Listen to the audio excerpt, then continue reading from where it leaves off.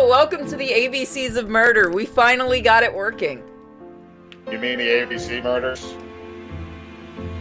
Yes. Also, my controller's not working with it. Good. Please tell me it didn't just... Did it just crash? No, I still okay. see it. It just stopped for a second. Now it's just messing with us. Some items in your inventory can be modified. London, 1935. This is Poirot's Watson.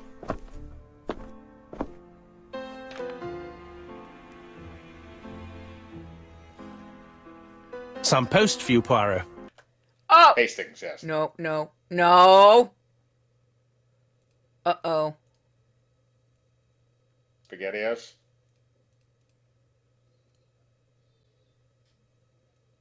Is it dead? Mr. Nope, it Hercule can't. Oh, Poirot, got it. Whew. Made it. you fancy yourself, don't you, at solving mysteries that are too difficult for our poor thick-head British police? He looks so different Let in us this. see, Mr. Clever Poirot, just how clever you can be. Perhaps you'll find this nut too hard to crack. Look out for Andover on the 21st of the month. Yours extra.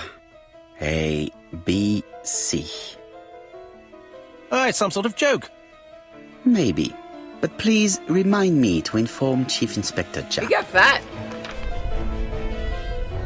He was always supposed to be rather portly, to be honest. He's not really depicted a lot of the time as skinny. Game, now you're just doing this to screw with me. It says it's paused. It put my mouse out of it, which is weird. Maybe that's why.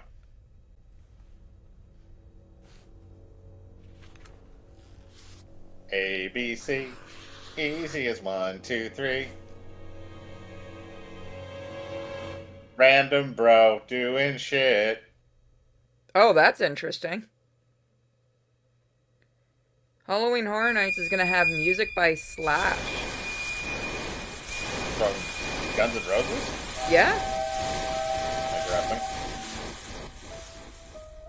Interesting. They're gonna have an area called Scarecrow with the music. That's interesting.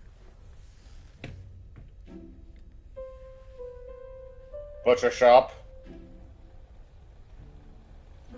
Pussy shop. It's here, Poirot. The murder took place in this street. Grim place indeed. Tout à fait, Hastings. The streets of Andover are in a terrible state. Look, there's Chief Inspector Japp. He's talking with a policeman. Let us try not to get our shoes wet. It is so odd because I'm used to the other game's version of him. Don't So you in snicker. the other one, his assistant looks more like he does in the other games. No, in the other one, the guy... You're talking about the train conductor guy? No, no, I'm talking about He Poir. Poir. Poir. You just call him Poir. Yes! Oh, I can't use my controller? Pyro. That's his Pyro. So I can Hercule only use my Poirot. controller to pause? Apparently. That is really strange. His assistant wasn't in the last game. Oh, this is an old... No, I'm Play. saying, like, he looks like what his assistant looks like in this game. Yeah, sort of, except the mustache is larger. Oh, But this is normally very old school point and click. Yeah, normally Poirot is depicted how he is here. Like in a lot of media, like the original Orient Express movie and in the Agatha Christie Hour and all the other shit that they use, or whatever they used to have. They've had television interpretations of him too. Yeah. But usually he's depicted to be more portly than thin. I'm just gonna go with he lost weight and changed how he looked because he's immortal. I would actually suggest that Over there probably here, is it's newer Hastings games and based on the Poirot. movies. You missed the 9 o'clock train? We took the 10:30. Luckily, the service is good to Andover. So, Chief Inspector, what do we have? The victim is called Alice Asher.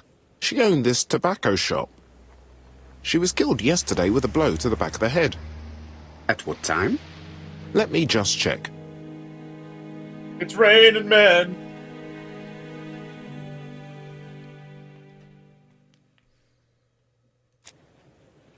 Take advantage. Information out of Poirot's notebook. Poirot, Yeah, this is so old school. Yeah, this is, I think, the first one that they ever did. I remember I have this on Xbox. I bought it from the store at one point. It saved on my Xbox One.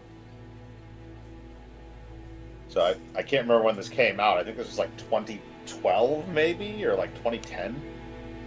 To be fair, this is the one we wanted to start with, since this is the original game. Those watching.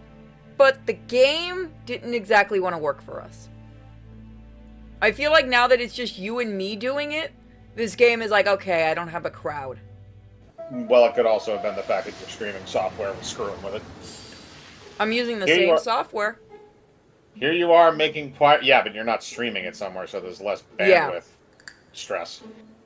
Here you are making Poirot's little gray cells work. The aim is to answer the questions to ask himself by establishing the links between the clues in order to deduce an answer. Hover the cursor over the clues to see their descriptions. Click on the clues with the left mouse button to select or deselect them to answer the question. Okay. Oh. Don't do that. Okay, so we can't do anything yet. Do you click on the bottom part? I don't think so. Clue is missing. Okay. You have to drag them into the... Oh, I do? I think, maybe? No, Like we have to little find the pieces. clue. We haven't found it yet. Okay.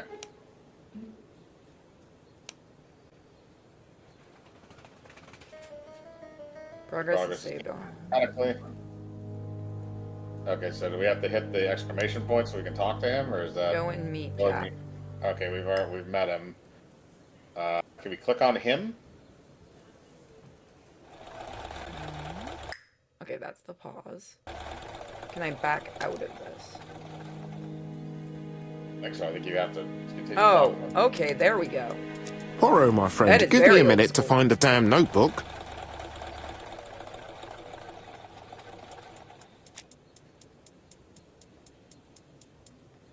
Find three Three clues that agree. You go for it. You can read. Find 3 clues that agree with Hercule Poirot's remark. Move that mouse to guide your gaze. Is Jap being too relaxed? Let us find the clues that prove it.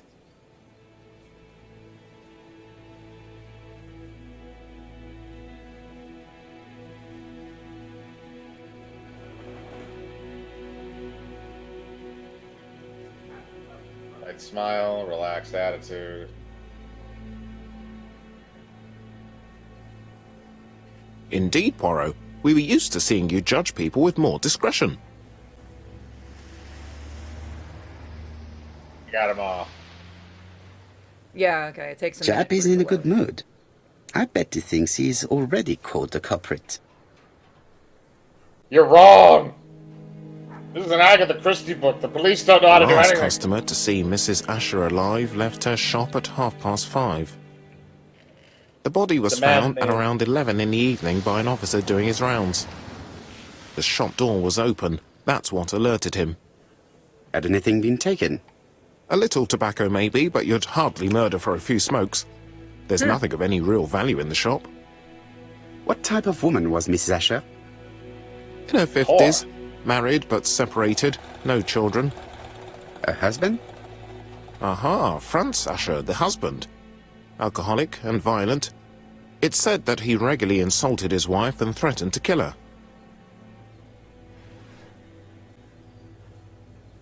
The last person who was at the shop was a man named Ed Gein.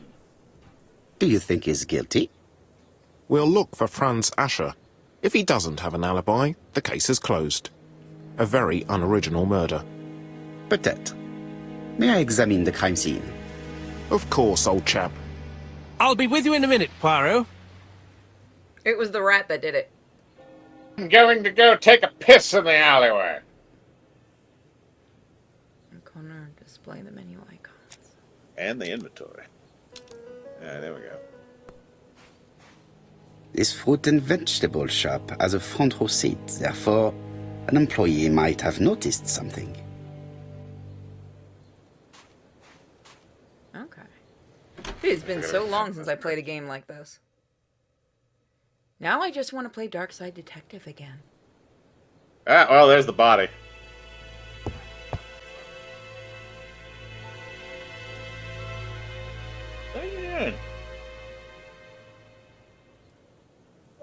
It's not just any railway guide. It's an ABC. Say hi. It's open at the letter A. Your turn. There are no prints on the book.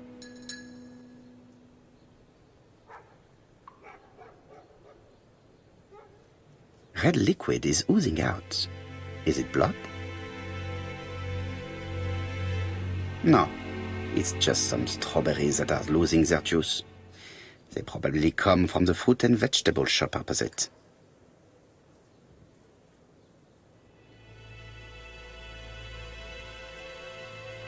The counter is covered with fingerprints all on top of one another. Unfortunately, it will not be possible to use them. There's a bag with blood coming out of it. It's strawberry. It's kosher. Oh, well, you're dead. She has a packet of play cigarette next to her hand. Did she drop it when she fell? Why can't I see anything? Huh? Why can't I see anything? It says stream paused. What the fuck is... This game is cursed. Hold on. Okay, so I can confirm this game is cursed. But we're back. This poor woman's head is resting in a very even-shaped pool of blood. I can't see any other mark on the floor. This poor woman's head is resting in a... I can't see... Anything else in the floor? I can't see... Her head. She just has one wound on the back of the head. There are no other wounds or signs of a struggle. So somebody came up behind her. Look for her hand. Yeah, the her body hand. is hidden by the counter and is not visible from the tobacco shop's door. Many customers must have thought that Mrs. Asher had popped out. There's all those. You get points to unlock trophies. Discover the action which gives the most points. How do we explain to President There are ABC cigarettes guide packets in a mess on the shelf.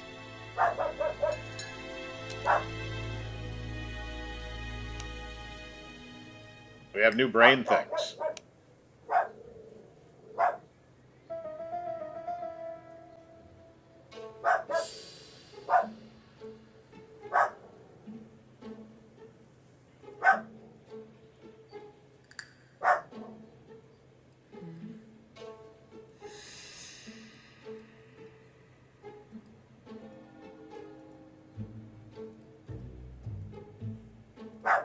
Alright, when I do that, nothing happens.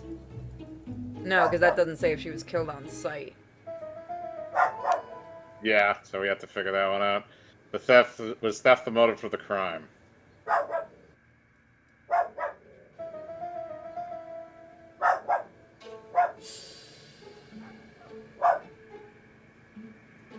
No objects of value. So we still need to find a few more things, okay.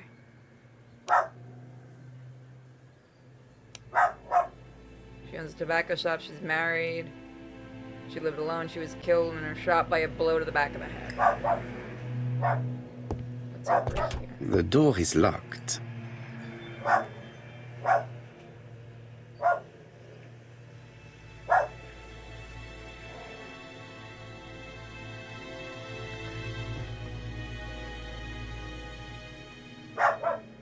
What else can I look at? There are cigarettes packed.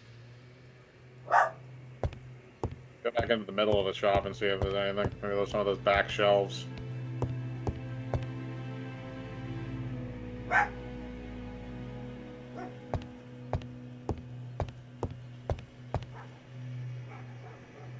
The place is unusually Here we go. tidy for a crime scene. No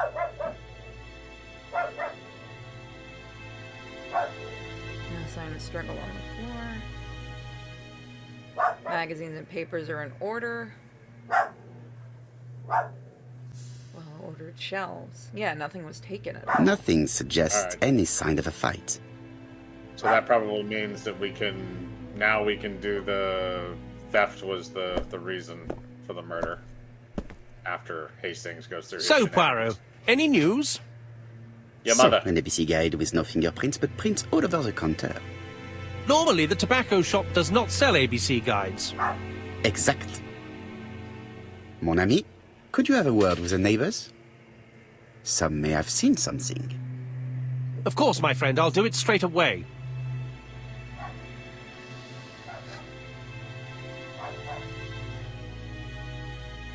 We might be able to answer the theft one. Was theft the motive?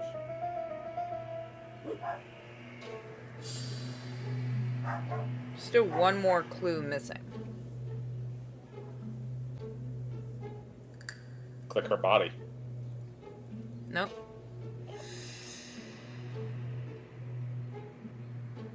So I think we have to find the last clue before we can answer those. We could always try next door, because I know there's the whole thing of asking about if there was a witness, anything that happened, so on and so forth.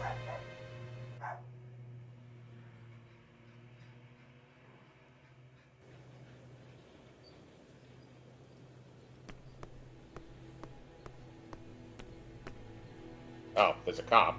You can ask him. Can we? Okay, I guess not. Can we just look through the window? This fruit and...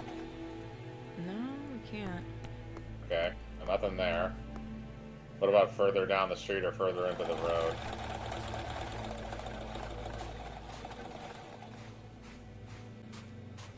Shop ruins. Dash! A puddle. How clumsy. Dash! A puddle. How clumsy. Just come over here. Get over here. This place is run down.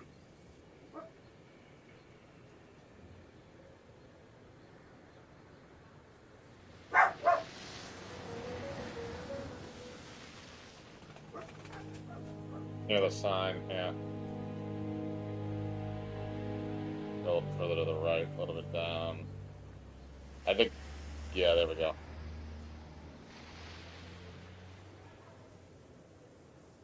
Garbage. Garbage. This is a really cutthroat neighborhood. Anyone could have committed the crime. I'm Belgian, but I'm French. Can we keep going Dash! further? Or is A that it? puddle. How clumsy. You're the one that keeps walking into it, bro. As far as we can go. No, you can click on that. Oh no, that was the butcher shop. We already saw that. Can we go further up the street from where the fruit stand is, or no? Dash! A puddle. How clumsy. Okay, that's getting stupid. Yeah, no, it really is. That's Okay, as far no. as we can go. All right, can we talk to Jap at all and ask him any questions? No. We have to go back inside the shop and see if there's any. Yeah, let's see what we've. Guys, hush. They're going nuts. Well, I guess we should probably just look at our thing and see if there's anything else that we can. Because we gathered some more clues while we were outside. Maybe there's more shit.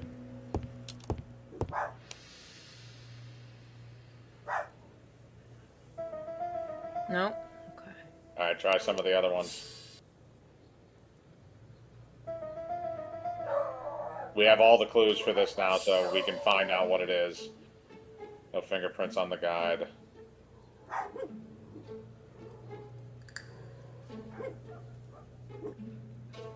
There we go.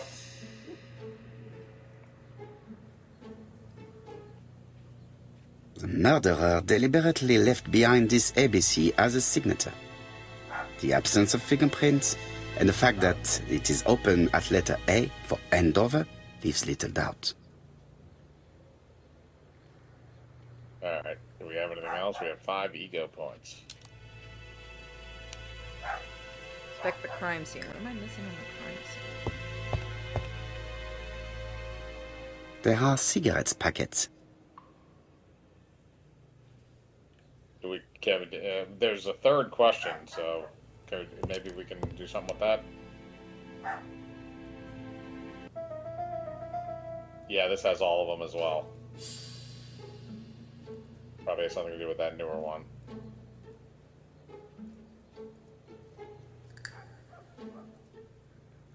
No, hang on a second. Nope, it's already done. Mrs. Asher It was does it killed auto. here. I can't The do anything absence of once I do marks in that. the shop and the regular shape of the blood stains indicated beyond a doubt. Okay, I wasn't sure if this one has ones where, like the Sherlock Holmes games, where you can come up with incorrect assumptions. It doesn't seem like it.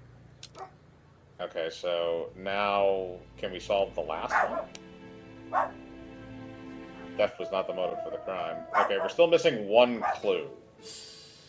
Yeah, so we gotta find the clue that's missing. Oh, inspect the cash register.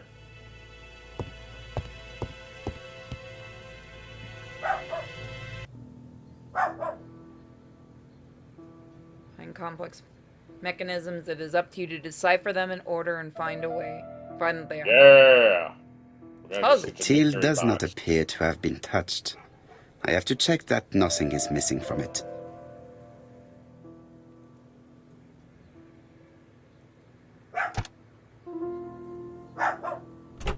Something is preventing the drop. Okay. It would be best to examine the rest of the till.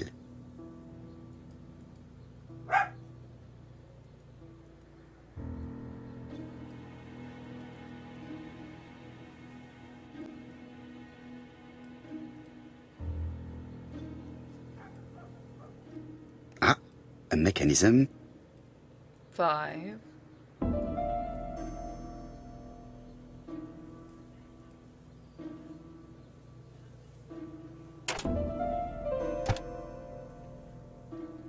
The till is full of money, but there is something strange. 5-2.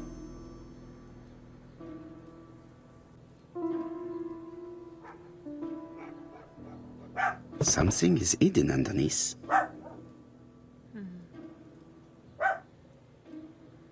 Can you move that square? No, it's locked. Okay, so that's the combo. So it's Something. yeah, no. The first one's right there on Oh, the thing. I see it. 8-5-2.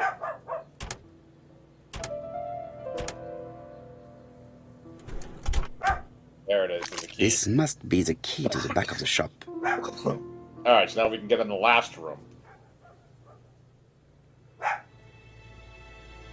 Yeah, I do remember this game. It was fun.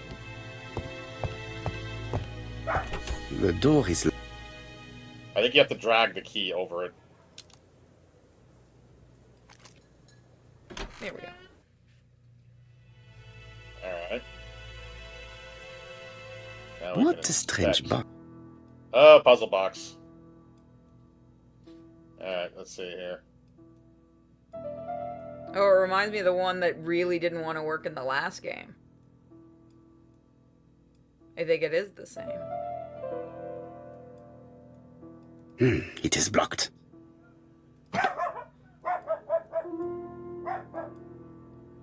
Gotta examine another side.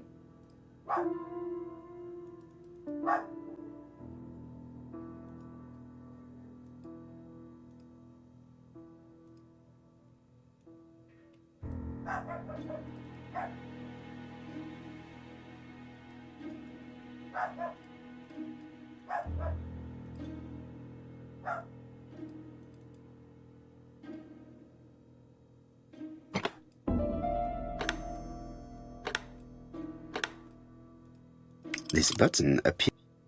Whoop, I don't mean to do that, to skip that. It's just when I'm clicking.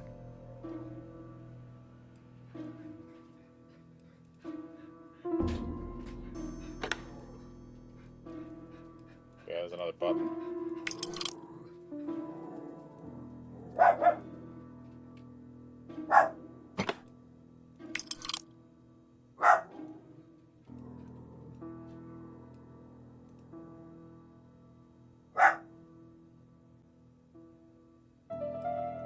So nothing there. There's nothing there to move. There, on the top. It is blocked. No, on the side there, the one that, yeah, you can move that top one over. There you go. That should do it. Now we can look at the top. No. Finicky. Who is this young woman?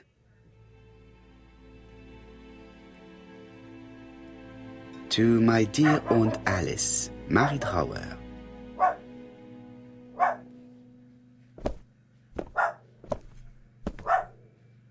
Have you found Owl anything? hair?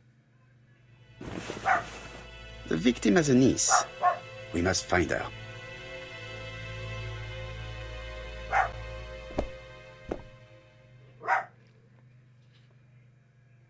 There's blood, I think, on the pillow. Blood. Did Alice Asher suffer from nosebleeds?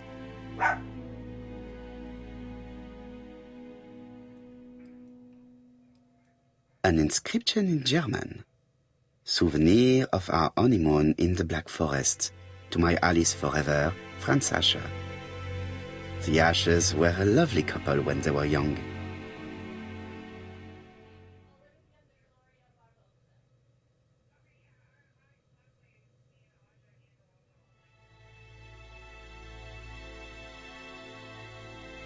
This interior is very simple.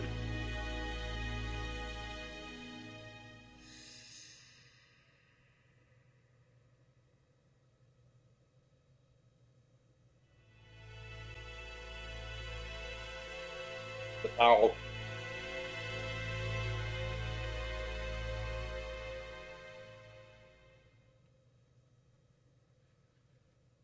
Mrs. Asher lived very simply.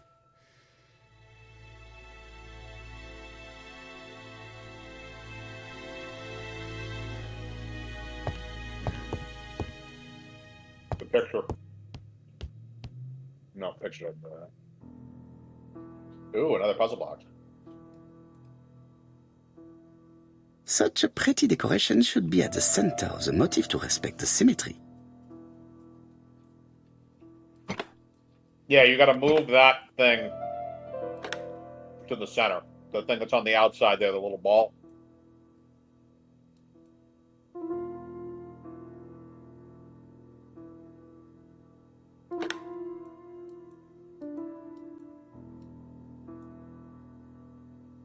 Okay. You can't, it doesn't look like you can move the one that the ball is on. Which means you have to have it basically in position when you go.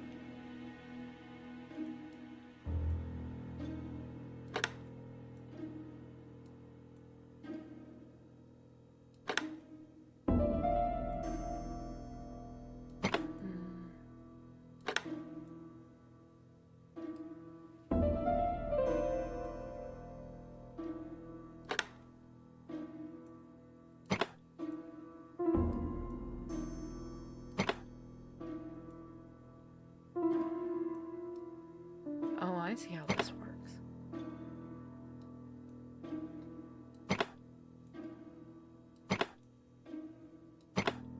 Okay. If Liam Neeson was here, he'd just break it.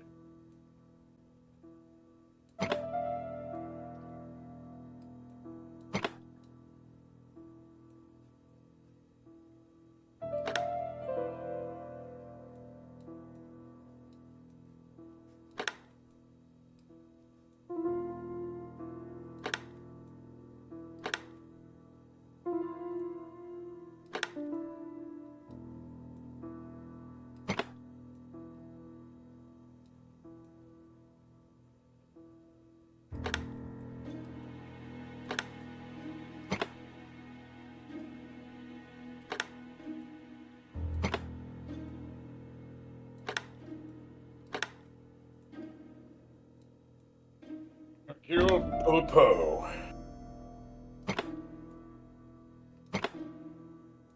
There we go. I heard a faint sound as if something was unlocked. There we go.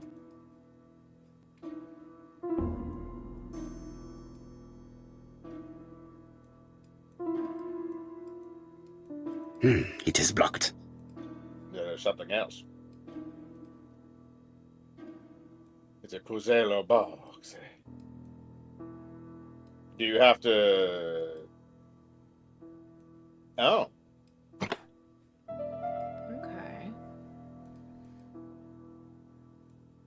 These drawings appear to be attached to the chest of drawers. Oh, They won't okay. move. So, yeah, you got to correspond them. Okay. So the way they look on the top is the way they have to look at the bottom. That would be Upside upper down. right. Yeah, upside down.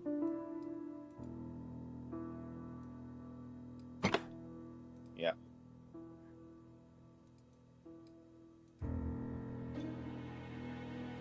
That one should be left turning. Yep. There you go. Holy shit. She had alcohol. No, worse. Medicine. She had laudanum.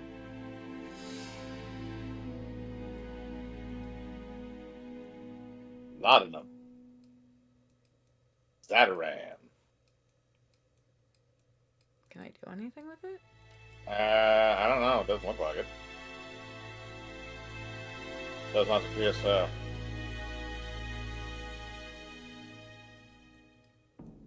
From Mr. Adam Flint, Royal Bank, Eastfield Road, Andover. To Mrs. Alice Asher, 5 Bishops Road, Andover. Dear Mrs. Asher, further to your request of 12 February 1935, I have informed my superiors of your wish to apply for a loan to acquire the lease of the shop you rent from Mr. Fairfax. Despite the seriousness of your case, I regret to inform you that your request has been denied. The amount of your personal contribution, £11, is not high enough and represents too small a part of the final transaction. I remain at your disposal for any questions. Adam Flint. Mrs. Asher's meager savings were not enough for her to own the tobacco shop, but will largely cover her funeral costs.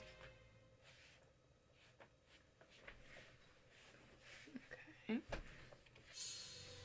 I want to buy this house. I only have $11 to put toward it. Get out of my house!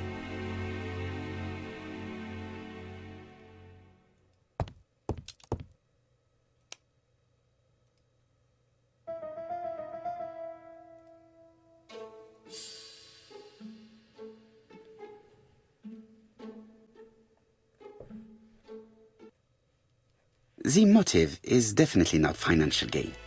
There is no sign of a struggle, and the till has not been forced or emptied.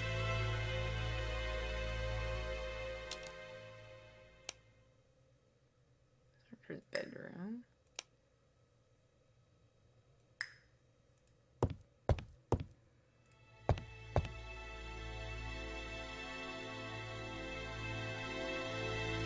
Fix your mustache. But I cannot find any golden mustaches. No, you get ego points in this. Does that mean I can upgrade his ego? I don't remember. I think it's how you get hints. Am I missing anything over here? Nope, I got all 3. Well, you've answered all the questions now. Did we? Yeah. Yeah, so now you can head outside and tell the guy, yeah, it's the murder.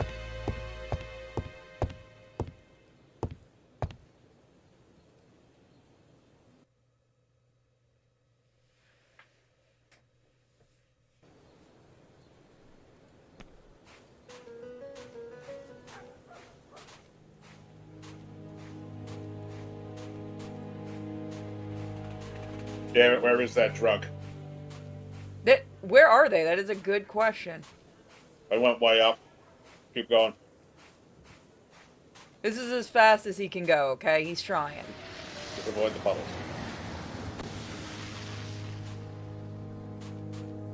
Can you go any further than this? Or not.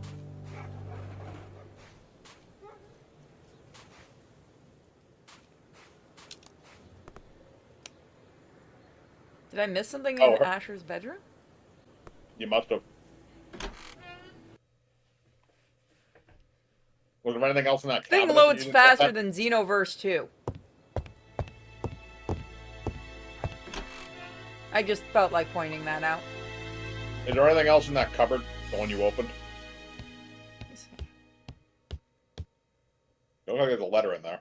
I got the letter. Yeah, I got the letter.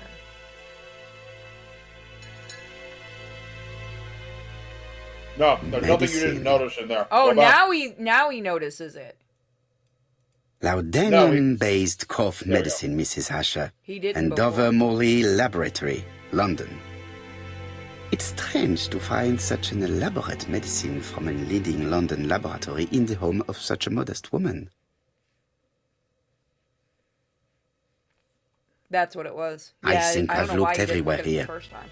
Let us see if I can find any more information in the shop's surroundings. I'm starting to think this game is cursed. Paco shop surroundings. Okay.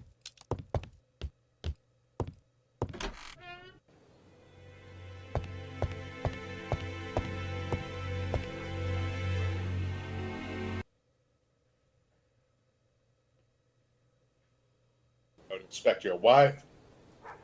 Oh, now there's suddenly fruits and veggies. 4 pence a lettuce, a lovely large lettuce, 4 pence only. Or pants? Yes. A bottle of poor quality vinegar. The smell could awaken the dead.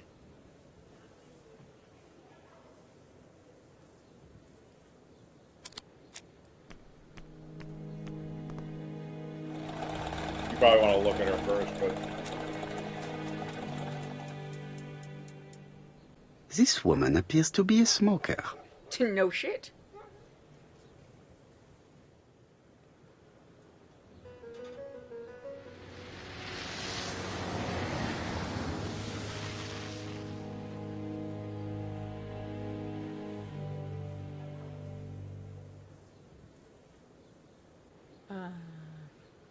you can look at the stuff in the surroundings. Maybe you as can well. stare at people like that where you come from, but here it's very rude. Ha! Fair enough. I'm British. You guys are always rude. No, She's a French. big smoker. She must have been a customer at the tobacco shop. That's a Cockney chick.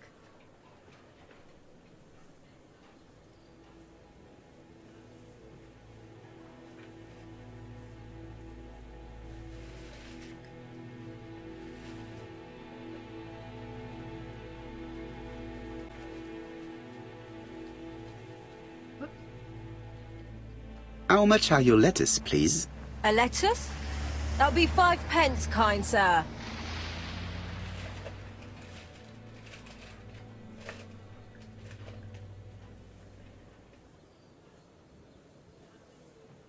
And what if I take 2?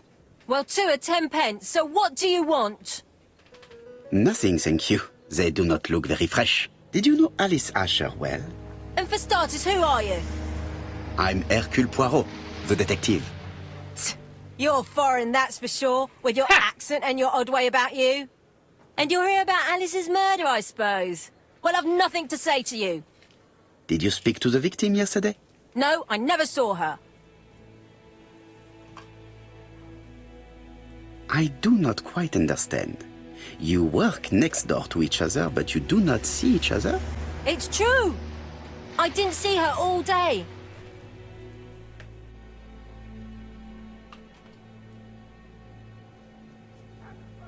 I know that you went to the tobacco shop yesterday. Well, It is your duty to tell me if you saw something unusual. who do you think you are telling me what to do? Get away from my stall! I'm a detective and you're a bitch.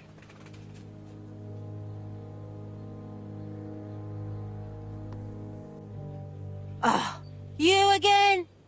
I've nothing to say. Okay.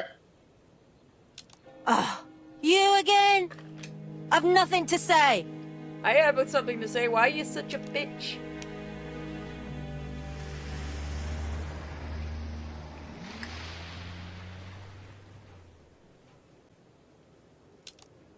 How to get her to talk, though? You can't now. A bottle of poo? Well, that... Oh, there we Hey, go. Poirot. Is the greengrocer causing trouble? I'll sort her out. No, please, leave her, Chief Inspector. I'll get her to talk later. I found the victim's niece. She's waiting for you in the back of the shop. Thank you, mon ami. I'll question her. Next to her, aunt's body. Probably. The fuck did I drop that?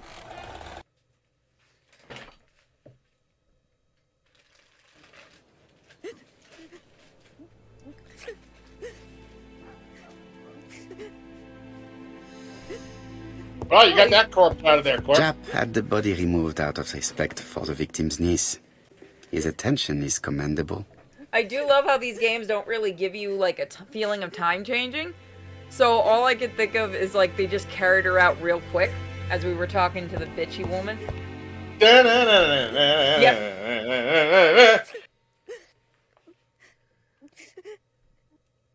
You whore, stop crying. Her He's aunt a just thief died. sincere.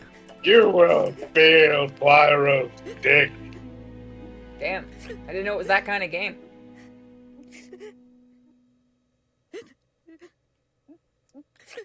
She came rather quickly ready for this She funeral. appears to be very upset. She's dressed in mourning. I'm She sorry, looks how much time fragile. passed?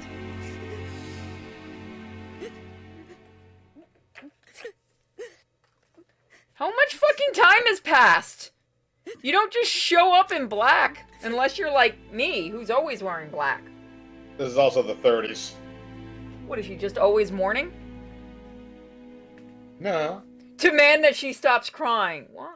You were very fond of your aunt, am I right? She was the only family I had since my mother died.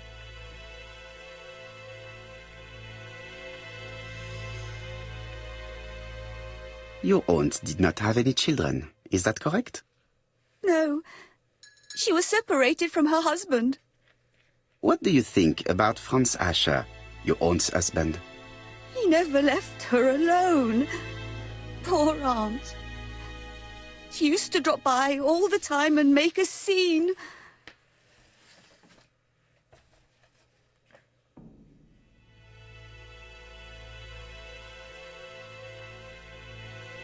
Was your aunt afraid of her husband? He shouted a lot, but she wasn't afraid of him. Why, he used to slink away when she turned on him. He was afraid of her, if you like.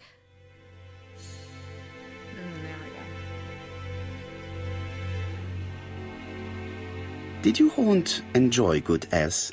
She had a bad throat, but she was well cared for by a doctor in London. There we go, now I'm Does doing Franz it. Asher work? All he's done for years is drink and gamble, but he used to be a very good cabinet maker. What does he live on? My aunt used to give him 5 shillings a week.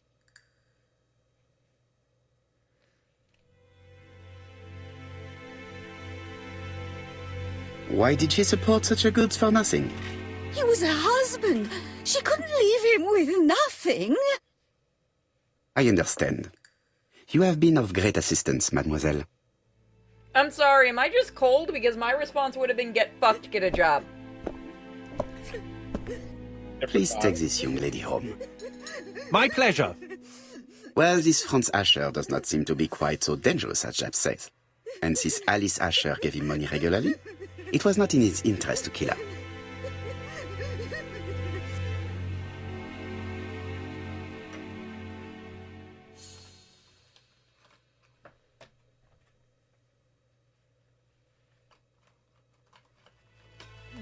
Give me 1 second. There we go. Looks like you have a new thingy to go look at in your thingies. Yeah, okay, there you go. What was Miss Arthur doing when she was killed? We established the time range when Mitch killed. Well, let's see. if we Might can be able it to here. do that. I'm just looking. Okay.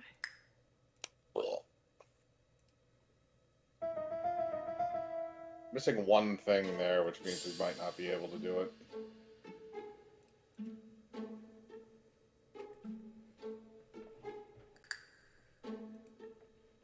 Okay. Can we No, you reduce the reduce time the range? time.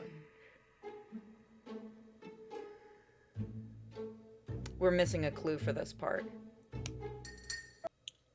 Okay.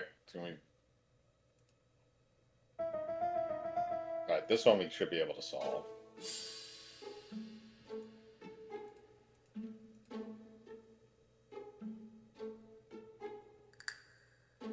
Turns out you're doing when she was killed. He's taking a packet of cigarettes from the shelf. The murderer probably pretended to be a customer. He hit the shopkeeper from behind as she turned around to serve him. Maybe what you have to do now is go back out there and try talking to that bitch. That's what I'm thinking. Nope. Found the husband. Oh, it's your drunken husband. We have to wait for him to sleep it off. He's all yours, Poirot. There are a few things I need to check. There must be some way of sobering him up. I wonder what his wife used to do. He must have scared the customers away. Okay. Let's pump him full of lead. Okay, so we go to You got a black eye. Yeah, I mean, A he's box of bar new rat, stockings. so yeah. It's Alice Asher's notebook. Ah, that's interesting. It probably contains information about our possible debtors and creditors. Bodley. The fruit seller has debts too. She will probably be more cooperative thanks to this piece of information. There we go. Mary Drower was telling the truth. Mrs. Asher regularly gave money to her alcoholic husband.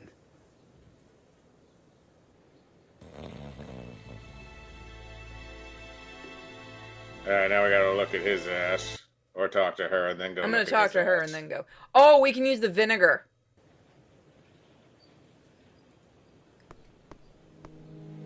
A bottle of poor quality vinegar. I can't take it. You have to talk to her first.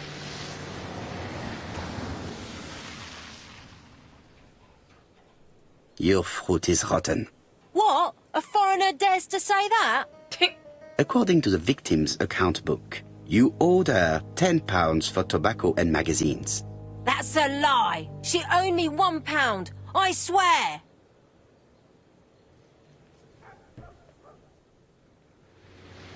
Now, please be so kind as to explain this. Look at my account book. Alice owed me £11 for fruit and vegetables. I may have had a slate at her shop, but she had one at mine. She owed me £1. And that reminds me I have to get it back from her niece. That is quite enough. Your account book has saved you, but I might ask Chief Inspector Japp to throw you in the cells for 1 or 2 nights while he checks your entries. Do you want to go to prison? Prison? Now that's not fair. I haven't done nothing.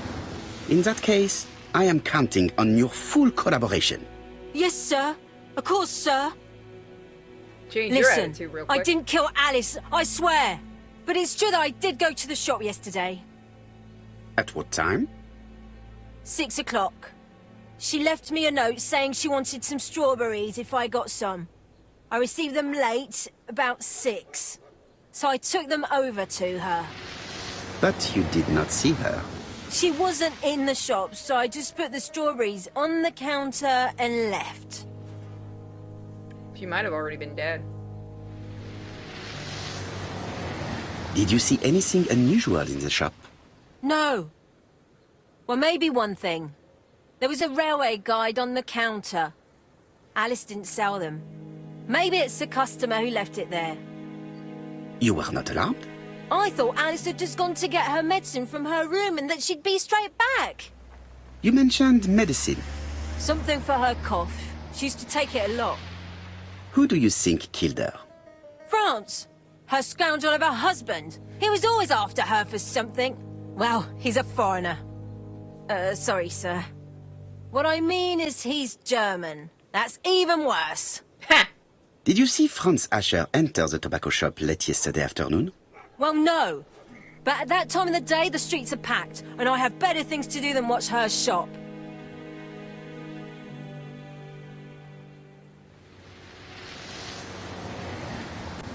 I'll just borrow your bottle a moment. Take it.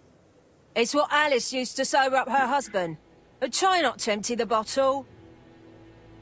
Ugh. Empty the bottle. I didn't mean to do that. Empty the bottle into his gullet until he needs air to breathe and live. Succulently. Like a real man. Mike, you come up with some weird shit when you're high.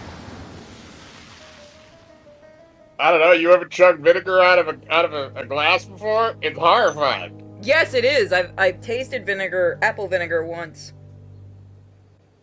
Oh, I've drank it before. What the fuck is wrong with you? It was interesting. But why Worst did you do heartburn it? of my life. Why did Well, you do because that's what wine turns into eventually. Oh. Now I see why you did it. Oh, he's unconscious. No, so what happened was my mom had put some apple vinegar in a cup because she was cleaning something, and I didn't know, I didn't even pay attention. I took a drink and that cup went flying.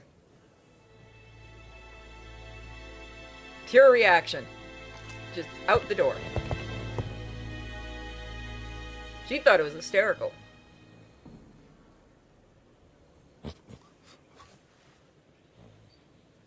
Mes amis, I can say without a doubt that poor Mrs. Asher was killed between 5:30 and 6. Killed when the street was packed with people. That's rather bold. I've been talking to the neighbours, and... No one's seen anything? Or rather, it's anything and everything. Am I wrong? No.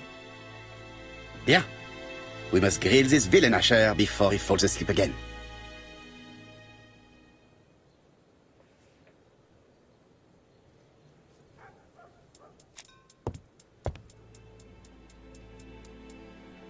This man is in rather a bad state. Jesus, he got his ass beat.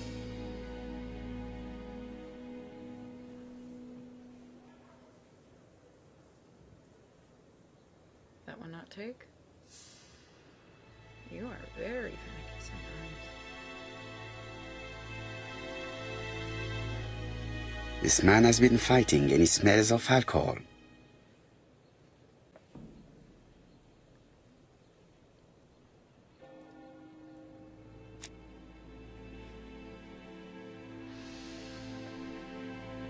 Care for a cigarette, monsieur? What's that? Scented cigarettes? No thanks. That's a thing. Bien. I was trying to be friendly, but you are quite right. Let us get down to business. You threatened to kill your wife, and now she is dead. So what? You shouldn't take things so seriously, sir. Nothing but empty threats. We didn't get on all that badly. So, if things were going so well with your wife, why did you not live with her? She was the one that left. Nothing to do with me, sir. You are a fabulous man who doesn't deserve to die. You can't have treated her very well for her to run away. No, sir, no.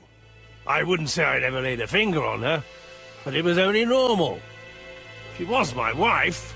Excuse the fuck Are you out of me. often involved in fights? I don't know what you mean.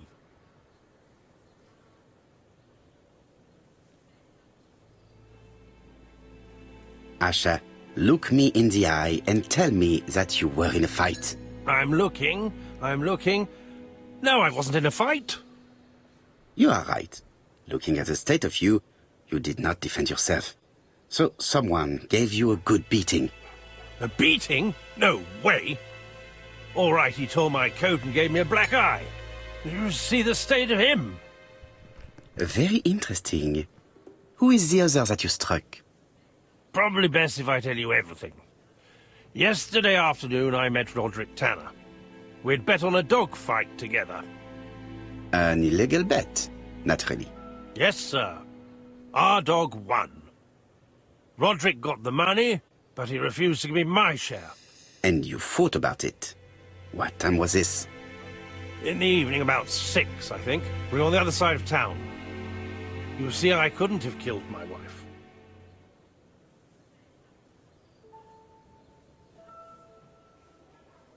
Asher's alibi appears to be confirmed. All the same, I'm going to call and check that he did have a fight with this Tanner on the afternoon of the murder. You can never trust this sort of chap. One thing is certain, Asher was a ruffian who used to beat his wife. But he is not very educated. It certainly was not him who wrote the letter signed ABC. Let's resume, Hastings. We know the murderer pretended to be a customer. He did not kill her for money, that appears to be certain. I agree with you on that point. And the murderer left an ABC guide as a signature.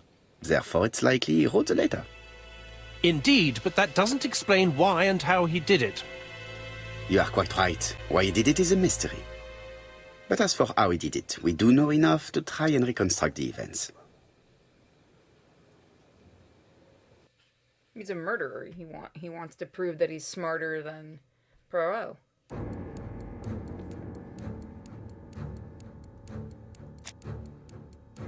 Reconstruction, okay. Yeah, I'm enjoying The this game so killer far now that it's enters working. the shop.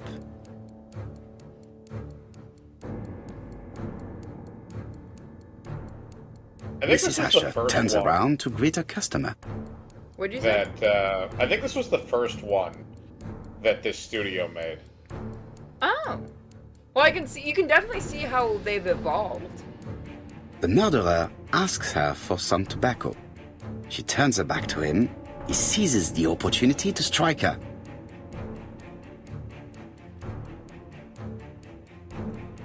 He then places the ABC on the counter before leaving. The ABC was not found like that. We are not far from the solution, Hastings. Would you mind if we thought about it a little more? Oh, I have to turn around to do it. Okay. I got most of it, but the last part. The right. killer enters the shop.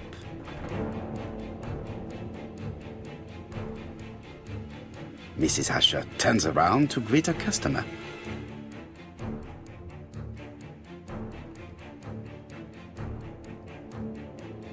The murderer asks her for some tobacco. She turns her back to him. He seizes the opportunity to strike her.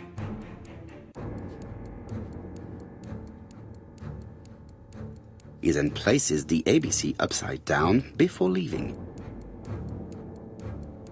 Everything appears to match the crime scene, mon cher Hastings. That is exactly what happened.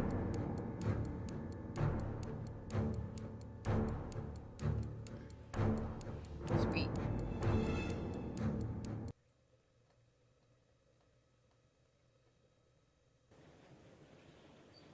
Asher has a strong alibi and we don't have any other suspect. But what was the point of this crime? She had no debts. She gave Franz Asher money regularly. She wasn't owed money. Nobody stood to gain anything. No doubt about it, the murderer is insane. No. And I fear that we had not heard the last of him. I hope you're wrong for once. Bien, Insane let's in go the back to membrane. London. If we hurry, we should catch the 7:02 train. Are you coming? No, unfortunately, I have to talk with Andover police. See you soon, then. Are you coming, Hastings? Let's go home. There's nothing for us here. Hastings, wait over there and don't get sodomized. Well, do you have any idea about the killer's identity? The crime was committed by a man of medium height, with red hair and suspicious eyes. He has a slight limp on the right foot, and a wart just below his shoulder blade. The fuck? Poirot! Mon ami, what do you want? You fix upon me a look of dog-like devotion and demand of me a pronouncement à la Sherlock Holmes. Now for the truth. I do not know what the murderer looks like, nor where he lives, nor how to set hands upon him.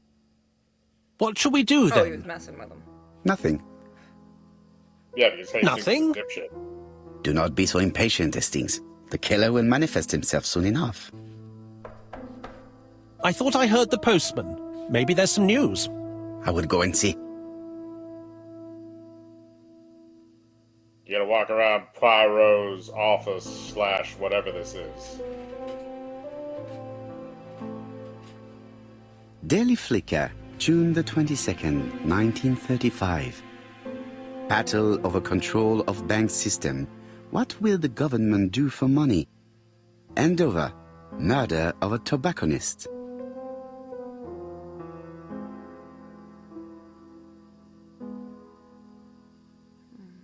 It is now the right time. It is now the right time. Congratulations, you won the trophy Cupid Bow Mustache. What the Yes. fuck? I don't know if you can change his mustache. It would be funny if you could, though. That's what I'm wondering. It's Agatha. Okay, so that's where you use the clue, but that's not what I'm looking for. Can I? No, that's not what I'm looking for. I don't know if you can. I don't think you I can. think it's just achievements. Very There's type interesting. of Very interesting mustachioed office. man.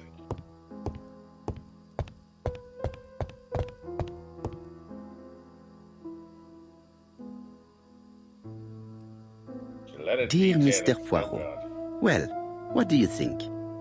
I believe that I won this round. The Andover affair went like clockwork, don't you feel? But the fun has only just started. I would like to draw your attention to Bexhill-on-Sea on the 25th of this month. We're having a crazy time. Best wishes, ABC.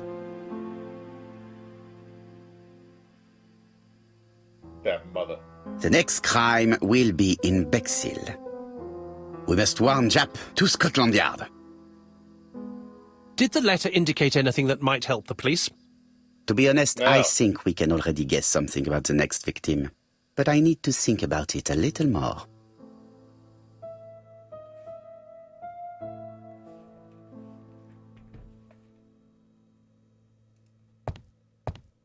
Okay.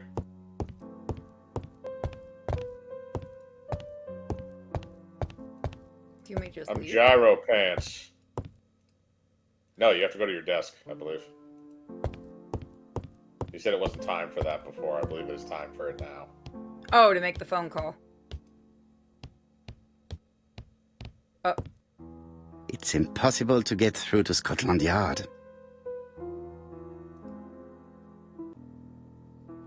Here we are. thinking. Thinking. Let us examine this more closely. It's a typewriter. Yeah, the eyes are fucked up, though. So is the A. Look. You have to find the differences of the shit, I believe. Certain characters in the two letters may have similar defects. Yes, the A appears to be quite unusual. Yeah, the highlighted in the other one. Yes, this I is Okay. weird. Yes, the A appears to be quite unusual. Yes, the I characters long in the since two I've letters actually do used a indeed typewriter. have the same defects. The W is smudged. I have to find some other similar defects to confirm my theory. Oh, so the A they're not considering. Okay. The W is Hmm. smudged. The W is not printed properly. The lowercase W specifically. That's the uppercase. What about the lowercase? Of course, the W characters in the two letters do indeed have the same defects. Try I have to matching find the some two other A's. similar defects to confirm my Because theory. I think maybe what it did was it's a matching thing. So when you selected something else, it deselected the A. Yes, the I think A you're right. appears to be quite unusual. That's right. The A characters in the two letters do indeed have the same defects. My theory was right. These two letters were written with the same typewriter. Both letters were written on the same typewriter and show the same characteristics. You surprise me, Poirot. You usually ignore material proof. But there is nothing usual about this case, Hastings. Nothing must be overlooked. Let us now try and get our brain cells to work. Usually Oh, I you didn't ignore call them your... little gray cells. How dare you?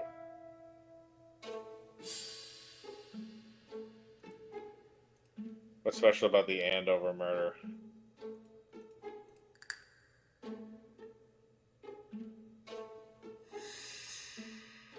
Yes.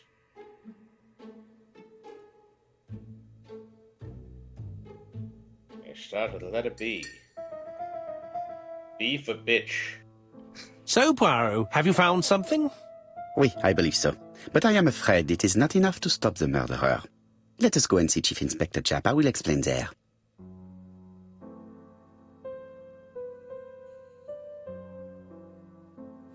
Okay, now I can go. Okay, I guess we're going to Chief Inspector Japp. Yeah, no, every time he says that name, I giggle a little.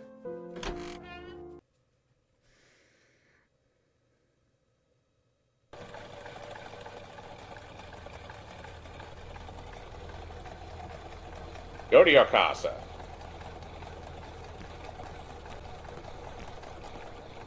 To Scotland Yard, please.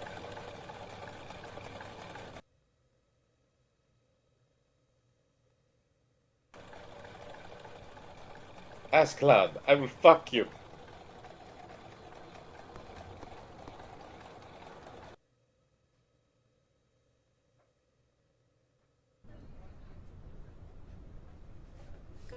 Storm Japp about to let it be.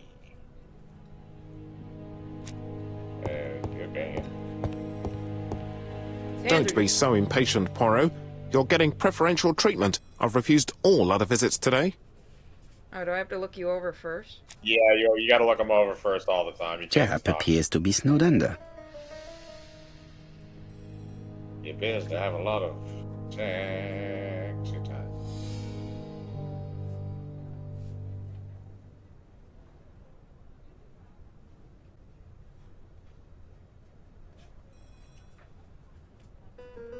Hi, Kiwi. He's still blowing off the hook so that nobody can call him. You son of a Japp bitch. appears to already be overloaded with work. My news is not going to improve matters. Bonjour, Chief Inspector. I am afraid we have some bad news. I have just received another letter signed ABC. The next crime will be on the 25th in Bexhill-on-Sea. Are you completely sure it's from the same person? I have compared the two letters. There is no doubt about it. I suppose you think he's going to carry out his threats. I fear so. Good God, Poirot. Bexhill is very busy at this time of year, and we have no idea who the next victim will be.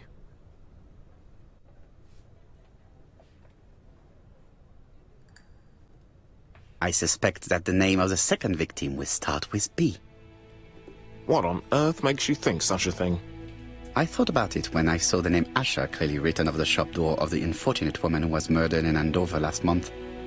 When I received a letter mentioning Bexhill, I deduced that the victim, like the town, might have been chosen by alphabetical order.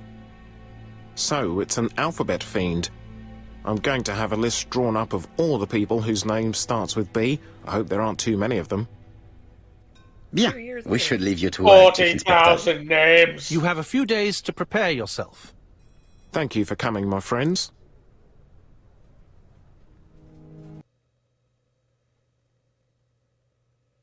Very matter-of-fact, British stiff upper lip, whatnot, so forth. Chief Inspector Japp, your call does not bode well. Indeed, we have just found the body of a young woman on the beach in Bexhill. An ABC was placed on the body. We'll be there as soon as possible. Alright. We're going to the shithole. Bexhill.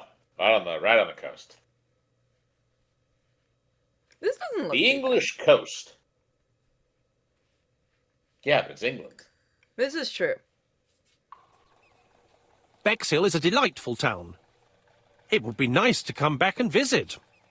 I do not entirely agree. Walking at the beach damages my shoes, and it hurts my knee. So the years have not spared you, my friend. It's the same for all of us. That is exactly what I said to myself when I saw you back from your travels. Ooh. Poirot. Do not be offended, Hastings. I can see Japp waiting for us. And from his face, I would say that things are not looking good. That was mean. Things are looking horny. Hi, what are you doing? Don't push. Oh, you two are Oh! playing. You got the walrus mustache. How do I change my mustache? I don't think you can change them. You can't. I want to see what it would look like. Unless you have to do it in, like, the start menu. Oh, no. There is no doubt about it. Bexhill has one of the most beautiful beaches in the area. Today, it's covered with used needles. Probably. How do you do, gentlemen? Chief Inspector, I fear your admirer has struck again, Poirot. We haven't yet identified the victim, but it's a young woman, 20 to 25 years old. Death occurred last night between 11:30 and 1 o'clock, and we found an ABC guide on the body. Was she pretty? Come on, Poirot, that's rather out of place. It has no bearing on the murder. Are you certain? For women, it is often the most important thing. It often decides their destiny. The body Are you hasn't going to been be a moved. swap You can bag or see a for yourself. Has the press been informed? Not yet, but I'm planning to. I haven't yet informed them about the presence of the ABC guide in Andover. Nobody has reported a young woman missing? Not for the moment. No witnesses, I imagine. Indeed. We've asked everybody who may have met a young woman fitting her description last night to come and see us, but I have little hope of gaining anything from it. It's early days, Chief Inspector, and the news may not have spread around the town yet. I hope you're right, Hastings.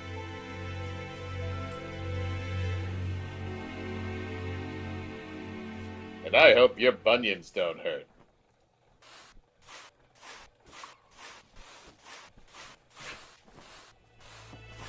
Oh no, you can see her feet, how indecent. A braided seat belt. It may have belonged to the victim.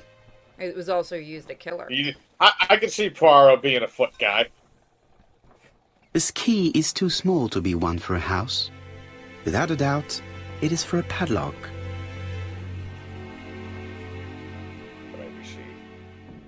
ABC, easy as one. The 2, guide is 3. open at the page for the Bexhill train times.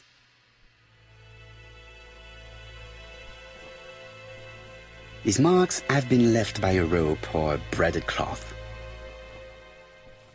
She was a great beauty. Strange that chap didn't notice it. Damn, Poirot. Apart from the marks on her neck, there are no signs of the struggle. She didn't manage to hit her assailant. He came from behind her. Then. The young woman wasn't wearing shoes or a coat, and was not carrying a bag. That's strange. Was it in where the key? Either the murderer stole her belongings, or she put them somewhere safe. Maybe so that she could bath. Let us now try and get our brain cells to work. Damn it! All right.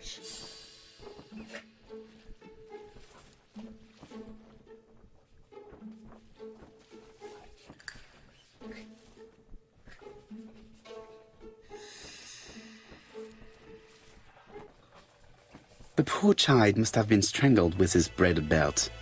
Unfortunately, in view of the fabric, it is unlikely that we will find any prints. Let us now try and get our brain cells to work. You say it properly, damn it! What are common points between the Andover murder? It's the ABC. 1, 2, 3. You are enjoying that too much. Killer signs his crimes with an ABC guide. Same murder. Yes, because of the letters. No, the other letters. There you go. It was the Play with her, same it's mother. okay. The medical officer should confirm that the victim was strangled with her own belt. That's what I thought. She shows the usual signs of strangulation. With a little luck, we'll find prints this time. You are too optimistic, Hastings. Our killer is far too meticulous for that. Hastings, you're a dipshit. I do not know why I keep you around other than to make me feel smarter. I was gonna say, even Holmes's assistant was smarter than This Hastings hut is seems to locked. be. That's why it's funnier, because he's not in the Orient Express. No, might not be that one. We need to, Says we need to find the correct... Oh, it might be 9.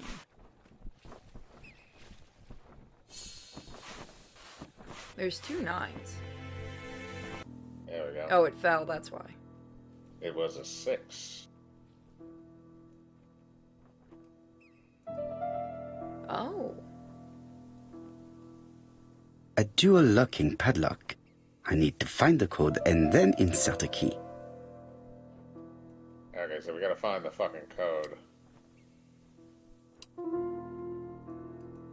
Firstly, I have to enter the... So we have to find the padlock code.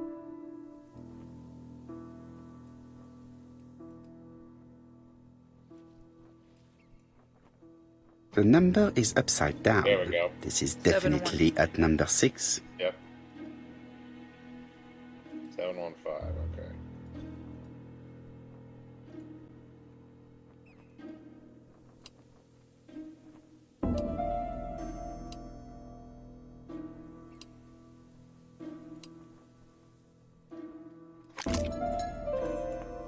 There we are. Now what's behind door number 1? A purse! I'm taking your money. It definitely was Poirot's here gotta that the eat. victim left her belongings. Victim left her belongings and then said, fuck all. Betty's first day at work. Mom is very proud of you. Elizabeth Barnard, 7 August 1931. So, the young lady did have a name starting with B, and she worked as a ginger cat, an establishment that must be slightly further along the beach. The purse is full. Yet again, we can dismiss theft as the motive for the murder. Here is the watch she must have removed to prevent it from getting wet. A top-brand lipstick. She liked to take care of her appearance. As well as a photo of the victim with some company. It could be useful to me. Alright, we got them all. Jap has gone to the police. The victim has been identified and her family had reported her disappearance. She was called? Elizabeth Barnard, mainly Betty. She worked as a ginger cat at the cafe slightly further along the beach. But Poirot, how on earth? Never mind. Do you have her address? Yes, she lived with her parents on the street leading to the beach, number 22. Shall we go? You are far too impatient, Hastings. Let the poor people take in the news first. Let us go and visit the cafe where Betty worked. Where Schmitty worked and farted. We have everything we can do in our little menu thing? No, Go to the okay, go to ginger the ginger cat. cat. Alright, we're going to Hey, the look ginger at cat. this. Ginger cat. Okay, so there's nothing there that he'll comment. Ginger cat. Yeah, okay, so there's nothing new. There is no doubt about it. Bexhill has one of the most beautiful beaches.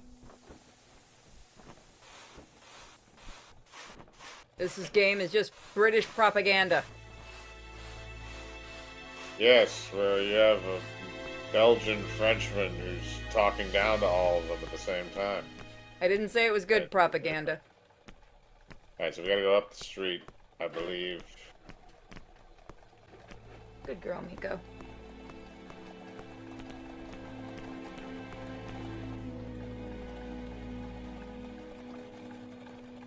Where are you going? I thought the cafe was on the beach. You are quite right, Hastings. I am delighted to see you are following matters closely. Yeah, no, we gotta go back down to the front of the road. There's a cafe somewhere.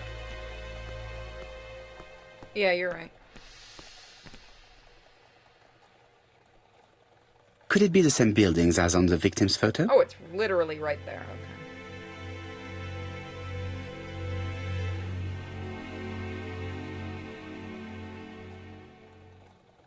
Oh, you are finicky.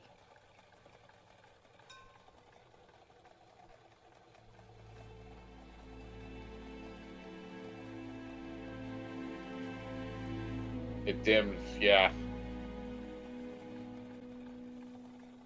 There we go. This is definitely where the photo I found in the hut was taken. Cafe de Murder. Oh, sorry, we're actually meaning to change that. This is definitely where the photo I found in the hut was taken. Then go over there.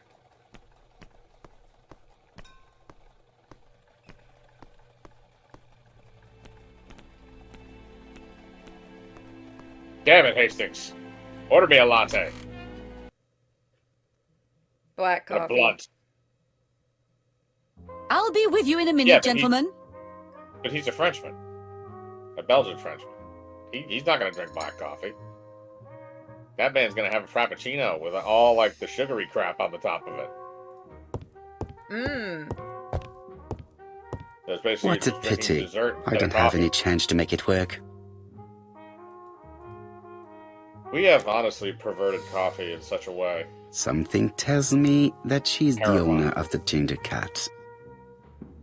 But you enjoy the perverted coffee. The only thing we've perverted worse is, like, the pizza. Yeah. We've taken that to a ridiculous level. Got 4 pounds of pepperoni on a goddamn pizza. It's amazing that we've reached this level, but I mean, it's terrifying. You go up near the top again, I think there's another. Yeah, keep going.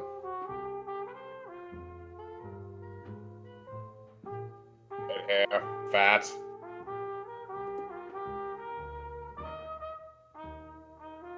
There we go. Behind the counter. This woman must be the owner of the ginger cat. It looks like something is bothering her. Why are you naked? How can I help you? A hot chocolate and a tea for my friend, please. I like I'll bring it raw straight milk. away. He Of course, orders the what I would Belgian wants order. chocolate. The Belgian wants chocolate. Give him chocolate. See, that's exactly what I would order.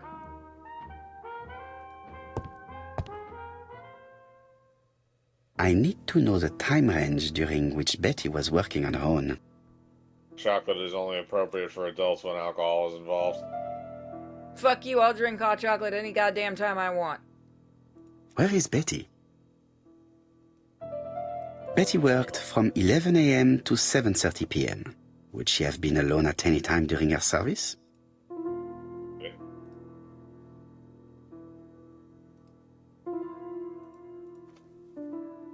These are the different waiting staff's bills. Which ones were written by Betty? Interesting. Alright, so we gotta look at what her font is that she writes with, and then we can discern which one is correct, because she wrote her thing, so... 11 a.m. to 7. Alright, so the very long, long letters and numbers.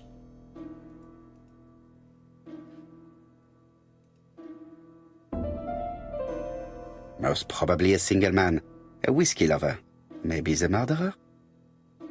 This bill may have been written by Betty. There is probably another one.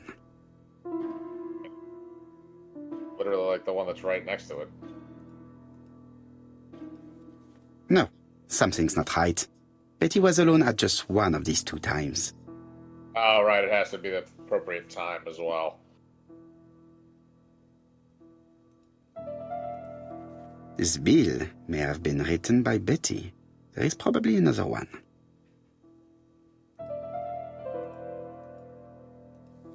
Most probably a single man, a whiskey lover, maybe the murderer. No, something's not right.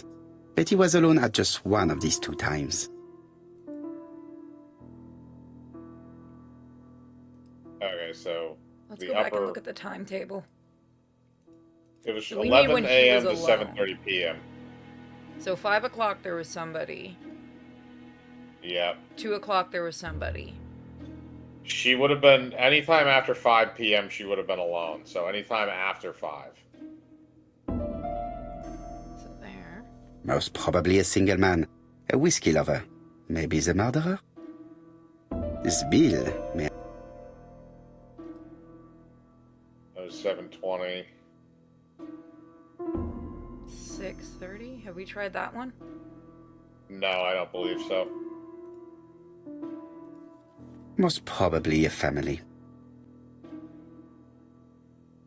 Betty served a Yep, family okay. and a man on his own, a whiskey drinker, maybe the murderer. This information will help me to progress. What? Gentlemen, what are you doing? I'm touching We are myself. searching What for does it look clues, like? mademoiselle. My name is Hercule Poirot. I am a detective, and this is Captain Hastings. Does Betty Barnard work here? That is correct. She should have been here a while ago. Punctuality is the first rule of politeness. I fear that Miss Barnard will not be coming today. She has just been found, dead, on the beach a few hundred meters from the cafe. How awful. Poor young thing. What happened? She appears to have been murdered. This is most distressing. How this will affect my business, I shudder to think. Jesus, lady. I mean, you can serve coffee to all the fucking cops. Yeah? And donuts and little, like, you know, like little crunchy things and crisps. And biscuits. Do not be so sure. Miss Barnard's tragic death may be a good advertisement for you. It makes one despair of human nature. Poor young girl. She was a hard-working and pleasant young woman. I didn't know her that well. She'd only been here for 2 summers. I know that she had a young man. He used to call for her sometimes. Could he eat dick? This photo was found. Is this him? Yes, that's him all right. But I haven't seen him for some time.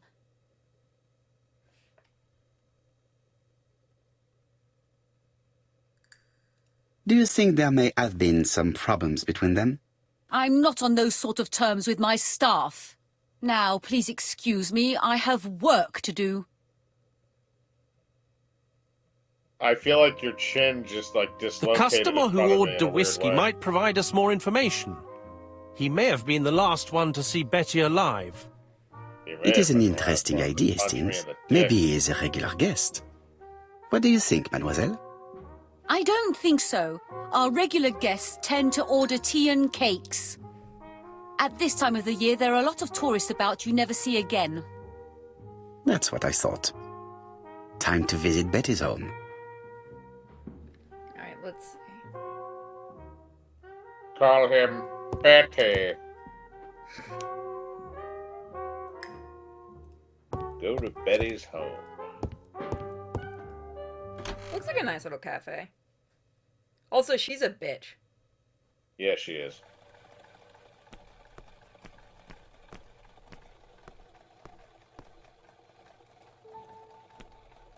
This is definitely where the photo I found in the hut was taken.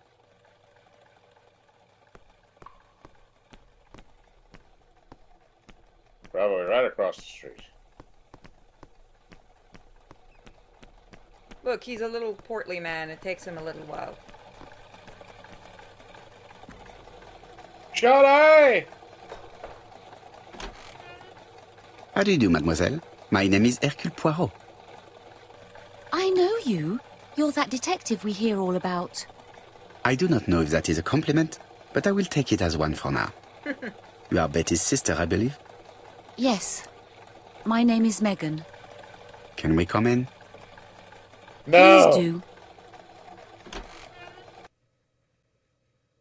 He's taking him. My parents are at the police station. I doubt they'll be up to speaking to you later. Do not worry, we will not bother them. Did you know your sister's plans for yesterday evening? No. I arrived by train this morning. My parents called me in a panic when they discovered that Betty had disappeared. She went out last night, but she didn't tell them where she was going. What was your last conversation about? Her new dress. She wanted a pair of black stockings to go with it. Mother brought her a pair. The very day it happened. She was crying. And to think that Betty never even wore them. Oh, Mummy.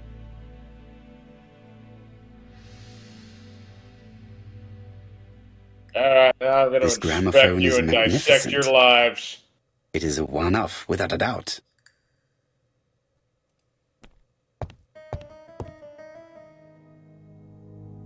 The Barnard appeared to make music a priority in their budget.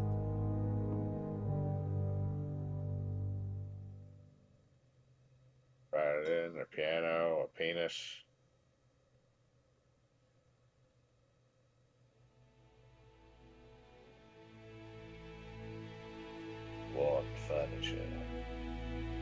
They're all Miss Modest, but the Barnards are definitely music lovers.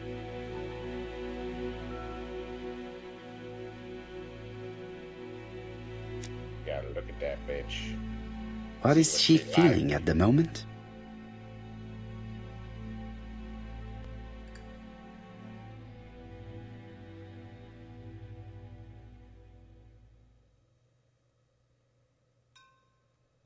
Betty's older sister is not just sad, she's angry.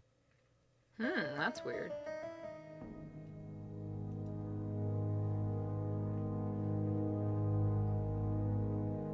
Did Betty go out often? My sister wasn't a child, sir.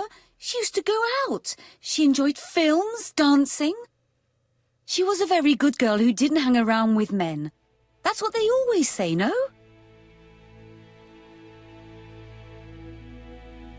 The pain is making you bitter, Mademoiselle Barnard. I'm not interested in your compassion, Mr. Poirot. Très bien, mademoiselle. Could you at least tell me a little about Betty's young man? His name is Donald Fraser, a very nice young man.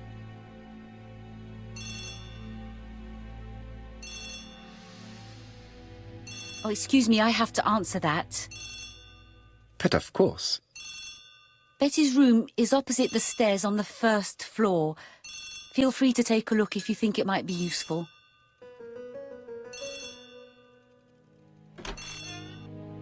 This young woman is far too clever not to have anything else for us. Do you think she's hiding something? Absolutely. That is what I'm trying to find out. Surely you don't think she did it? I did not say anything of the sort. But young women always ruin your judgment, Hastings. Who knows, maybe Megan was jealous of her attractive young sister. I see. She may have had her sights on the inheritance. Or maybe she was in love with Donald Fraser. We have to study all scenarios, even the most unlikely. But I doubt that Mr. and Mrs. Barnard are rich enough to justify murder.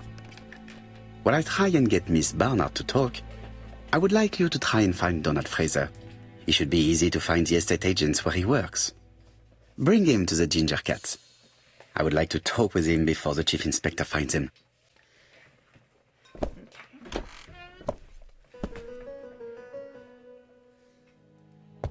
Poirot's big old dick in D minor. A very cramped place. It's England. It looks like Betty was also a music lover, the same as her family. Oh, old school microphone. She was a singer. Without a doubt, Betty used to sing. The song on the paper says Mahum. No! A box of new stockings. It looks like Betty has a very busy life.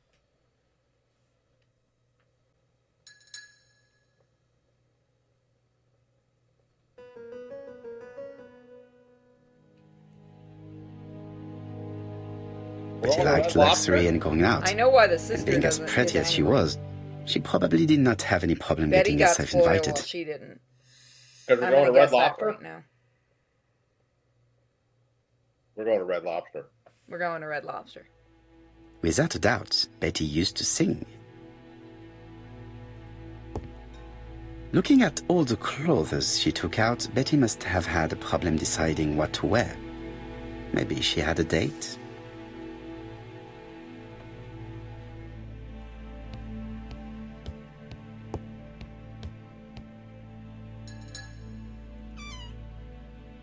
This small key should be useful to me. I've finished with this subject. Medicine to prevent voice loss. Did Betty have problems with her voice? If you're doing voice acting or singing, fuck yes. Sounds A like a record common with the other sleeve woman. with an handwritten title. That's what I was Betty gonna must have say. recorded Why the is he demo. just, what the fuck I'd is be going interested on? to hear it. Why? He's moonwalking. Jesus, we've broken this thing. And spin, and spin, and spin, and spin, And do a little turn. I don't know why he's doing that. I swear to God, I'm not pressing anything. He's in a zone where it doesn't... Something on this clock bothers me. Big button. Strange. Ooh, there we go. A sheet of paper is blocked in the clock. Now we're having another room thing again.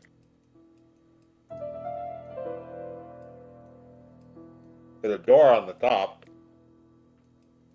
What a strange mechanism. I don't think it serves to turn the hands.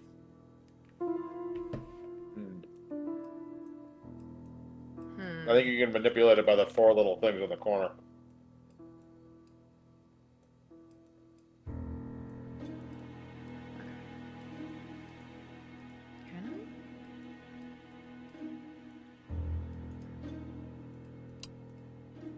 Oh, that is very finicky.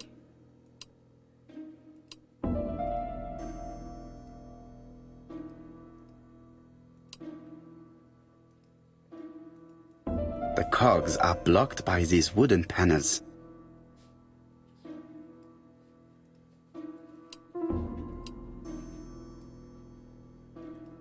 The cogs are blocked. Okay.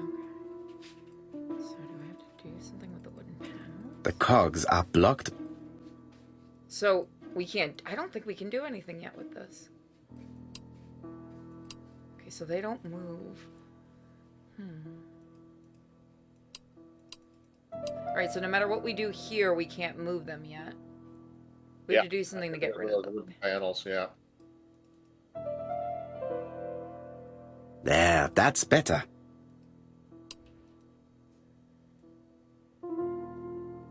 You've won the trophy 4-leaf clover. This wooden panel is blocked.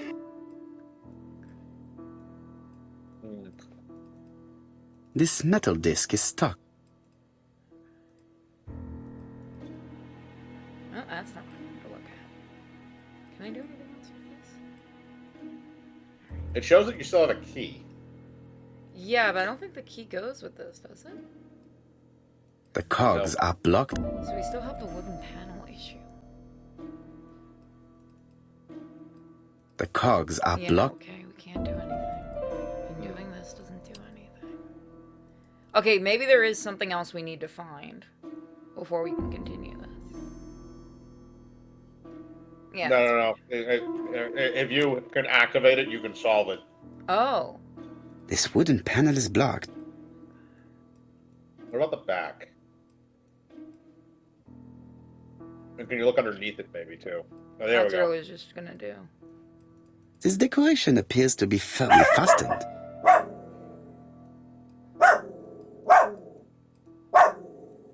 This decoration appears Okay, to so be... that can't be moved. Maybe this one? This decoration appears to be... No. Hi, Miko. This wooden panel is blocked. One of them.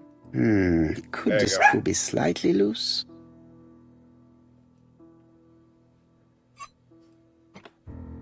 There we go. This wooden panel is... Okay, that was another one that popped out of there. Is there a different one? Like the other front side? This decoration appears... No. Let me see if I can move that at all. And again. Nope.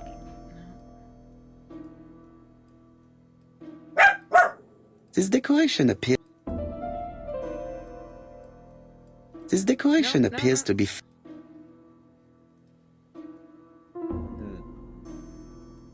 This decoration Did it appears change to be... the cog thing on top? That's Nice. where I was about to Turning go it. check. Nope, that's still the same. Well, click on it and find out too, because maybe something can move. No. No. Oh, wait a minute. Was that? Yeah, no, never mind. That was like that before. The Yeah, that was cogs like are that. blocked. We need to find a way to move the wood. Hi, Miss Miko.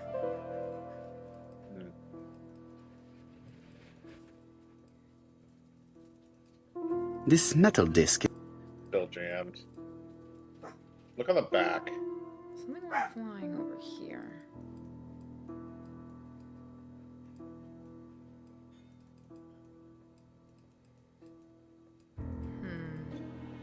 This decoration appears to be...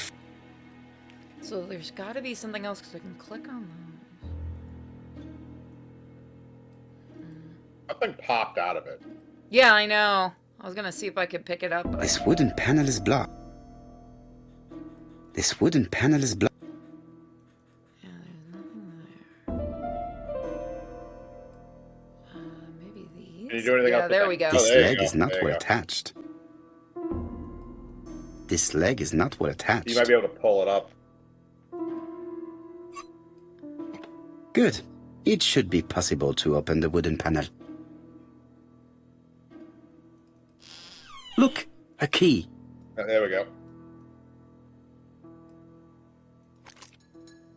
This could be useful. You want me to take a picture of that? Yeah, that's probably a good idea.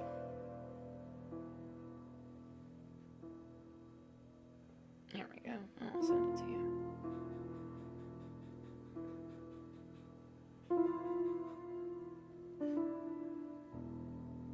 There we go. Then This can code they- probably has something to do with the mechanism above the clock.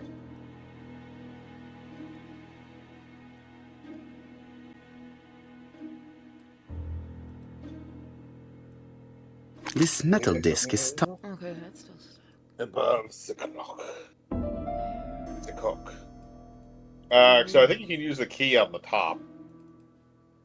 Oh yeah, you're I right. believe you can. The central cock is blocked. Let me look at the picture. Oh, right. That's 3-1.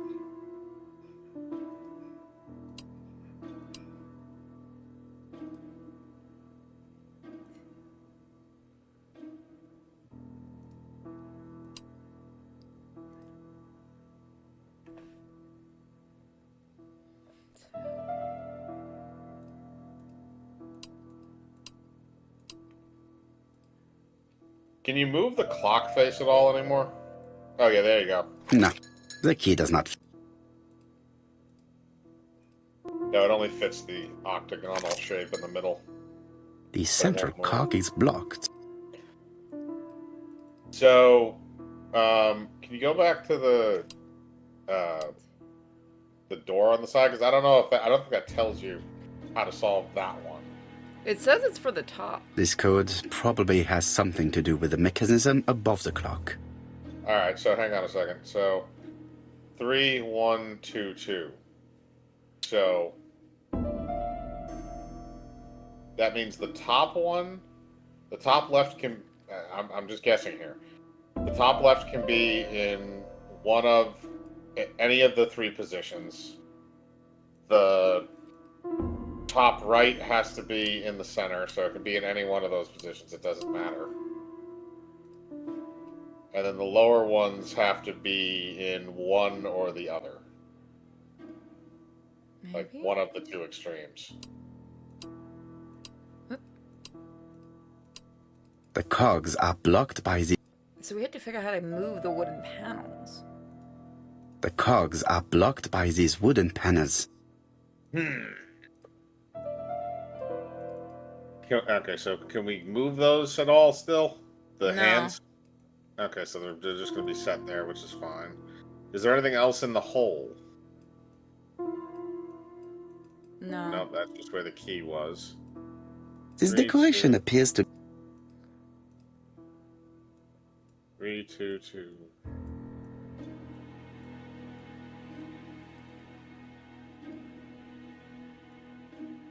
We have to figure out how to move the wood. The central cock is blocked. We have to get those wooden things out of there. I had to think here. No, the key... No, it won't I fit can't there. click on the... Can we click on the wooden ones? No, The it's not. cogs Yeah, are blo- no.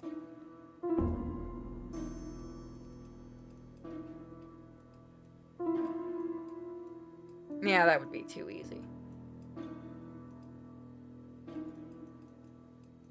The cogs are blocked by... It There's gotta I'm be gonna go something quickly with feed the this. pets, and then I'll be back to figure this out. Okay. Mike, you are a genius. How do we do this? Go to the peg in the upper right-hand corner. No, on the Oh. the upper right-hand corner. Yep. Put it in. Yeah, to the left.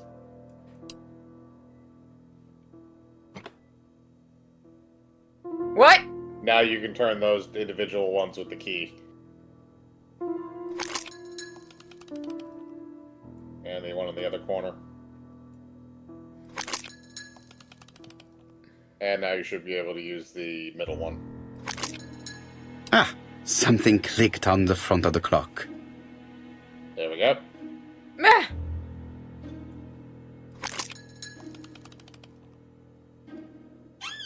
Did we overcomplicate it? Maybe. This could be useful.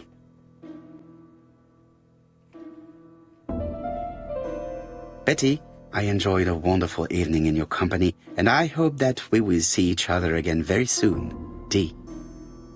My dearest Betty, I know that your art is already spoken for, but you are the most beautiful dancer I have ever had the pleasure of meeting, and I am impatient to see you again. Adrian. Oh. She had She was a admirers. She was a regular whore. That's why her sister was so pissy about her. Betty, I enjoyed a No. wonderful... My dearest Betty, That's not what I was looking at. I was looking at the picture.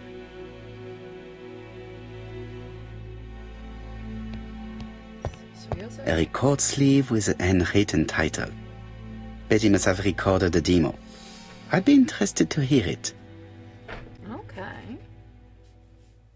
You know, to be honest, A record sleeve with a handwritten title. they Betty must have they might recorded the demo. I'd be interested to hear it. What were you saying? I was going to say that maybe this is a situation where she was just trying to prevent the future rise of another version of Taylor Swift. It always starts with a teenage girl with emotional problems in her fucking bedroom, and it ends in this shit. So I can go downstairs. And we have to listen to the ride the whole way in between.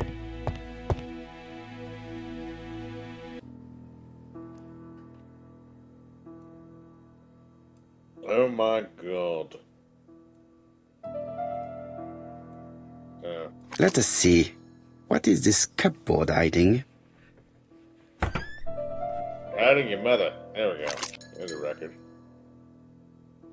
This looks Oh, like solfège. Should I just take a picture and give this to you? I would say that's probably a good idea, yes. Now, Frank. Now, Frank, stop it.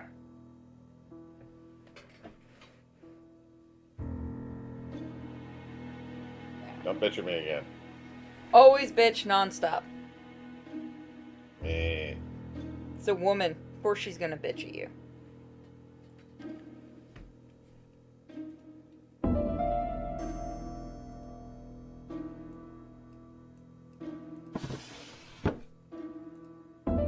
Hand crank, you say? Alright, so... There is bound to be a clue somewhere. Alright, hang on a second. Let me look at it, because I know there was something like that on there. Oh, I thought you took a screenshot, not an actual physical picture. Yeah. That probably would have worked better. Let me take a screenshot. Thank you, because I can't read parts of that. I never claimed to be smart. I legitimately didn't think of taking a fucking screenshot. Alright, so... I think I understand how this works. Let me send it to you.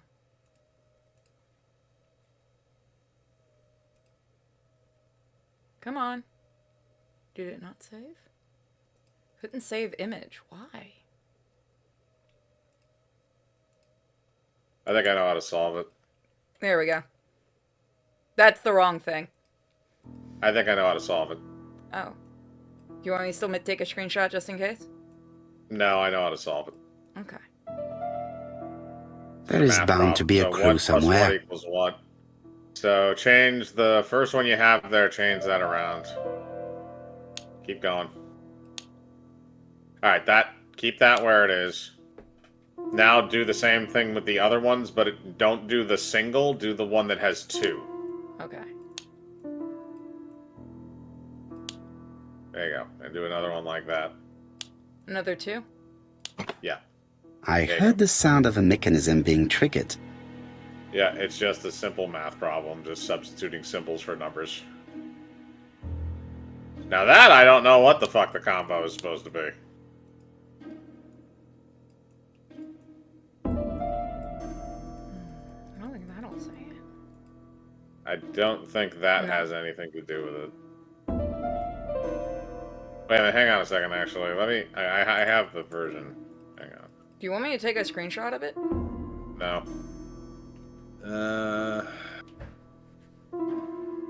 Okay, never mind. That means nothing.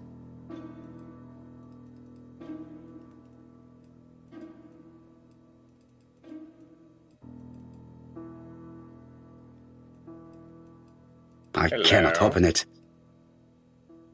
Oh, the little thing on the top? That Yeah, doesn't there we go. work. Must have forgotten. That doesn't work. Hey, we gotta go to the... Probably select the top separately. Yeah. I'm trying to, it's not working. Drag the record onto the top of it, then? It looks like something goes. My dick! There we go.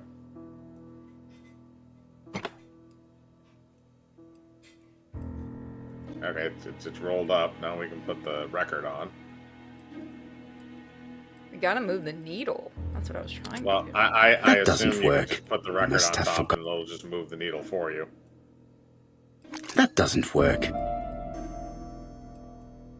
Oh, then do we have to press the little button? I tried that. That doesn't work.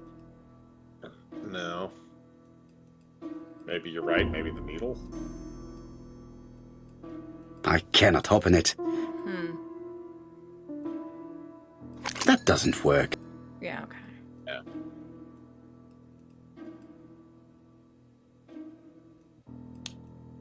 Huh. So it's a number, 2 numbers followed by a letter.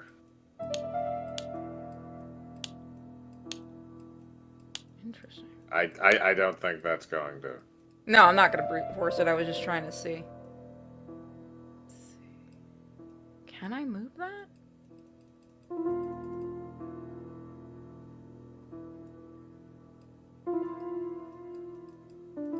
Try dragging the record on now? That doesn't work. No. That doesn't work. Okay, what about the little thing behind the needle, little button? I tried clicking that. It didn't do anything. Okay. Well, that brings us all the way over there, which was odd.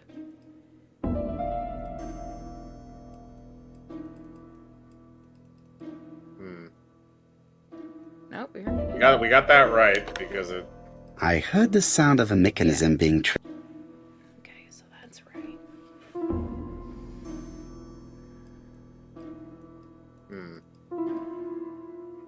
Can you examine the record? 7-8T. Okay, so that's the combo we gotta use for the side. Figured it had something to do with that.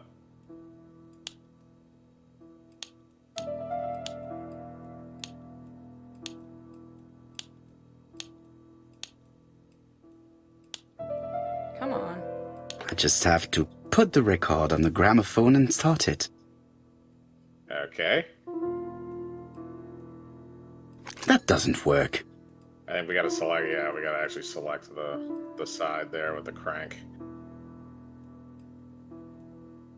That doesn't work.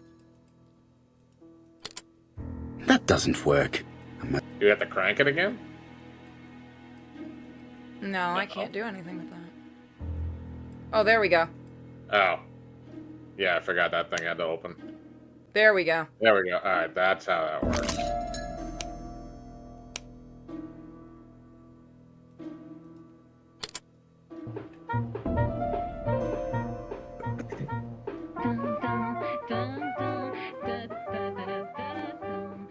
Shake a tail feather. Donald, we're in the middle of recording. Sorry, Betty, but it's not wise. The doctor said you should rest your voice. You're such a killjoy sometimes. Oh, how dare you get worried about me, darling. Betty was such a good singer. It's true. Did she have any problem with her throat? Yes, she had to be careful with her voice. Of course, she didn't follow the doctor's advice. If Don didn't insist, she... Well, it's too late for all that now. She would have shot herself. Alright, well, we figured that out. What else is in this shithole? Alright, let's see. I'm sorry, but where is your bathroom? I have to take a dump. It looks like this woman is single, but she has feelings for someone.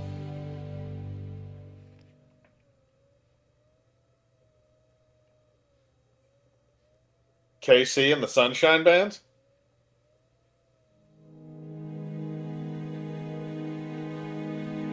She is looking so intensely at this photo.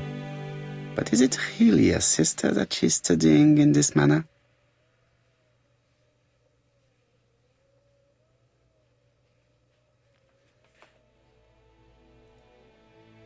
They made the perfect couple, am I correct? Yes, in a way.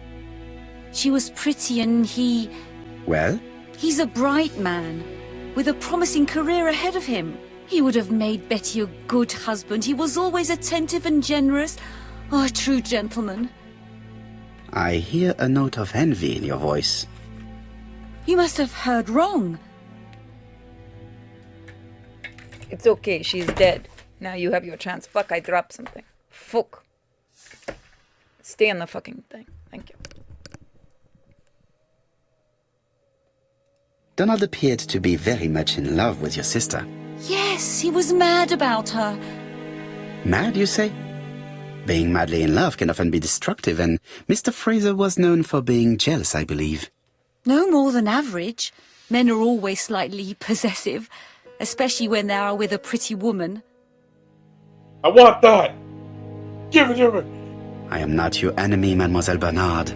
And you are not my friend either, Mr. Poirot, sir. Yes, but your lies are not helping Mr. Fraser, or you for that matter. I know that Fraser was jealous, but I wonder why you feel the need to protect him. Protect him? I hope you're not suggesting... That you are Fraser's accomplice? There is nothing to suggest that, at least not yet. It would appear that your sister's murder is the second in a series that we have to stop as quickly as possible. The first was in Andover, and the same as your sister, the murderer sent me a letter informing me that a crime would be committed in that town. Now can I count on your honesty? Yes, you have my confidence, Mr. Poirot. Don is a quiet and sensitive young man, slightly reserved too, and as is often the case with reserved people, when he flew into a temper, he completely lost control. He could be so violent. Betty was frightened. And when was this? The first time was about a year ago.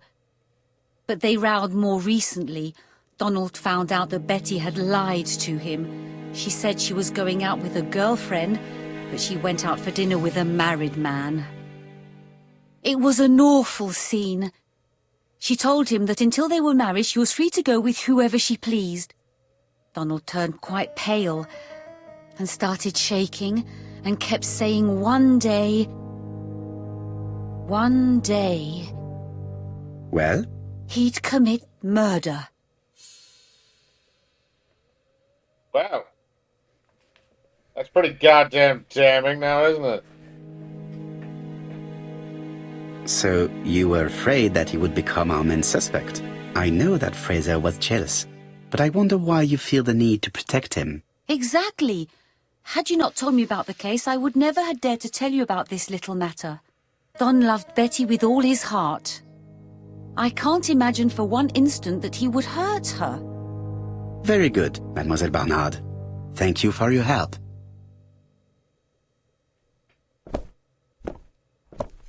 Stop Fraser is protecting at the Ginger potential Cat. killers. The police haven't spoken to him, but they want to. The fuck Très is bien, it with Hastings. women and doing Let's that see shit? him now.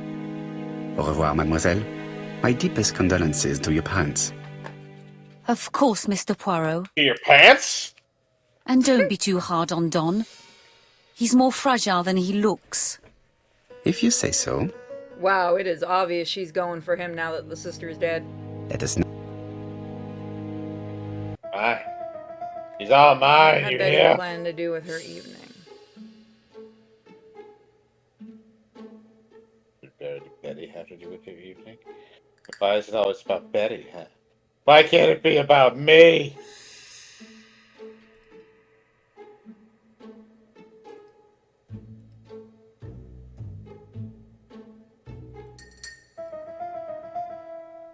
Good work. That's why she didn't fight back. Your mystery. Mysteries. Like Scooby-Doo. Let us now try and get our brain cells to work. Just say the fucking line.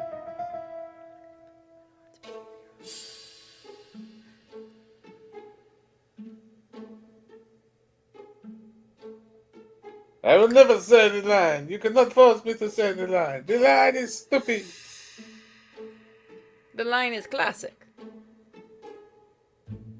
The line is your mother.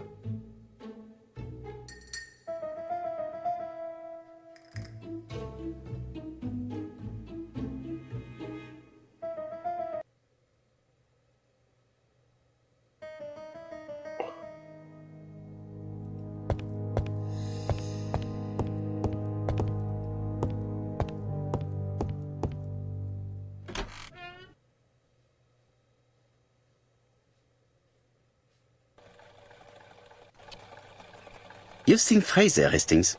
What is your feeling? He's a big chap. Fragile isn't exactly the word that springs to mind. I talked to his landlady before seeing him. She went to bed at 11. Fraser wasn't home yet. Bien. Megan Barnard said he is a reserved character but with a nasty temper. We will see if this is the case. We're going to get him to punch us. I wish we No, could get him. We it's- can kind of get him to go a little faster. This is definitely Yeah, where the it's photo sure. I found in the hut was taken. Those fails just have him punch you in the face. At least you can sue him afterwards. I don't want you to say the line. I just want you to walk over here, Jesus. Say the line. What am I, a dancing penguin for you?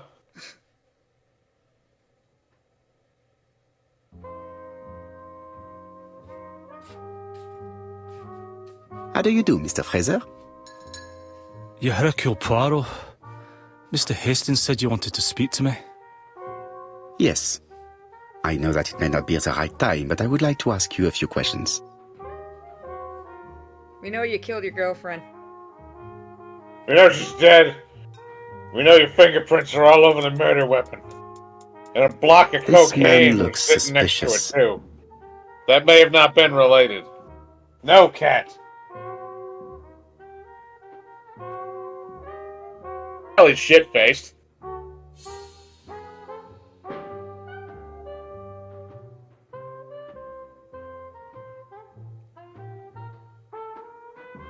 Where do you want it exactly? Leave me alone. I'm afraid, sir, that I literally can't do that. Donald it's not Fraser connected. is in a terrible state, It's a literal as investigation. if he hadn't slept all Get night, off of me, stupid cat. and he's drinking white horse. Wild horses. Leave me alone. I was about to have my friend here Tell beat me your that's a fucking mistake. face in. That Betty isn't dead. Sadly, Your lady friend has been murdered, Mr. Fraser. Oh, Betty, if only you'd listened.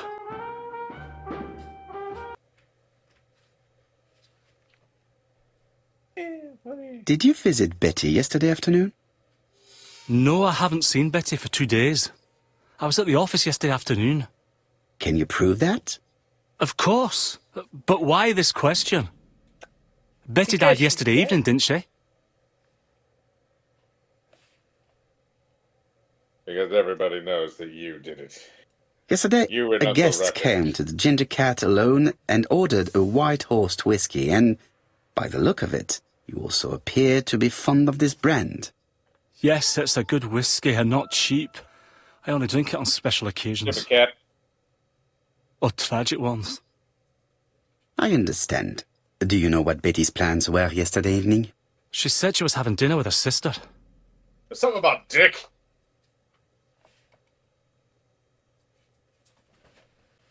Yet, Megan only returned to Bexhill this morning, Mr. Fraser. I didn't know. Right. May I ask you what you were doing yesterday evening? I spent the evening working. What are you doing, keywords? Your colleagues can confirm this. No, I often take work home with me. Fucking dog. I am fighting with something because I keep... Like a rainbow in the dark. Therefore, you have no alibi, Mr. Fraser. That's right. But that doesn't make me a murderer, Mr. Poirot.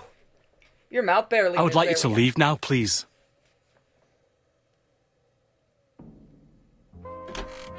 Leave before I beat the I knew I'd shit find out you of here, you, Poirot. Poirot. I thought the victim's young man was here. Yes, is all yours, Chief Inspector. Let us now try and get our brain cells to work. You know what's kind of sad? This music makes me think of Toy Story. A little bit, yeah, actually, now that you mention it.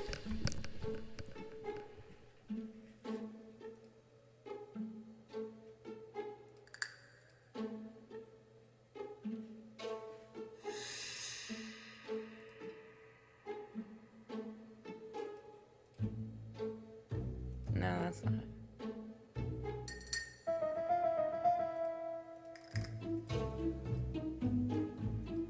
I thought those were the letters that she found, not the murderer's thing.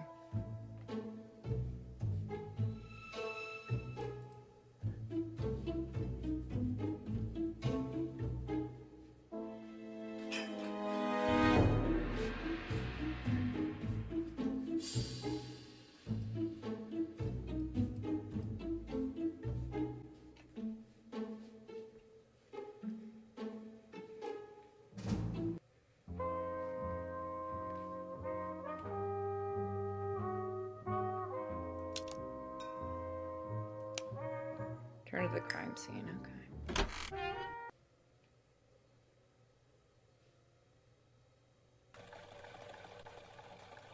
Fraser doesn't have an alibi and he's extremely jealous. You are very skilled at summing up. And yet you haven't asked Japp to arrest him. It is too soon. But I agree, without the letters announcing the crimes, Fraser would already be behind bars. Bon, I think we have enough elements. Let's reconstruct the events at the scene of the crime. I can't imagine how the murderer wasn't seen, though. Surely she must have struggled. Let us try and imagine the scene. She didn't because she knew the person. You ran for the hills.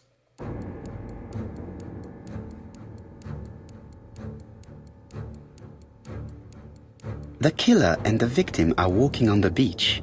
Miss Betty has a bag, a belt around her waist, and carries her shoes in her hand. Both of them walk slowly to hut number 5.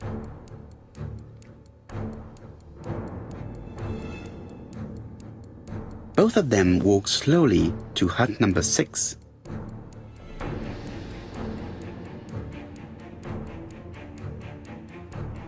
Miss Betty enters the hut. She leaves without her belongings. Then she hides a code.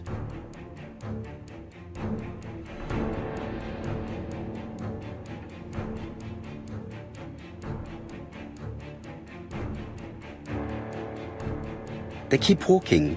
Then she removes her belt. The murderer moves behind her and then attacks her by surprise. The body falls, lifeless, on the sand.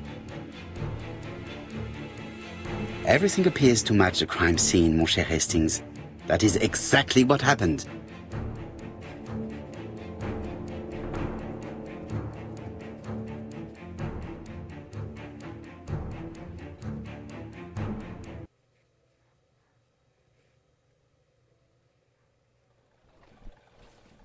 Without the ABC, we might have suspected Mr. Asher and Mr. Fraser. But by signing his crimes, the murderer is making sure he's accused. In a way, it is very generous of him. Generous? The murderer seduced Betty in order to lure her to the beach and kill her. Indeed, the young woman was certainly careless, but not stupid enough to follow a stranger. What are you planning to do, Poirot? Return to London, mon cher Hastings. I wonder how long this game actually is. I think there's 4 cases or 5 that you have to go through, so you're on the 3rd one already. We might be able to get this done tonight. Or you're closer to the 3rd, or you're very close to getting in the 3rd one. Yeah, so this is the end of the 2nd one, right? Because she was B.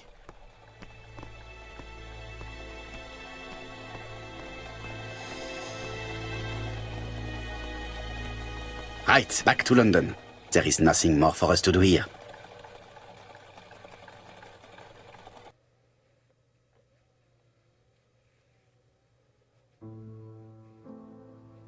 Japp has decided to reveal details to the press. The alphabet murder is now famous. It is not a bad idea. The more people who know, the greater our chances of finding out something of interest. Poirot, I have a bad feeling. It was the mail carrier the entire time.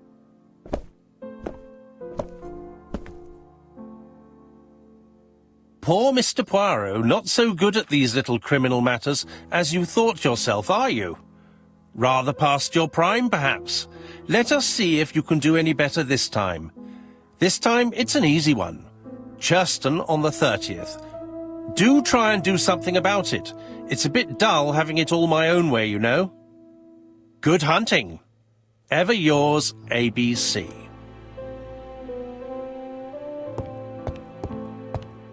Good hunting. Did you hear that, Poirot? The murderer seems to be taking it all as a game, a challenge. It is. He will strike on 30th in Churston. We must warn Scotland Yard.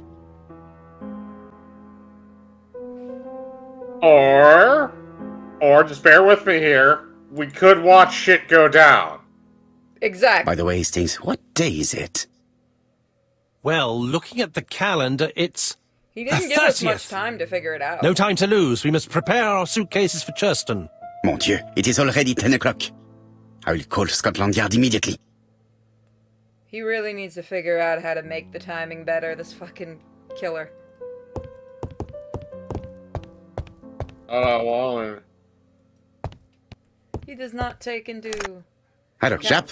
We received a new letter from ABC in the 10 o'clock post. Where and when? In Churston. Today. Today? I'll inform the population immediately. I'll check the train times. Call me back.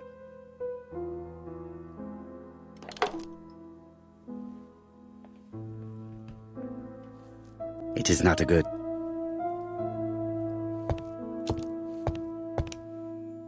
Prepare to leave. What is this?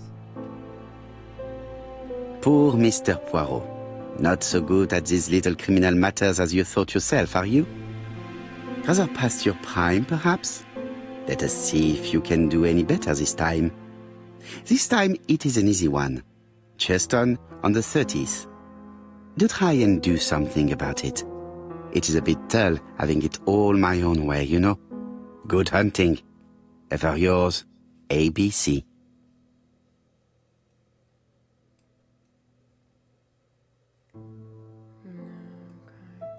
You vile bitch. I think there's 5 kids. Let me look it up, actually. I'm pretty sure there's 5.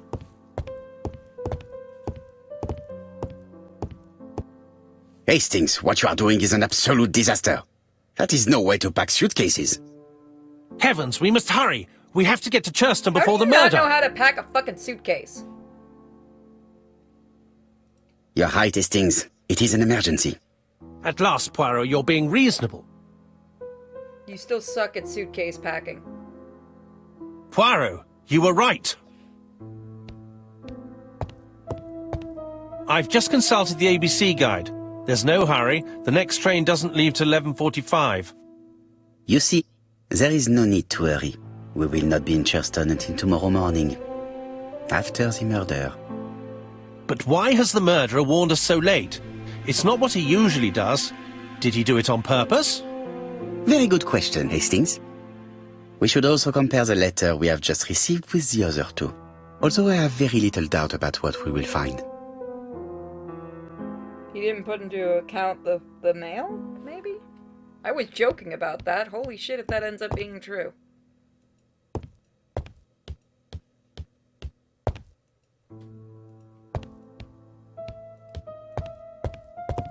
It is not a...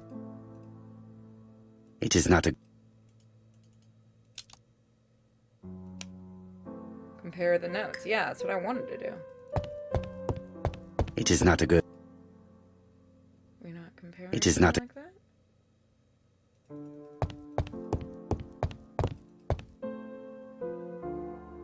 Daily Flicker, July 30, 1935. ABC affair, no progress. The alphabet murderer is still on the run. Ever since the police found the connection between the Bexhill and Andover affairs, the inquiry has barely progressed. In this issue, we are publishing provocative letters sent by the killer to Hercule Poirot. Unfortunately, they have not yet helped to find him.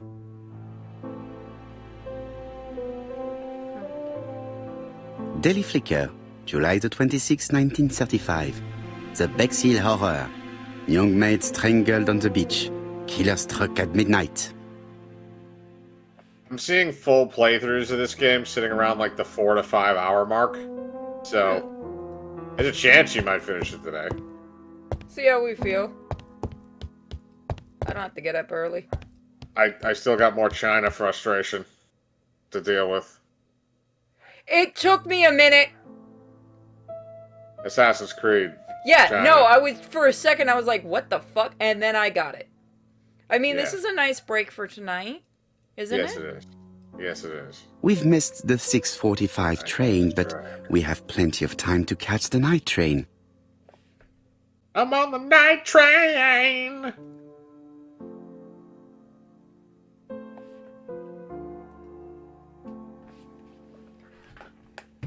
Hastings hunting. Oh. Hastings' hunting. photo album. He is very proud of his bag. Just hunting for sport. That's not true. I ate that warthog. I wonder if you fact, actually that can eat a warthog. In fact, that was my wife.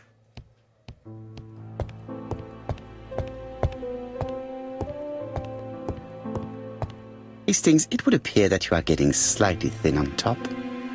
Really? I hadn't noticed. Wow, we're just a dick, aren't we? It is not the right time. What the fuck do you want me to do? You won't look at the thing. Oh. There we go.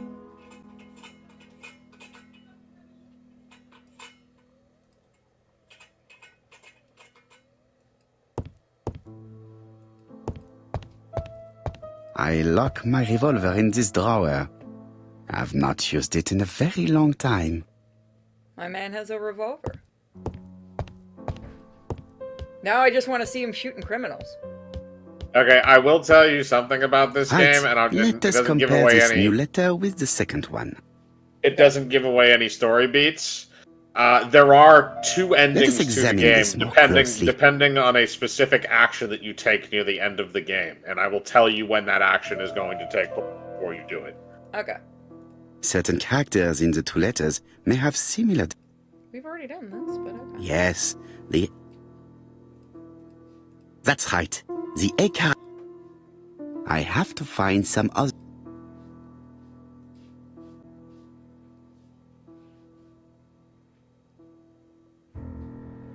The W in way. Yep. The W is not printed properly. And best wishes on the other letter. Of course, I have to find some... At some point, Yes, this is gonna be this there's gonna be I- a fake. I think is what they're leading up to. Yes, the I characters in the two letters do indeed have the same defects. My theory was right. These two letters were written with the same typewriter. Let us now try and get our brain cells to work. I have to go catch a dog. I will be Go right for- back. Why was the murderer warn us too late?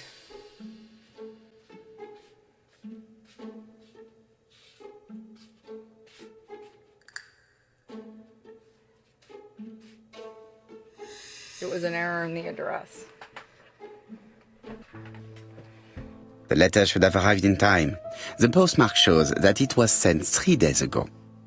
However, our man made a mistake in the address, which explains the delay. All the same, the post office took their time correcting the error. Come on, Poirot. Your address is not quite as well known as that of Scotland Yard. What is the address? Poirot, of the Scotland telephone. Yard? It must be Jap. Which one? I've been waiting to make that joke. I have some news from Churchton. Bad news, I'm afraid. Sir Carmichael Clark was murdered while out on his evening walk. Sir Carmichael Clark. The name is familiar to me. He was a famous throat specialist, one of the best in London. A wealthy man, he retired to Combside, a beautiful house by the sea. He collected antiques. Are you going there? Yes, let's meet on the train.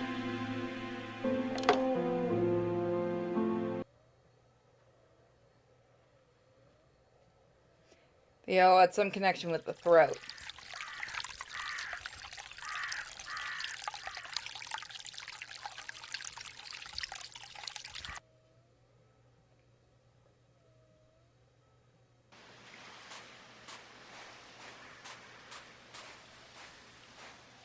The victim is called Sir Carmichael Clark, one of the best throat specialists in London.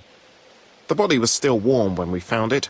If we'd been warned earlier, we definitely could have saved him.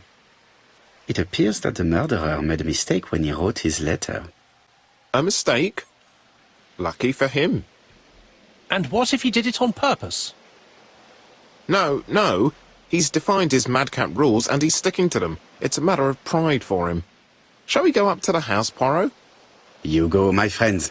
I will come soon.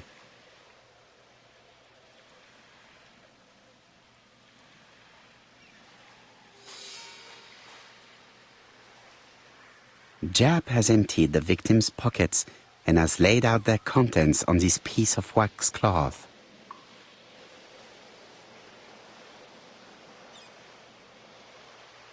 It is pointless. Okay.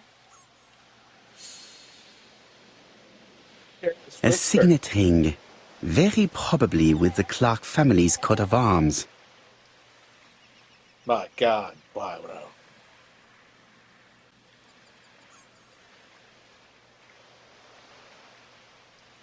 An oriental dragon. It's an old piece, much older than the pocket watch on which it was fastened.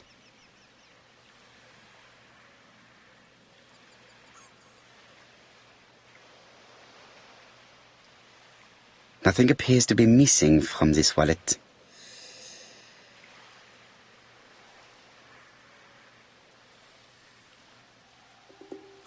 Well, he's dead.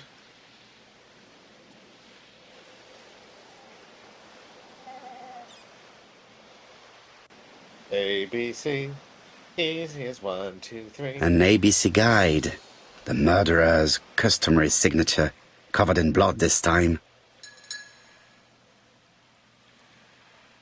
Sir Carmichael's throat was cut. It's a clean incision, a professional murder. The gravel on the path has been sprayed with blood that covers a conical-shaped area, which starts at the body and becomes wider as it moves further from the bush. Apart from the wound to the throat, the body is untouched. No cuts, no bruises.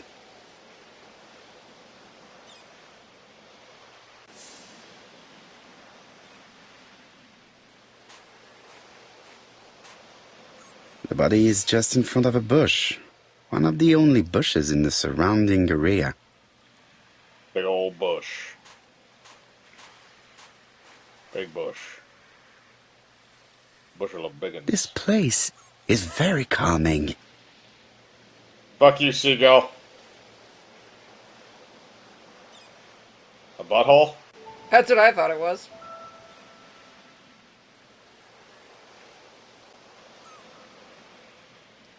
The site is exceptional. It is easy to imagine that Sir Carmichael used to enjoy stopping here every evening. He found the ground sphincter.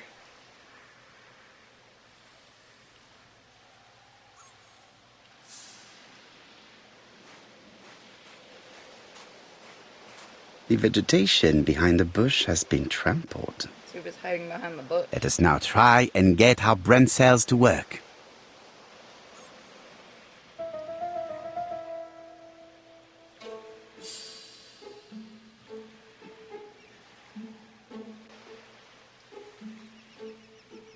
There we are.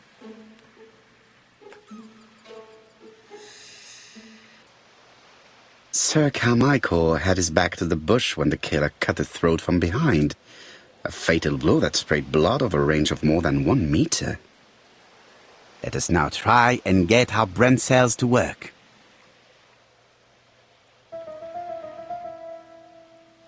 Indeed.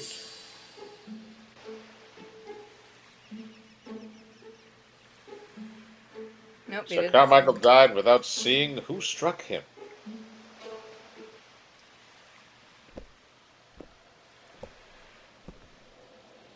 Hey, Jap. Have you finished, Poirot? Chief Inspector, many questions remain unanswered, but I am certain of one thing. The killer has prepared his crime very carefully. Quite right. He must have known Sir Carmichael's movements well to plan such an attack.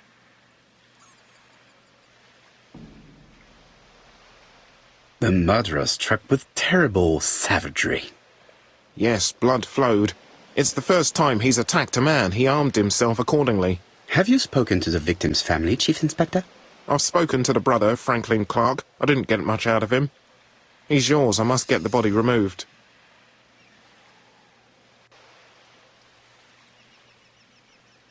Okay.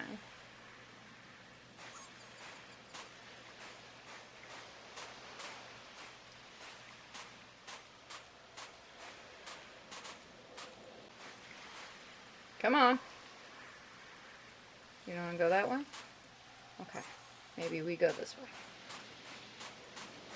He's very finicky on where he wants to go. Yes, he's built very much like an egg person. How do I get over there then?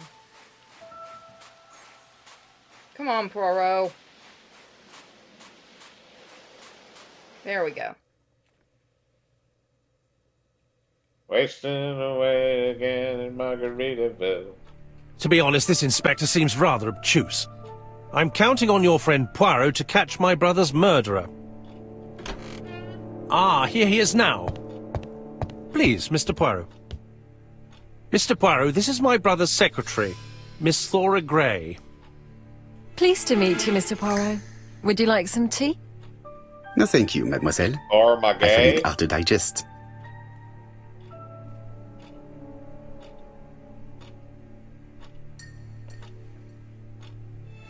It is not the right time.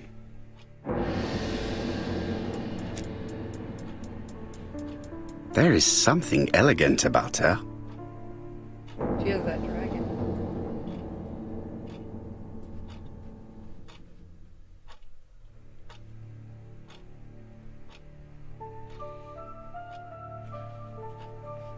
She has good taste, except perhaps in her choice of jewelry. What's wrong with the dragon brooch?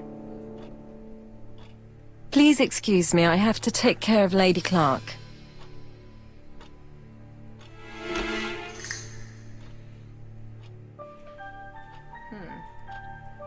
It is a once-in-a-lifetime opportunity to question him. It is not the right... My brother's wife is gravely ill. You will probably want to question her, but I fear that it won't be possible today.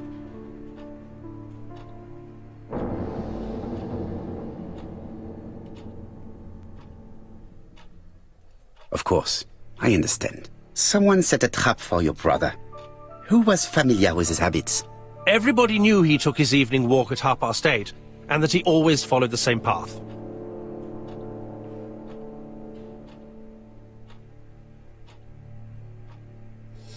And did people of the village know Sir Carmichael's habits?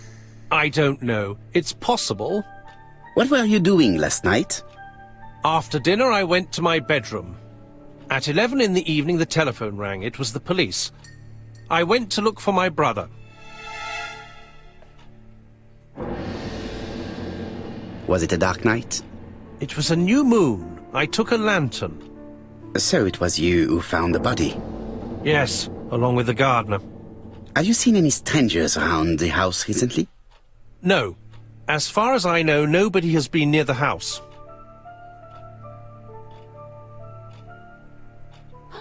Miss Clark. Oh, Lady Clark must have fallen from her chair. I have to help Miss Grey get her up.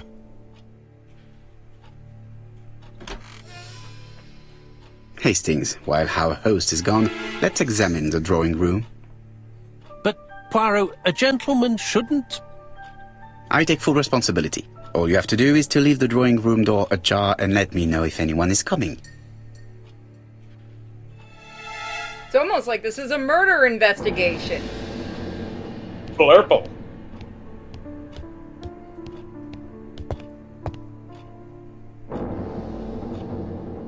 Dragon, dragon, dragon.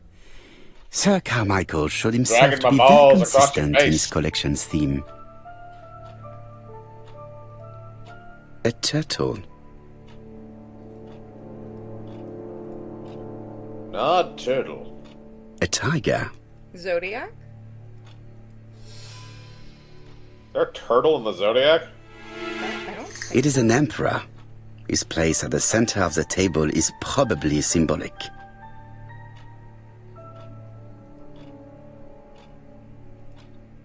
A crane? Crane style. they're all pointing toward the A Emperor. dragon.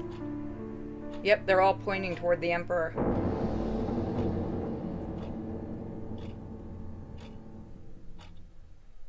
Got the passport there at the corner. Yeah. Or whatever that is. Comside's private collection. Purchases since 1920. The catalogue for Sir Carmichael Clark's collection.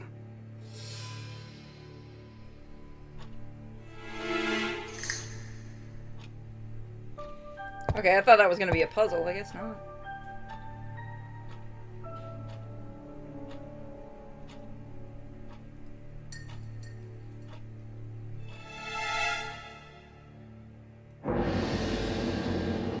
Compass, point to the south. Bronze and magnetite, Han Dynasty, circa 210 BC, purchased in Hong Kong 1935. Wow. Wow. That is actually really neat. There are some very valuable objects here.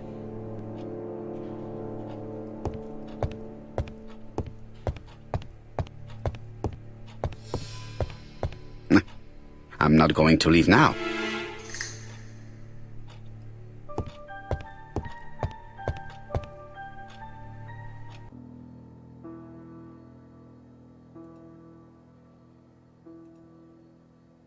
Turtle, the dragon, the crane, and the tiger. I think I've already seen this motif somewhere.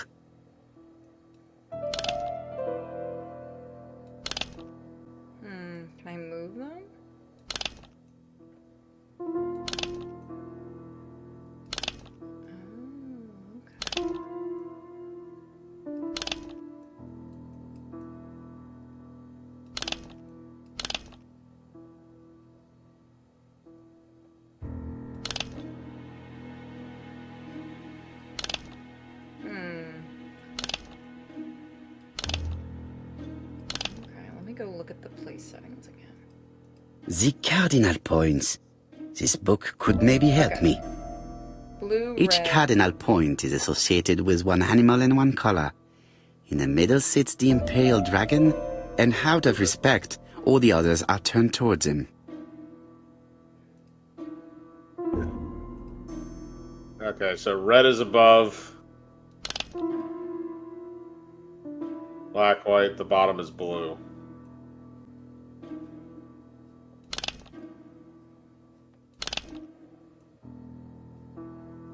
What just happened? There we go. Or not. There's blue. I know the top's red.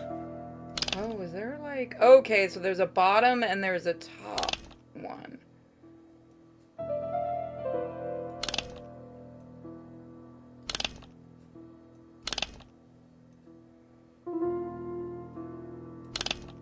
Oh, it has to match the color. Duh. Okay, that makes a lot more sense.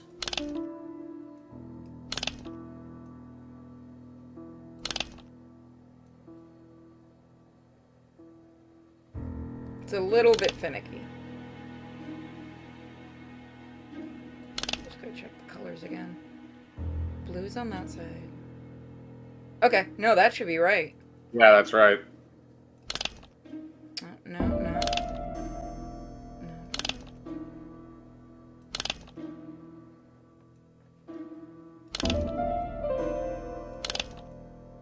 Position of each motif resembles that of those on the table. Oh, I was looking at... I think I heard a bang. Could it be this cupboard? This is interesting.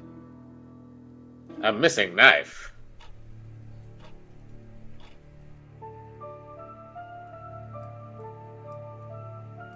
Ernest Logan, MD, Brighton Cancer Institute, 201 Dusk Road, Brighton, Sussex. To Sir Carmichael Clark, MD, Comside Churton, Devon. Brighton, 1935, January the 5th. As a man of science, I owe it to you to be completely frank. Lady Clark, your wife is suffering from a generalized terminal cancer. I confess I didn't suspect anything like that during the first exams. But with the test results I have received today, there is unfortunately no place for doubt. I estimate that Lady Clark's life expectancy is no more than 1 year. Hospitalization would not help in her case, so I advise you to keep her at home and provide her with as much morphine as required to ease her last moments. Yours sincerely, Ernest Logan.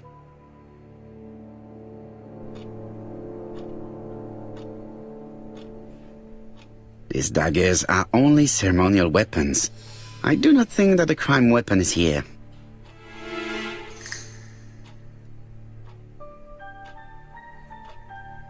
Here's Miss Grey.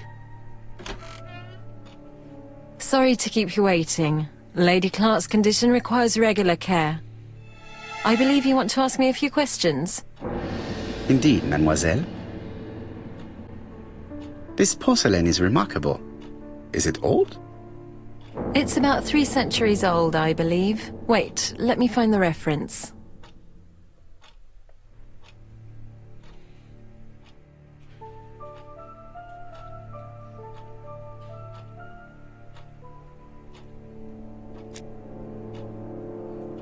She appears to be very flustered. She's been crying. Flustered, you say? Filibustered? Those hand models.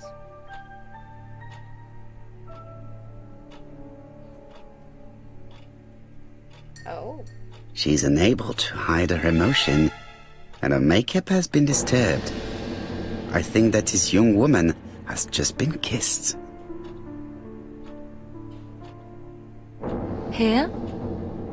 Teapot with black dragon, Gangshi period, end of the 17th century.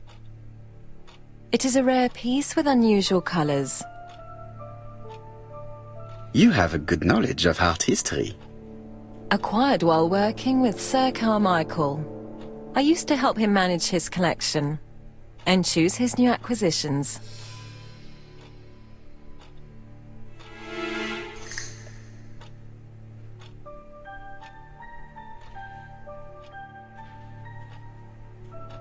Did you have a good relationship with your employer? He treated me well, and I am sorry for his death. Have you seen any strangers hanging around in the past few days? No. Nobody has been near Comside.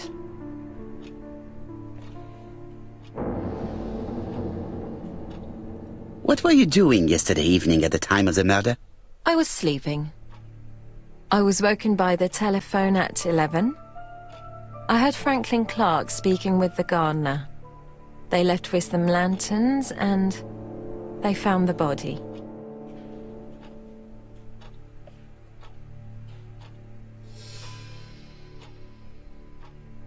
What are your feelings about Franklin Clark? What an odd question. Of course I think he's a good man. He's energetic, nice, very sociable. Tim, you are not hiding it. Miss Grey, if I may be so bold, please do not take offence. My friend has rather unusual methods, but all he wants is to find the murderer. Yes, I understand. I must rest. Please excuse me. Earlier, you asked me to watch the living room door for you. I don't wish to be indiscreet, but sometimes a gentleman stumbles upon a secret without intending to. That is sometimes the case. And I saw Franklin Clark kissing Miss Grey at the foot of the stairs. Do you think this is a common occurrence? No, I saw emotion, intensity. I think it was their first kiss. Well done, mon ami. Well spotted. However, I don't think I completely understand this business. Why did Sir Carmichael not defend himself? He appeared to have been active and strong. The murderer did not give him a chance. Let us try and reconstruct the scene.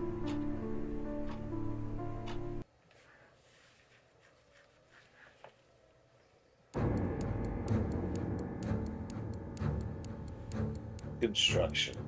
Sir Clark is taking his customary walk. Our killer is hiding behind a bush. I think it'd be a little further up. The old man walks quietly along the gravel path. This is a rather quick one, this case. Then he turns towards the sea to gaze at it.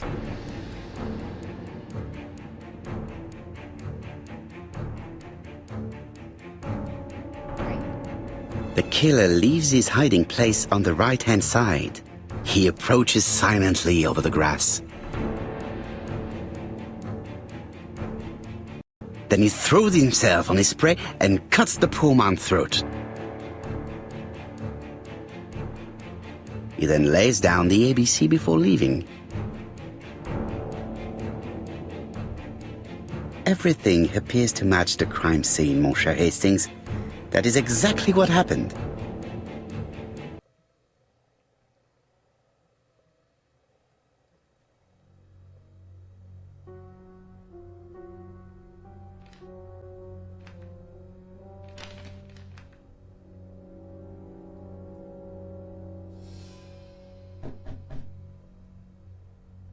Oh, just a minute. I'm getting dressed. Why do you have blood on you?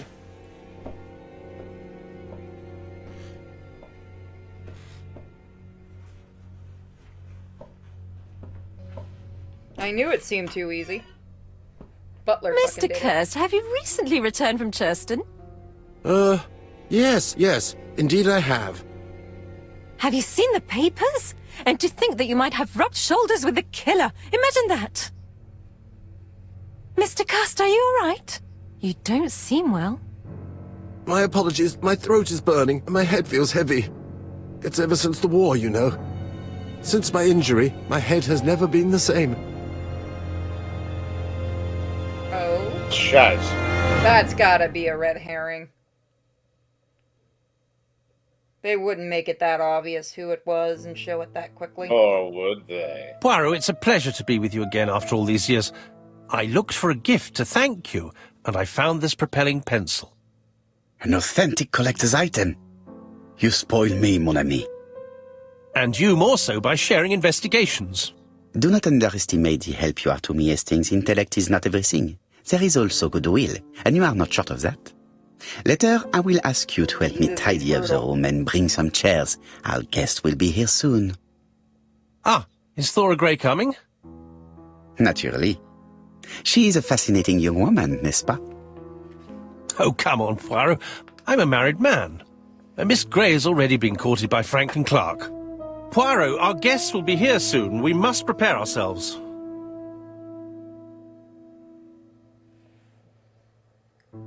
I should take advantage of the silence to examine them. This is golden. Remember that, Hastings. You obtained a modifiable object. Use it. Select the object in your inventory and click the icon. It's only available for modification purposes? What the fuck?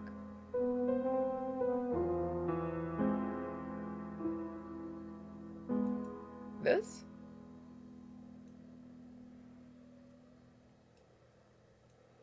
Appears to be a pen.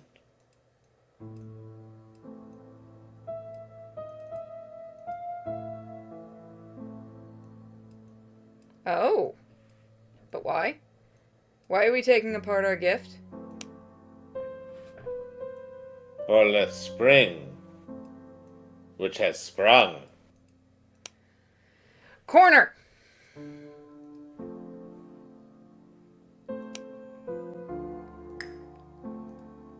Observe all of these filthy bitches.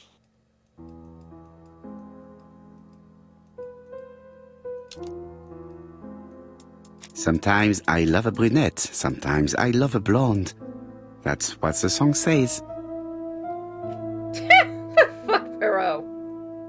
The song says, sometimes I love a blonde who comes from Eden by way of Sweden. But I am not sure that this blonde is an angel.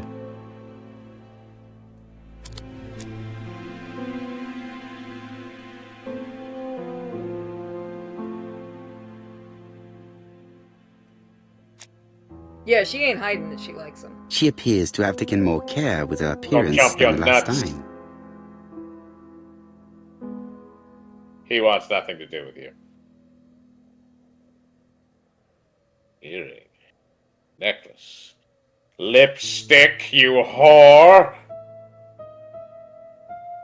She's looking at Mr. Fraser out of the corner of her eye. Did she make herself beautiful for him? Lady, her... Oh, God. He looks drunk. Donald is always on edge. He probably is. I've been sneaking away to opium dens. Is that still a thing at this point? Donald Fraser is very nervous at the moment, even if he's trying hard to control himself.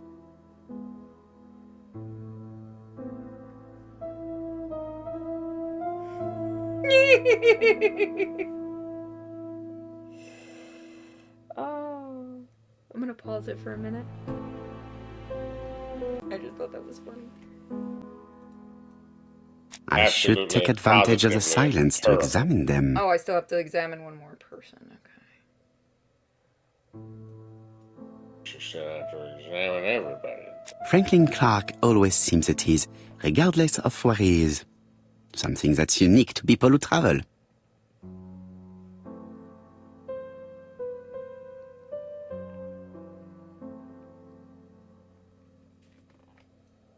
Franklin Clark always seems at ease, regardless of where he is. Something that's unique to people who travel. Franklin Clark. Franklin. I ought to concentrate on my guests. Okay, that should be everybody. I wish to thank you all for coming. I wanted to bring everyone close to the victims here in order to unmask the murderer. Get to the point, Mr. Poirot. What do you want from us?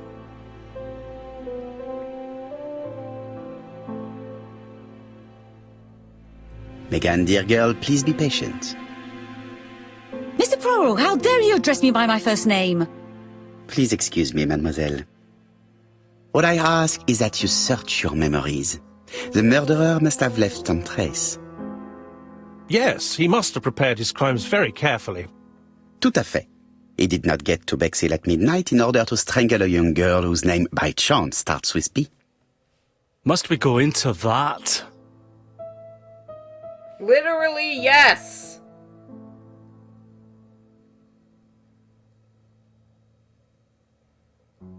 No, of course. Not if it makes you uncomfortable. Come on, Mr. Poirot. I imagine we all feel terribly uncomfortable about these murders. It's true. We've to catch the killer, not be spared the gory details.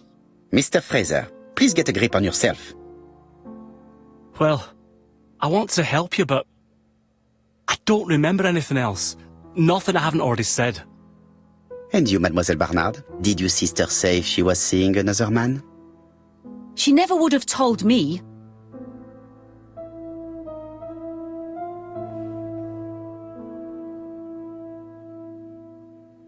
Allons, surely sisters have no secrets. She never spoke about any of that to me. Do you believe me or do I have to repeat myself? Betty knew I didn't approve of her behaviour. Her flirting was spoiling any chance she might have had. Tell me, mademoiselle, what did you talk about with your sister? Silly things. Her new dress. She wanted a pair of black stockings to go with it. Mother bought her a brand new pair. The day it happened, she was crying. And to think that Betty never even wore them. Poor Mummy. Your sister used to sing, I believe. Did she ever perform in public? She dreamt about it, but she had a very bad cough. It troubled her greatly. She had to cancel auditions and miss lots of opportunities. A pity. Yes, So she they sang all well, had an issue but with that her doesn't cry. tell us much about the murderer. Qui sait? In any case, we now have enough information to draw up a relatively precise psychological profile. Let us now try and get our brain cells to work.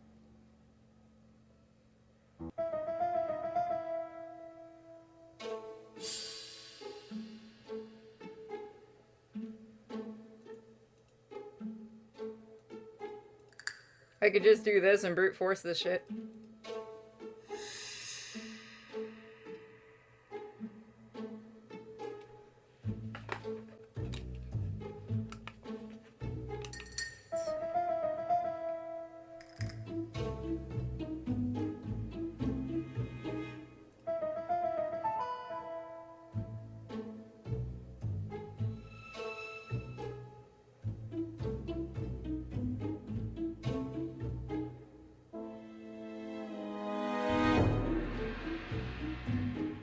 Let's see.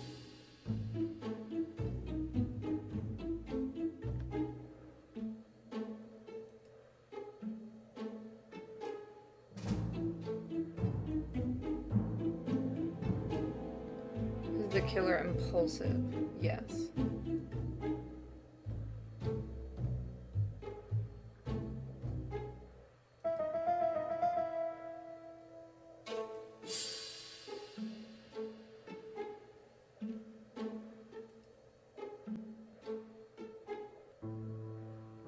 So, ladies and gentlemen, we can now surmise without too much risk of error that our adversary is calculative, sure of himself, a seducer, of outstanding intelligence, that he has plenty of self-control, and that he likes railways. It's a good start. Other meetings may be necessary. I hope that you will be able to come back again. Well, it's just that...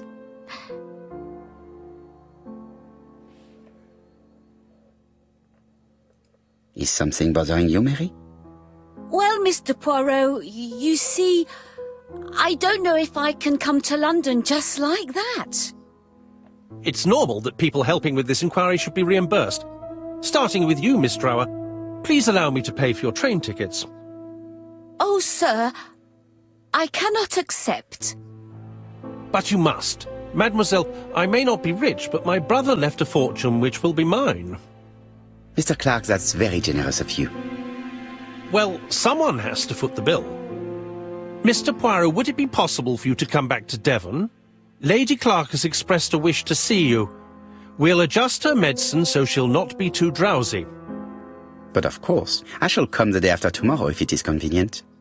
Thank you all for coming. We will meet again soon. The meeting was most fruitful. Really? Hastings, I believe now we have everything we need to find a common point between the victims. Now it is time for us to use our grey matter. Okay, let's see. Let us now try and get our brain cells to work. All of them having cum in their throat. Neat.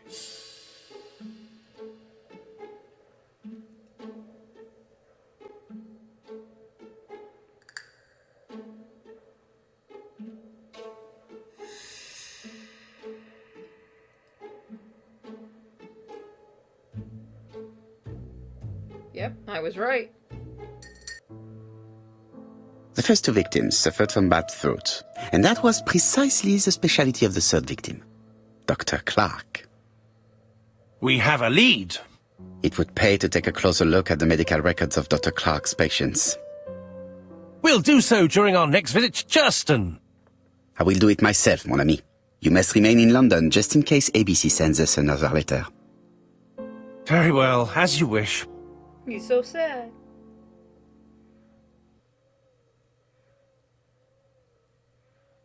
Remember, Hastings, Don't I wear the say. pants. Thank you for coming, Mr. Poirot.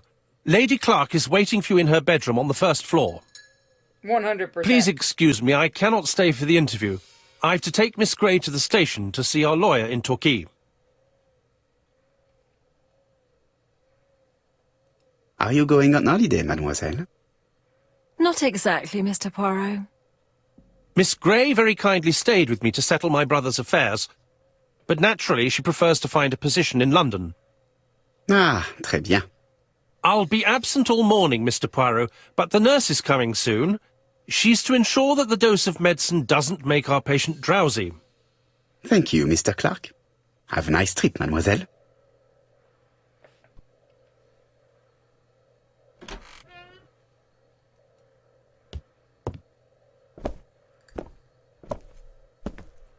Let's go meet. Oh.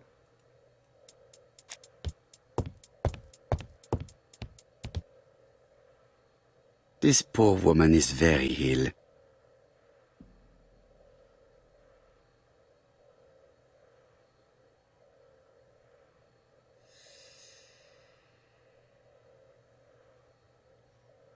You know, am I going to hell if I say this?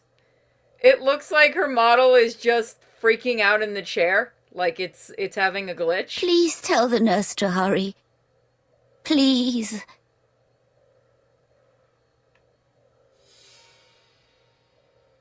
This woman is suffering. She is in no state to have a conversation.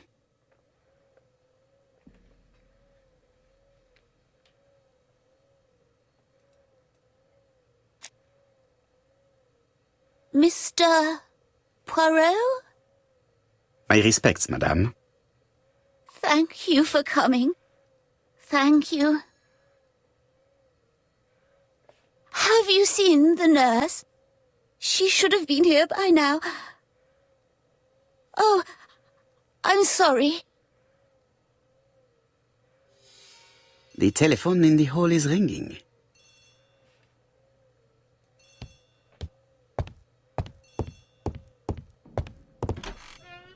God, it looks like it's just ragdolling in the chair. I shouldn't make fun of it. The Clark residence. Detective Hercule Poirot speaking. How do you do, Mr. Poirot? I'm Lady Clark's nurse. I wanted to let you know that I won't be able to come for her injection today. Might Miss Grey be able to do it? She has just left, but I will take care of it. Thank you. That's very kind of you. You'll find the skeleton key to open the medicine cabinet hidden in the lion trophy. You can count on me. Au revoir, mademoiselle. Oh, thank you kindly. Goodbye, Mr. Poirot. Fucking lazy ass nurse.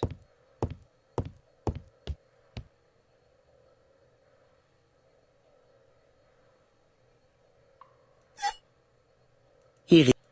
Whoop, didn't mean to skip that. Anything else to look at over here? April 1925, Aceh Province, Sumatra.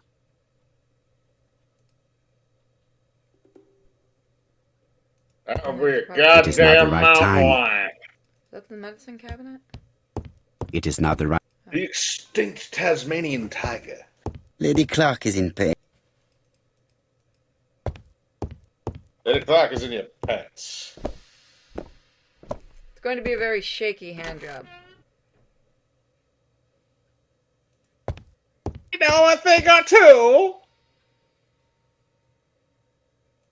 It's closed. Alright, I gotta drag it.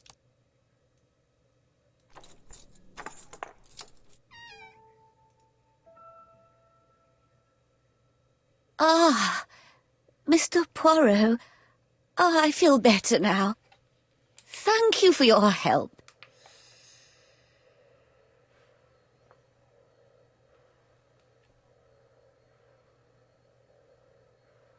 You asked for me, chère madame. Yes. Yes, of course, I wish to speak with you. But what was it about? No doubt. You wish to talk to me about what happened to your husband? Ah, yes. Oh, poor Carmichael. Has the madman who killed him been caught? Not yet, chère madame. There was a great many people in Cheston on the day of the murder. Indeed. People go straight to the beach. They don't come near Coomside. So, there were no strangers around the house that day? Who said that? The people who live here. Your brother-in-law, Miss Grey. Miss Grey? Oh, I don't like her. Franklin wanted her to stay, but I insisted she should go. Immediately. Oh. You are entitled to do so, naturally. I'm pleased that you approve. The others have been taken in by her. But at least you can see through that self-pity act. See what she's up to. What is she up to? Oh.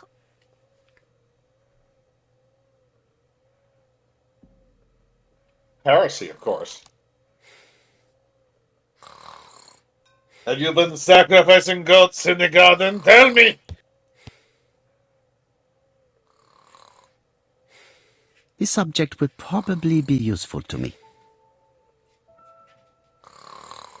Bronze comb. I've finished with this. I just had a terrible idea. What? She's sleeping. What if you combined I must Hercule find a way to Poirot wake her up gently. with, like, Miami Vice? I'd be down to see that. This subject be will ridiculous. probably be useful to me. It would, but it'd be like the best kind of ridiculous. Agatha Christie might literally come out of her grave and kill you. Fuck it, if this is how we make necromancy happen, I'm fine with it. I mean, Hollywood has done a lot worse, let's be real. No, I'm just saying that woman was so fiercely protective of her books that, like, she will come back from the grave and curse and haunt you. Like, she had critiques for the original Orient Express movie. Huh. That's not that uncommon, though. Yeah, that's Look not. what happened to the original Willy Wonka. Roald Dahl? Yeah, he fucking hated the original movie. Yeah, it doesn't shock me. There wasn't enough child torture in it for him. That is so fucked when you realize that the scene on the boat is actually straight from the book. It makes a lot more sense now that you think about it, doesn't it? Can we combine? Can I combine? How do I combine things? I combined. Maybe there's this is 1, 2, 3. There might be another object.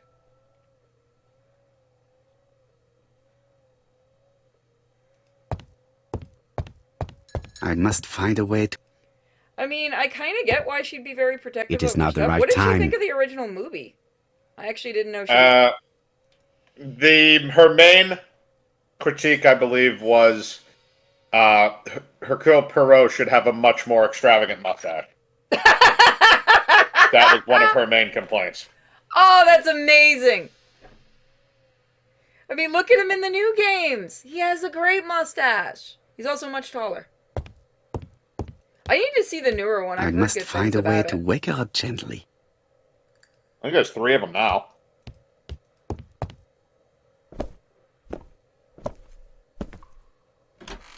I would be very curious if we could actually, what she would think if you, hold on. Okay, so I've got those 3, but I'm missing one item. I've finished with... Can't look at there, can't look at there. Let me go back downstairs one more time. So I know I can combine those items. The question is, how do you combine items in this? Do you remember? I think you gotta drag them in is not the right... when you're working on the other item. Okay, I tried that and it didn't work.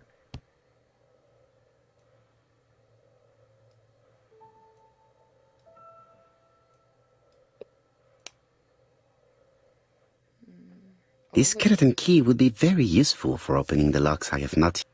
Okay. So maybe that's what I have to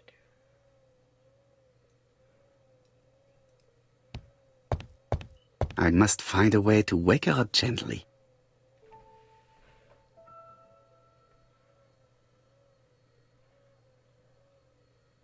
That was not the fire alarm. I must find a way to...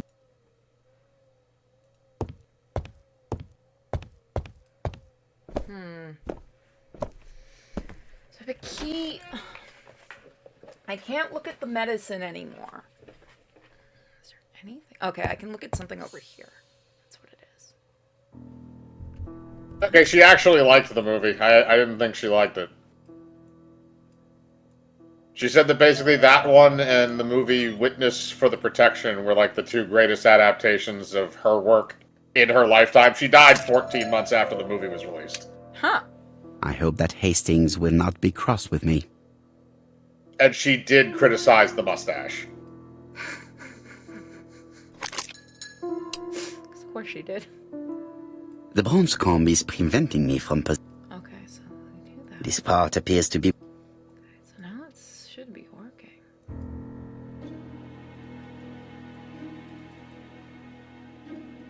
So we have 2 different combs, which will do 2 different... Does not make any sound. Okay. So I think I know what it wants me to do. You put the metal one first. No? Put that. And then you put this. Yes, that's how you do it. This is how we do Does it. not make any sound. Does not make any sound. Is there another one that I'm missing?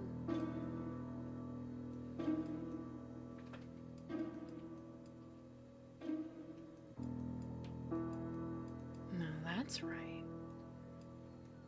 There must be another one that I'm missing. Yes, I think I'm missing one. Let me look around a little. This couple appears to be having fun.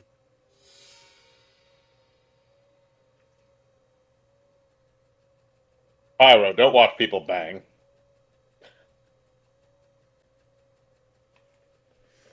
Lady Clark and Sir Carmichael were very happy, but they did not have any children.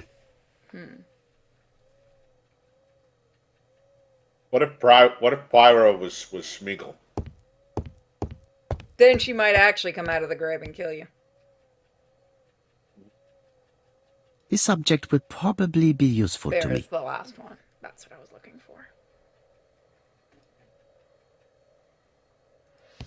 And then it goes in the order of precious metals.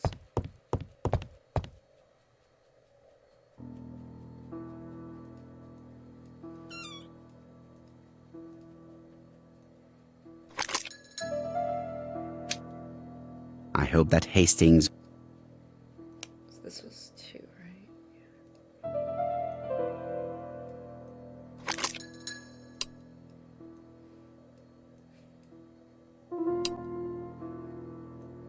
The other combs are prevent... Nope, I'm an idiot. 1. Nope, wrong button. 2. 3. Now I just want to see a book about zombie Agatha Christie stopping people. Or Perot.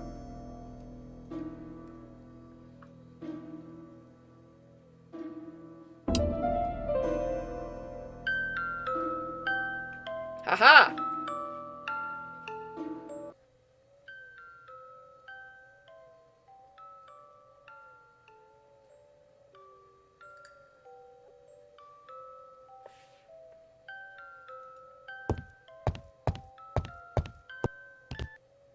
Oh, what are we talking about?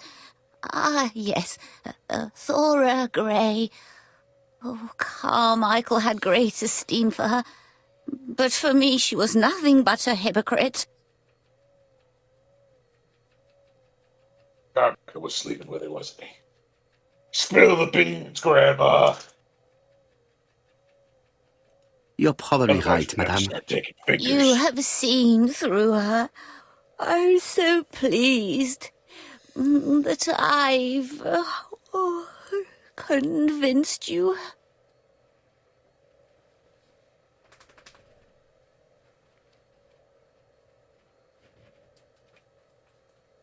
Well, I appear to have been wrong about Thora Grey. So you all agree.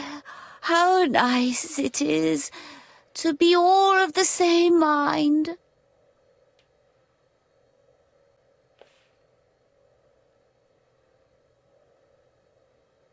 It means Miss you don't have Grey to be did look terrible. after you very well, though. Outwardly. But she's hiding something. I think she tried to poison me. Oh, Lord. Miss Grey? A poisoner? But everybody appears to like her. It proves she knows what she's doing. She's manipulative and she's a liar. She's poisoning the right Liar? people. Let's see, didn't she say that on the day of the crime nobody was around Coomside?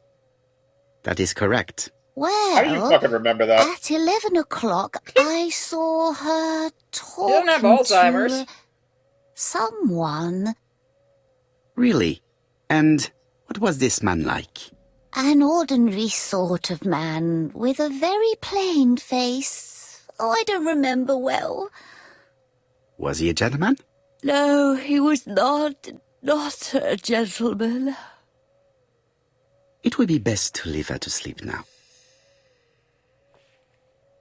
You bitch, wake up! The telephone in the hall is ringing.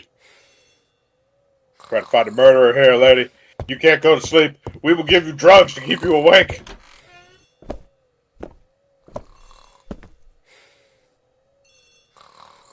Get smelling salts. Hello?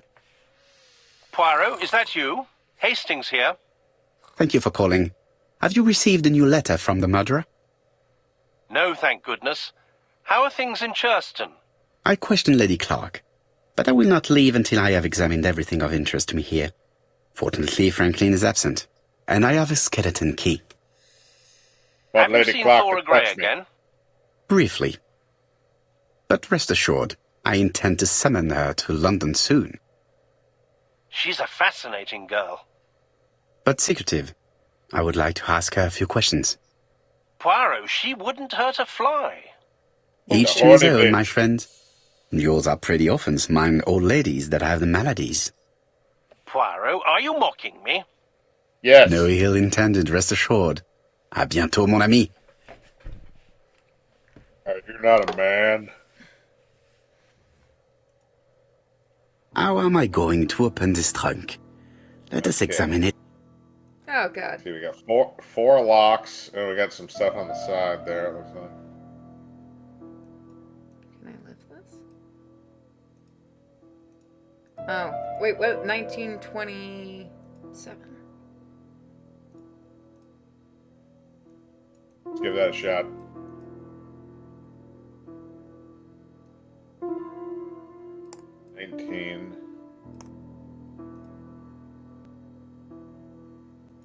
$27. Bingo! Bingo! Leaving the code on the trunk. What a strange character Franklin is.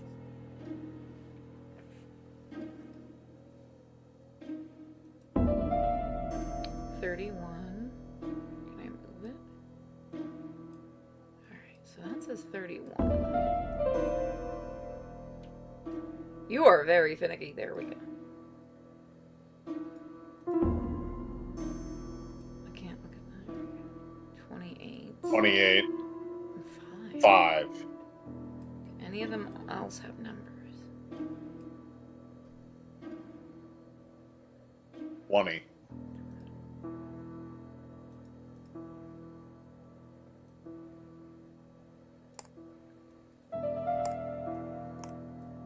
You could always brute force this shit.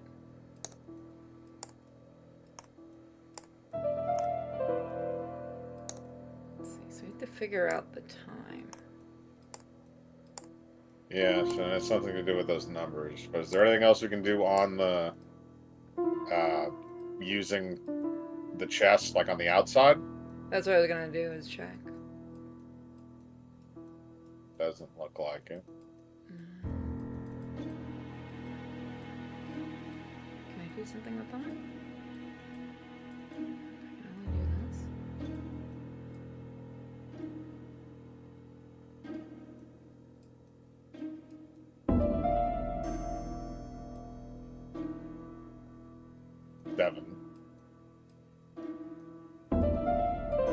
Actually, there's only a certain amount of them that can be put up. So there's only like, it looks like there's 2 numbers for each section. And it won't let me move that one anymore. Maybe that means you found the right one. Maybe. Yeah, same with this one. I can't move it up anymore. It's the same 4 guys.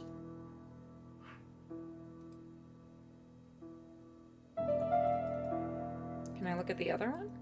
You have to shift over. I'm trying to. There we go.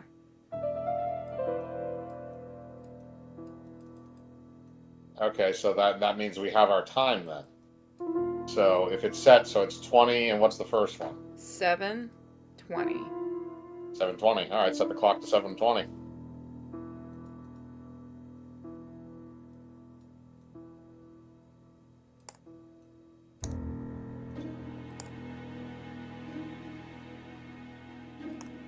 Come on.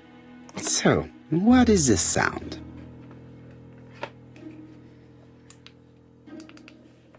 Something opened. Right there. I should be able to open the trunk now. There we are. Open sesame. Oh, god damn it, there's more. No, there's no more locks and bullshit. Hang on, bullshit. There's just a latch. Can we just undo the latch? Here. You had to really click that shit. Booze! Whiskey and other good quality drinks. Mr. Clark really has refined tastes. Don't mind if I borrow some. Whiskey and I other borrow, good I mean quality... steal. Completely steal. Oh, hell yeah. Okay, that looks like some kind of a multi-tool thing. Why has Franklin put an Allen key inside his trunk? I'll borrow it for a minute. That's not an Allen key. Oh, well, it is an Allen key, actually, because it's not an Allen wrench key set. It does have an Allen wrench on it, though.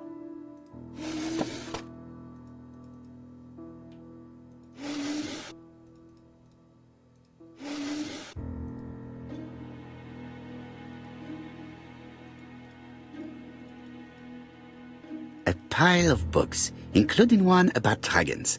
Nothing interesting. You say dragons?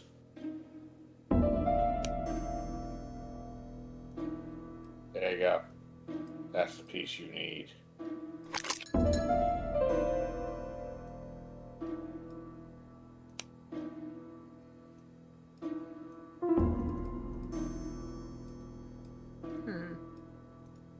Is there a way to change the position? There we go.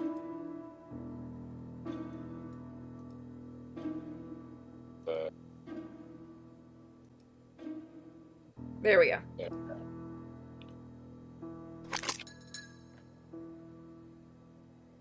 Turn, baby, turn. Disco Inferno. Okay. That's a larger thing? Alright, so now we have another one. So we need the circular one, I believe?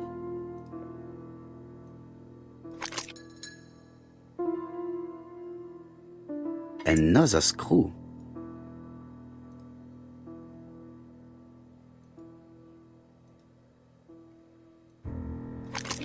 Man, we gotta put all this shit back, too.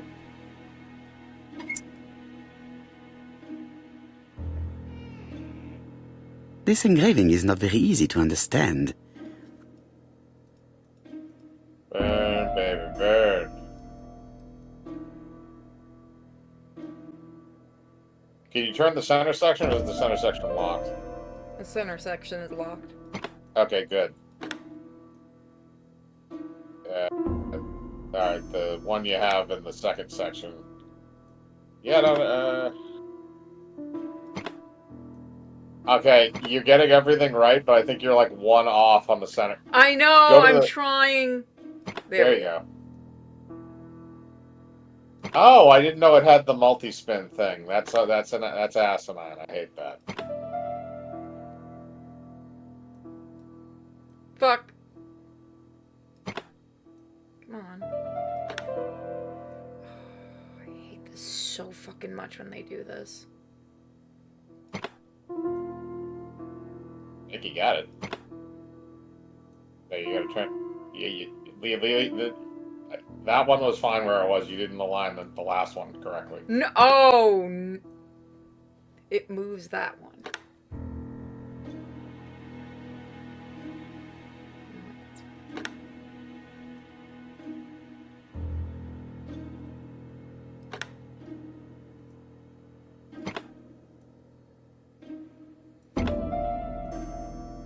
Whoever came up with these puzzles can burn.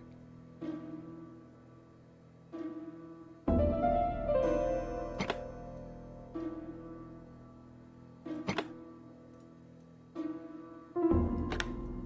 I know what you want me to do now.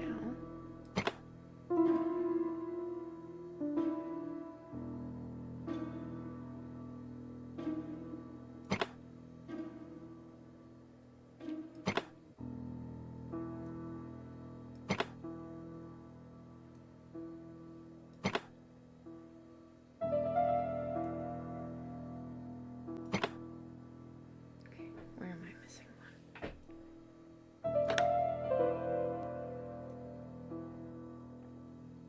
Franklin must really love his country to have an engraving in his trunk. I think I heard the panel above release.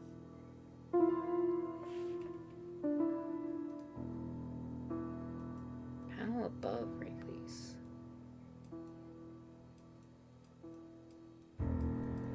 This one?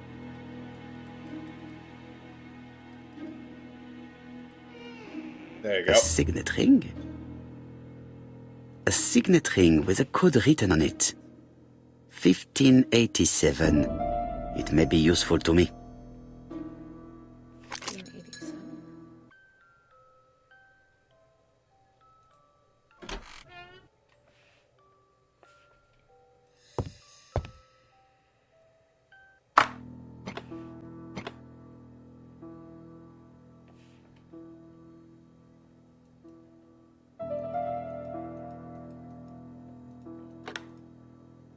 I think that signet ring should be placed here.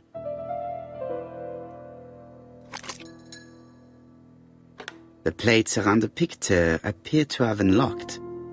I think I've already seen these symbols on Franklin's trophies.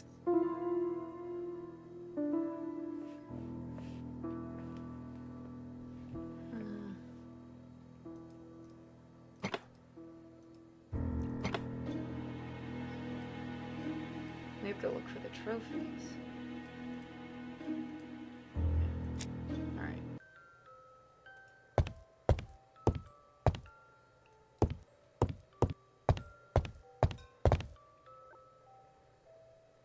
July 1920. Alaska Peninsula.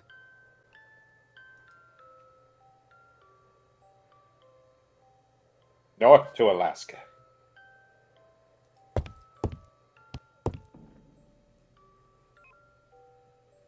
February 1922, South Africa.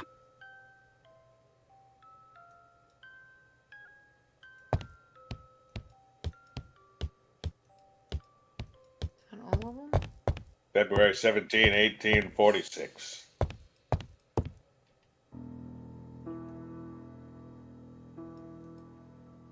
4 Chinese symbols are engraved on this padlock. I won't manage to do it randomly. Should I look at the rest of the facade? Yes, the rest of the facade. Well. The characters engraved on this disc resemble those engraved on the padlock. First one. This character appears to be the wrong way round. Maybe I should look to the padlock again. This character appears... Maybe I should look to the... Like this. This character appears to be the right way round. Alright, so the one on the farthest right is that one.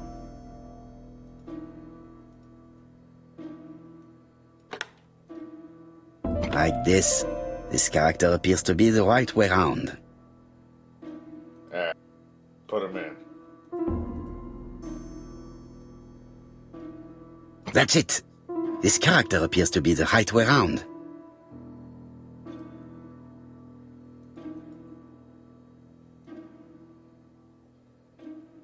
The position of this character looks right to me. Feels right, Cotton.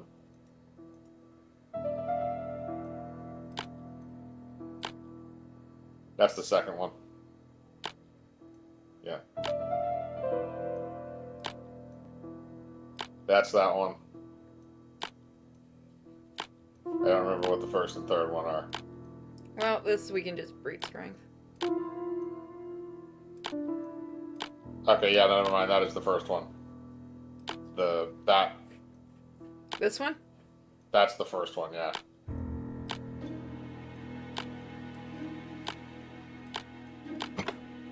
There we go. At last, the cupboard is open. That a gun? Might be. An Agatha Christie novel. Who would have thought? Gentle and wild. English countryside revisited. Oh, so sex. The Railway Children, E. Nesbit.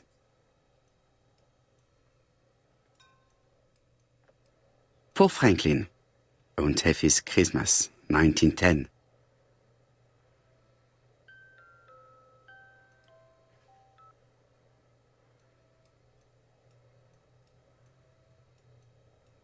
Traveling in China, a practical guide for English travelers. In other words, stay away. Helmet, flask, and rifles. Franklin is very well equipped.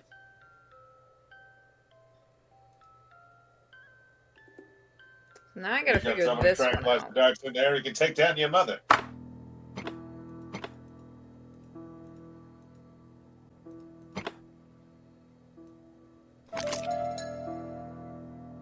The plates around the picture appear to have unlocked. I think I've already seen these symbols on Franklin's trophies.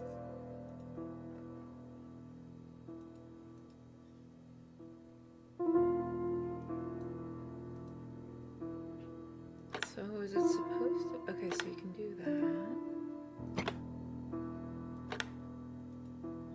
Oh my. It's a wobbly panda.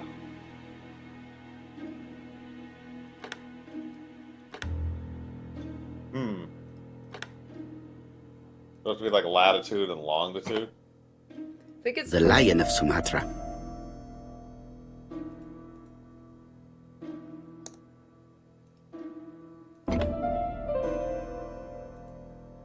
That was the same either way.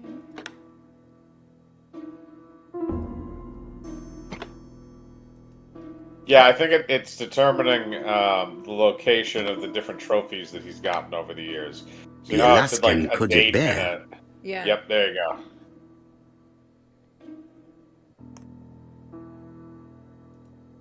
That filthy bitch.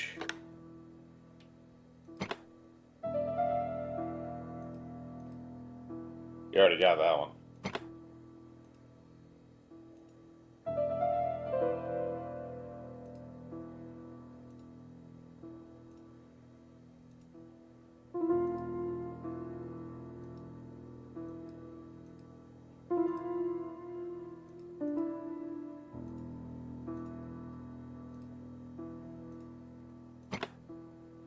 Oh, did I just have it for a minute?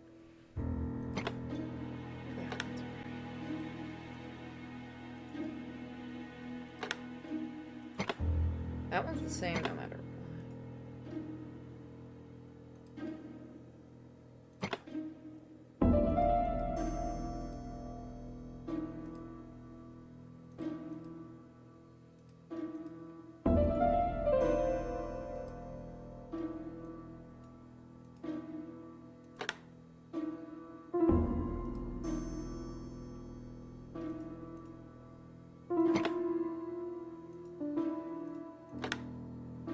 The African kudu. Indeed. Voodoo.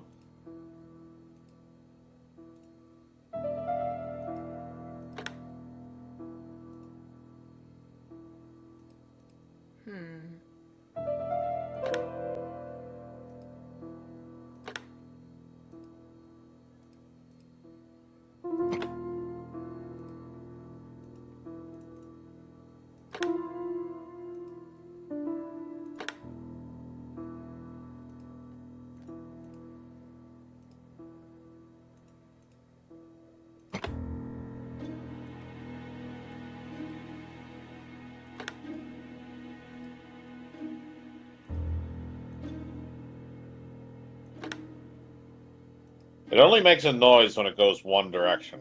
Oh, I didn't even notice the sound.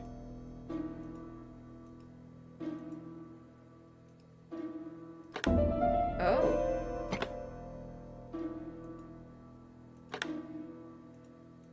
Now that you mention that, it helps a lot.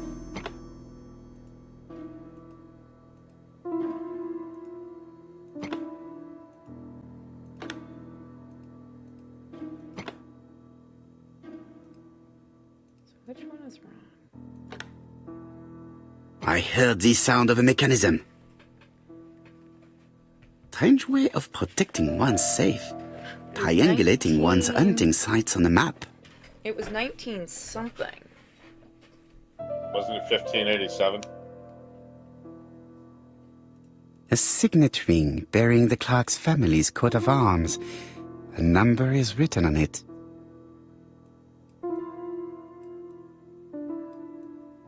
Well, what's the fucking number? It's on the front. It's on the very top of the front of the signet. Oh, it's upside down. 1587. That's what I thought.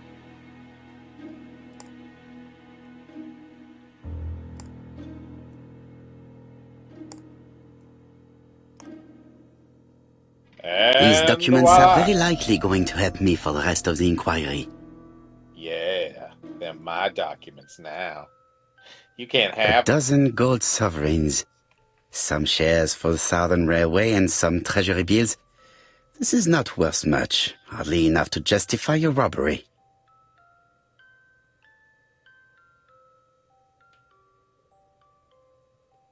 Fudge. A dozen gold sovereigns. Some shares for the Southern Railway and some treasury bills. This is not worth much. Sir Carmichael Clark, Campside Churston, Devon, to Mr. Franklin Clark, Peninsula Hotel, Salisbury Road, Tsinchasui, Kowloon, Hong Kong. Campside, 1935, January the 12th.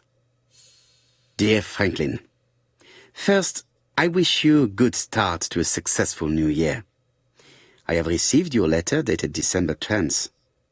Thanks for defending my interest against Wang, this robber. Things could have got pretty bad if you weren't a real cold-blooded guy. I envy you for that. Things go on here much as usual. Charlotte is moderately free from pain. I wish one could say more. You may remember Thora Gray. She is a dear girl and a greater comfort to me that I can tell you. I should not have known what to do through this bad time but for her. She has an exquisite taste and shares my passion for Chinese art. No daughter could be a closer or more sympathetic companion. Life has been difficult, but I am glad to feel that here she has a home and true affection. You wrote me you want to stay in China for 1 more year or even longer. I don't object. The longer you stay, the more opportunities you will have to increase our collection. Nonetheless, you should know that we miss you here, and that Charlotte will be gone by the time you come back. I am, dear Franklin, your truly affectionate brother. Eton College School Year 1912-1913, Franklin Clark. School report for Franklin Clark. According to his teachers, Franklin was a good student, but lacked discipline. Sir Carmichael Clark, Campsite, Churston, Devon, to Mr. Franklin Clark, Peninsula Hotel, Salisbury Road, Tsimsha, Kowloon, Hong Kong. Campsite, 1935, January the 12th. Dear Franklin, first, I wish you a good start to a successful new year. I have received your letter dated December 10th. Thanks for defending my interest against Wang. Things go on here. She has... You wrote me... I am... A dozen gold sovereigns. Charlotte Clark, Campsite, Churston, Devon. To Mr. Franklin Clark, Peninsula Hotel, Salisbury Road, Chim Sha Tsui, Kowloon, Hong Kong, Campsite, 1935, January 1st. I wish you with all my heart a happy year 1935. Writing my greeting cards, I have affectionate thoughts for you. Always smiling as a child, sailing to distant countries and bringing back to us trunks full of wonder. At home, everything annoys me, starting with this young Thora Sir Carmichael is so fond of. I have nobody to share my feelings with, so I write to you. How can I tell you what happens to me? The simplest way the better. I am doomed. I still have 1 year to live, no more. How do I know? I opened the secret drawer of Carmichael and read a letter not addressed to me. In this letter, Dr. Logan tells my husband in the most direct way the truth he conceals from me. Sir, I know, but my husband doesn't know I know. Please don't tell him. And if he shares the truth with you, act as you are surprised. Carl will probably speak in his usual convoluted way, but I wanted to be the first to announce it to you. It does matter to me that you are aware of what happens in Campside. Warm regards, Charlotte. Motherfucker.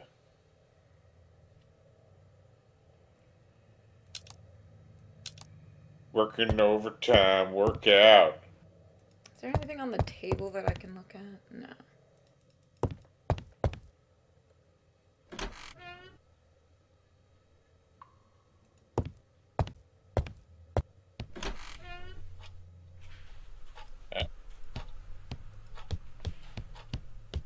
Brand new world.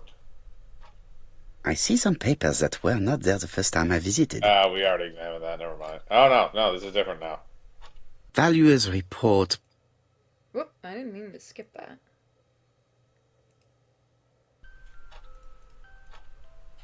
Valuers report property.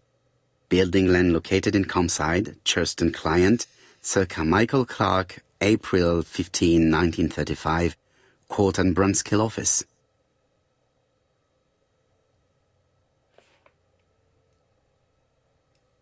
Court and Brunskill. The name is familiar. Is that not the name of the firm Donald Fraser works for?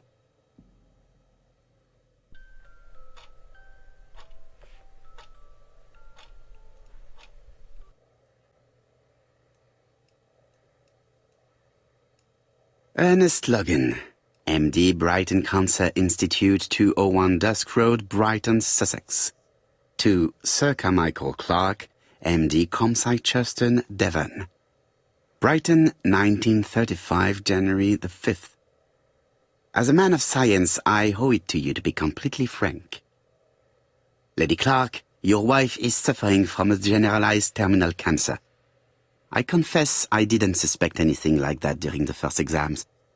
But with the test results I have received today, there is unfortunately no place for doubt. I estimate that Lady Clark's life expectancy is no more than 1 year. Hospitalization would not help in her case. So I advise you to keep her at home and provide her with as much morphine as required to ease her last moments. Yours sincerely, Ernest Logan. These daggers are only ceremonial weapons. I do not think that the crime weapon is here.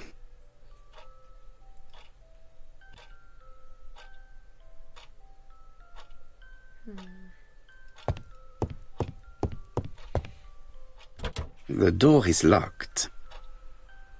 We do have the skeleton key. Yes. This unit contains the medical records for Sir Carmichael Clark's patients. Let us study them closely and see if there are any familiar names. No dust on the records from A to D.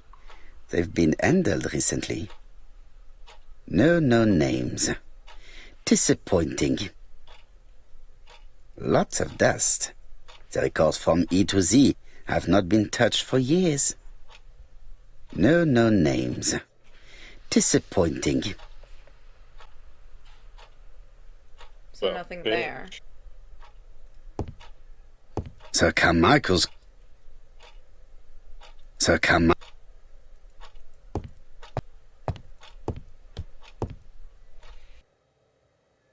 Can I open the book this time?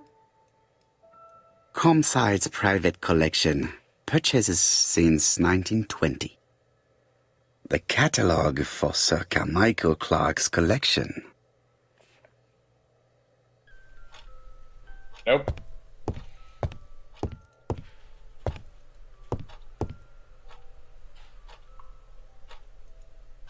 Traditional Chinese map. Facsimile. South is on the top of the map.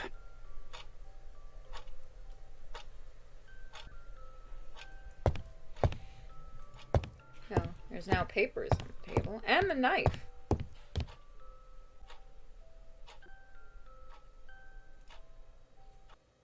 It also has blood on it. A dark dragon for a bright-haired maid. C.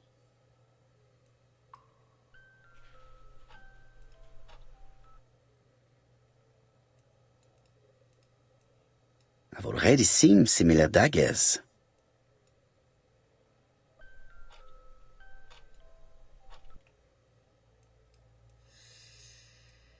Attention, Franklin. Task list. A. Ordering Lady Clark remedies. Done. B. Tidying up real estate property files. Done. C. Calling the lawyer about inventory. Done. D. Update the tenant farmer list. Done. E. Update land rent accounting. Done. F.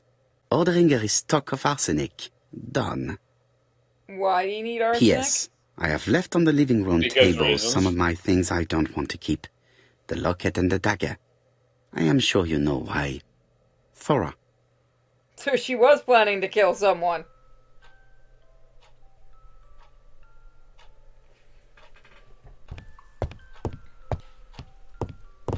Is there anything else to see in this room? Oh, we already looked at that. Anything new in here?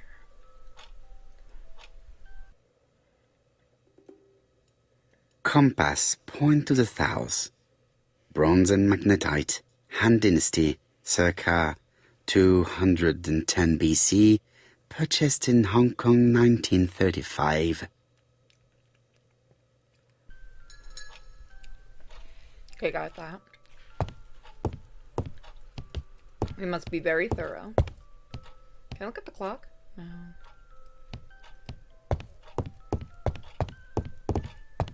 Order and method above all. Let us finish examining the mansion while no one is around.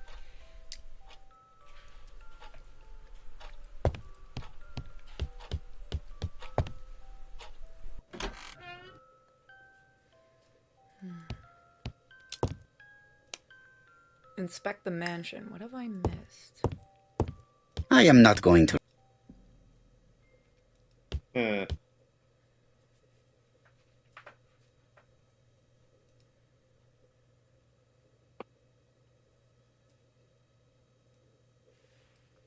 Miss Thorogray Comside Justin Devon. Why does she need Arsenic trioxide thallium. That's very odd.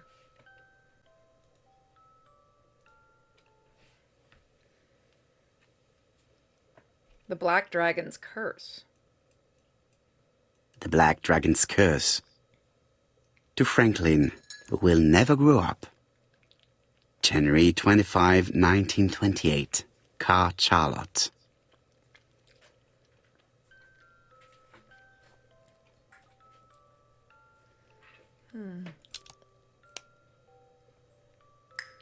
I am not.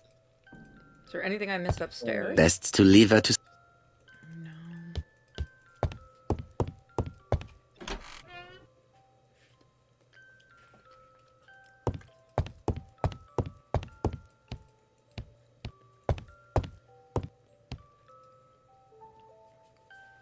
Franklin appears to be very active.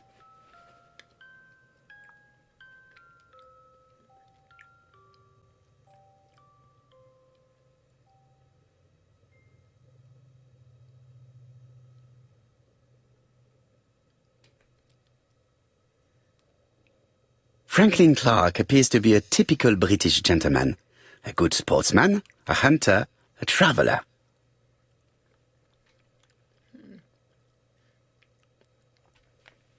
Let's see.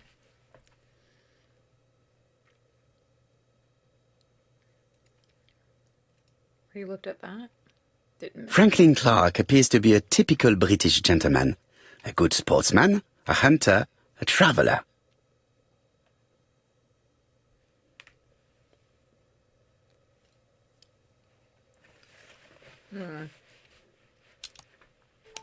So, inspect the mansion and the surroundings. So the question is, what did I miss? Got all of that inspected. Did I miss anything in the other room?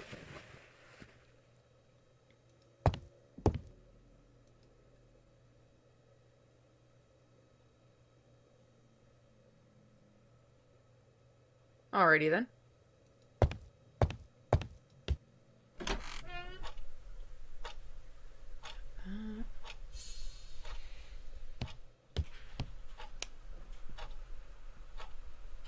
He gave gifts to his secretary. That filthy whore. Okay, now I can go outside. Well, I believe she was trying to poison Where is the horrible smell of carrion coming from?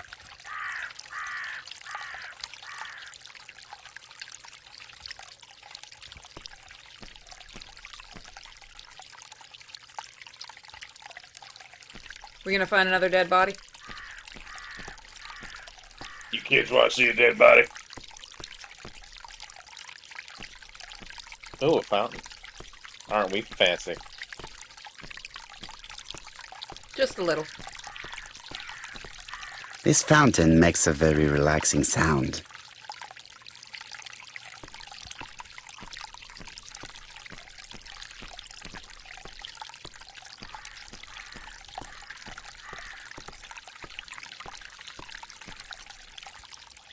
It was probably the gardener who lit this fire.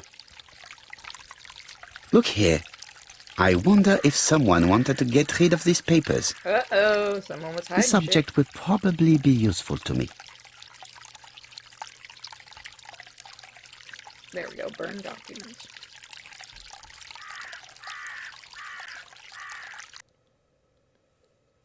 There are 50 trophies to unlock. Yep.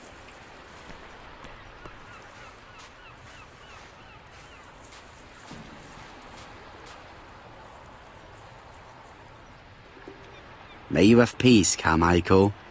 Charlotte.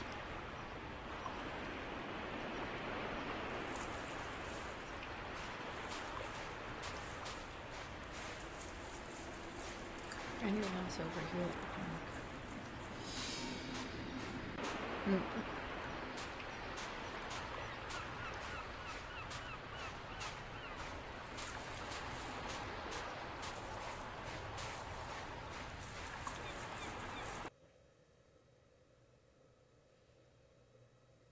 Where is the horrible smell? So there's a smell. Clark's greenhouse. It must hold some rare plants. Okay, go in there.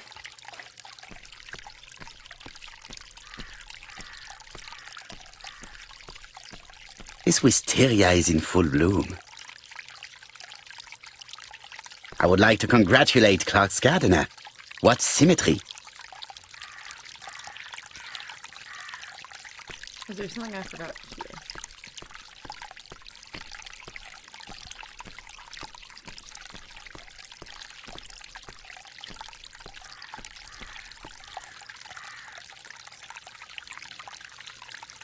I've finished with this subject.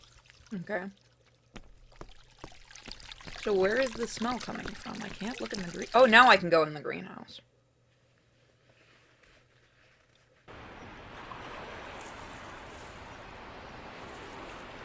No.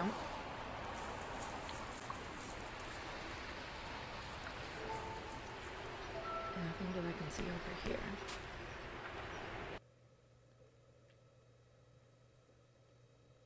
Where is the horrible smell of carrion coming from?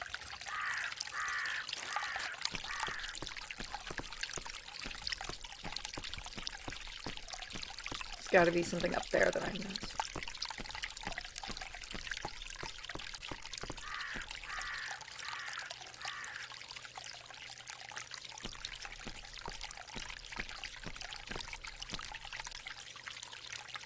Brown pellets.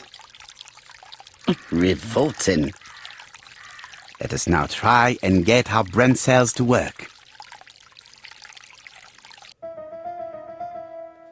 Why did Thea leave personal belongings behind?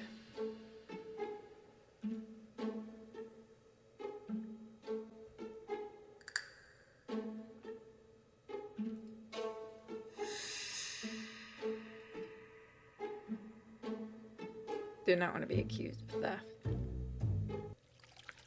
Everything that Thorgray has left behind comes from Sir Carmichael's collection.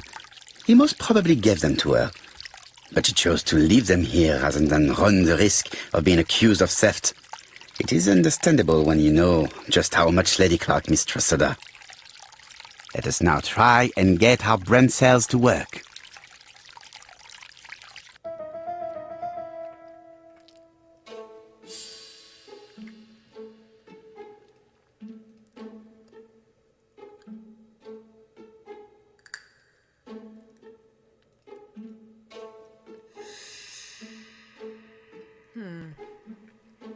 Thorn had ordered rat poison.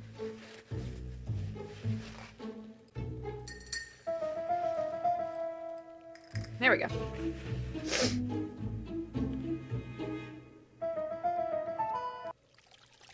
Thorgray had no reason to kill someone who only had a few months left to live. The poison she ordered was for rats. The gardener must have made good use of it, considering the stinking remains on the path, not far from the property. I've finished here. I must put the skeleton key back and inform Hastings that I'm returning to London. Okay. So she was just poisoning rats. Tut-tut. There, that's better. It is symmetrical.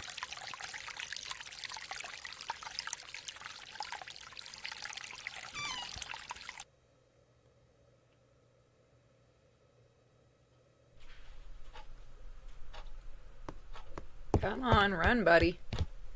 Come on, fat boy.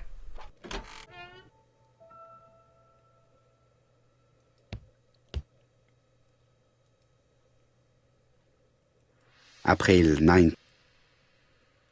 April. No, I need to put the key back. I guess I'm not.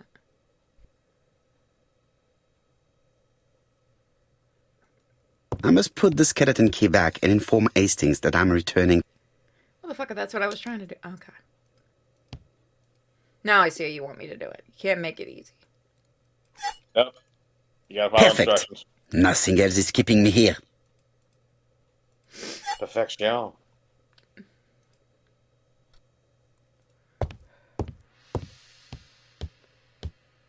I am not going to leave. Hello, Hastings? I have finished in Shurston. I will take the first train. Tell me, do you know how to restore writing on a burnt document? Yes, you just have to soak a cloth with a hydrochloric acid solution and rub the sheet of paper. Then the characters appear. Bien. You have been of great assistance, Hastings. Could you please order the solution as soon as possible? Of course, but what documents do you want to read? You will see, my friend. À ce soir.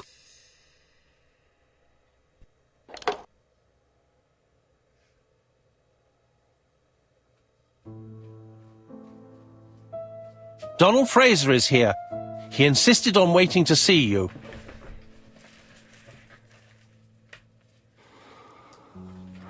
Okay. Finished second visit. Hungarian mustache. Ooh. Il est fancy. This man is tired. He always has dark circles, though. Come on.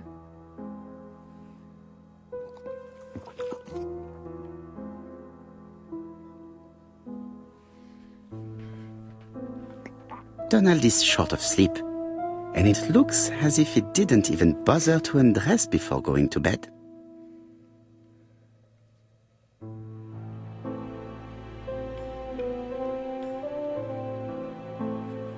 Now I can talk to her. Mr. Poirot, I don't know why I'm here.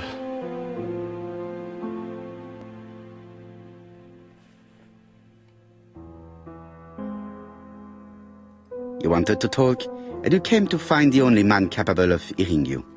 Mr. Poirot, since Betty's death, I've doubts about myself. I don't know what to do. And I keep having a horrible dream 3 nights in a row. Have a drink, and tell me about this dream.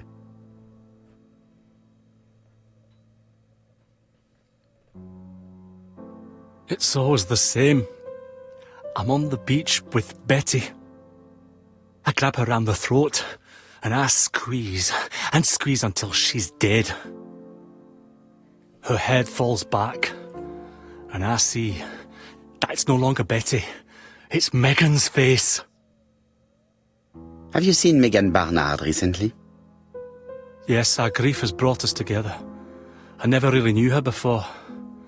She's really quite a remarkable girl. But I would never tell her about my dream. Why not? Is it her you are attacking in your dream? No, it's Betty. And once Betty is dead, it's Megan's face that appears in its place. Very interesting. He thinks his sister had something to do with it. Let us now try and get our brain cells to work. Interpret Donald's dream. Okay.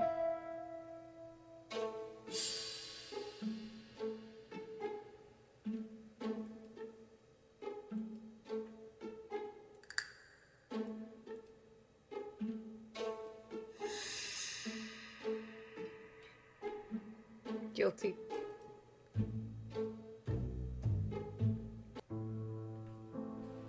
Mr. Fraser, I think that the real meaning of this dream is that you are in love with Megan Barnard. Please go on. Do. This dream certainly betrays your guilt. Oh. But what do you feel guilty about? Having killed your fiancé? Possible. Or forgetting her very quickly for her sister? Certainly. And this forgetting is perceived as a second death. So you don't really think I was the one who killed Betty?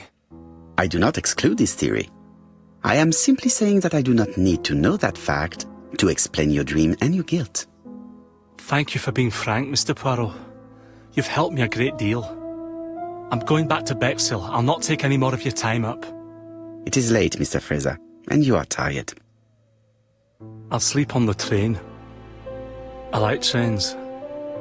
It's easy to sleep rocked by the sound of the wheels. Poor boy, he seems completely lost. Well, women seem to like him. I think Megan will take care of him. Oh, I remember. Did you order the product I needed? Yes, we'll be receiving it tomorrow.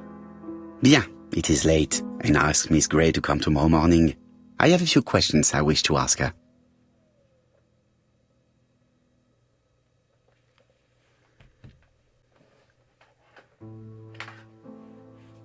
Mademoiselle, I asked you here in order to answer a very important question.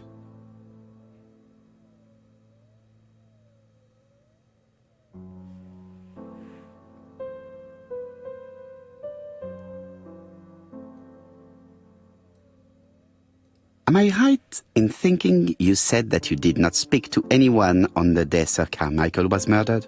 It's the absolute truth. Yet, Lady Clark maintained that she saw you talking to a stranger on the front doorstep. Really? She must have been mistaken. Oh, I remember now. I'd forgotten all about it, but it wasn't important. It was just a salesman. One of those traders who sell stockings from door to door. Can you describe him to me? Medium size, glasses, dark suit, and a felt hat. Not the sort of man you notice. Completely harmless. That's why I forgot all about him. Nothing else? He was very hesitant and shy. Usually door-to-door salesmen are very confident, but he wasn't.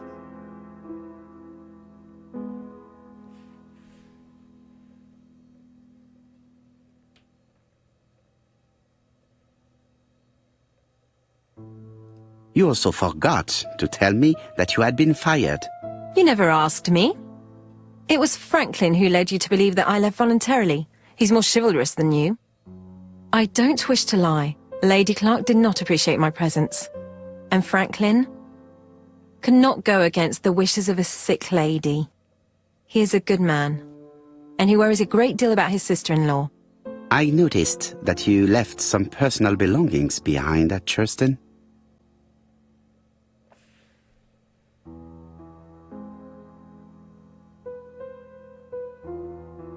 It was too risky for you to keep these objects, am I correct?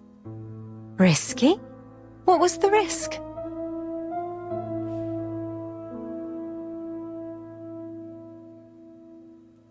You know very well what Lady Clark might have said if you had kept these objects. Indeed. These objects were gifts. But Lady Clark would have been convinced that I'd stolen them. By returning them, I put an end to such evil gossip. Bien. I must ask you one last question. Please reply frankly with either yes or no. If Lady Clark had died, would you have agreed to marry Sir Carmichael if he'd asked you? How dare you ask such a question?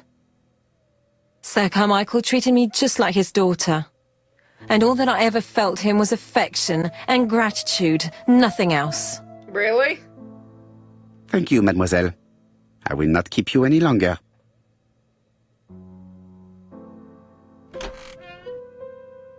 I met Thora Grey on the stairs. Her cheeks were ablaze, and she appeared to be deeply hurt. Poirot, have you offended the poor girl again? Do you have good reasons for accusing her? I accused her of nothing, Hastings. I simply asked her an important question she did not answer. Let us see if we can answer it for her. Let us now try and get our brain cells to work.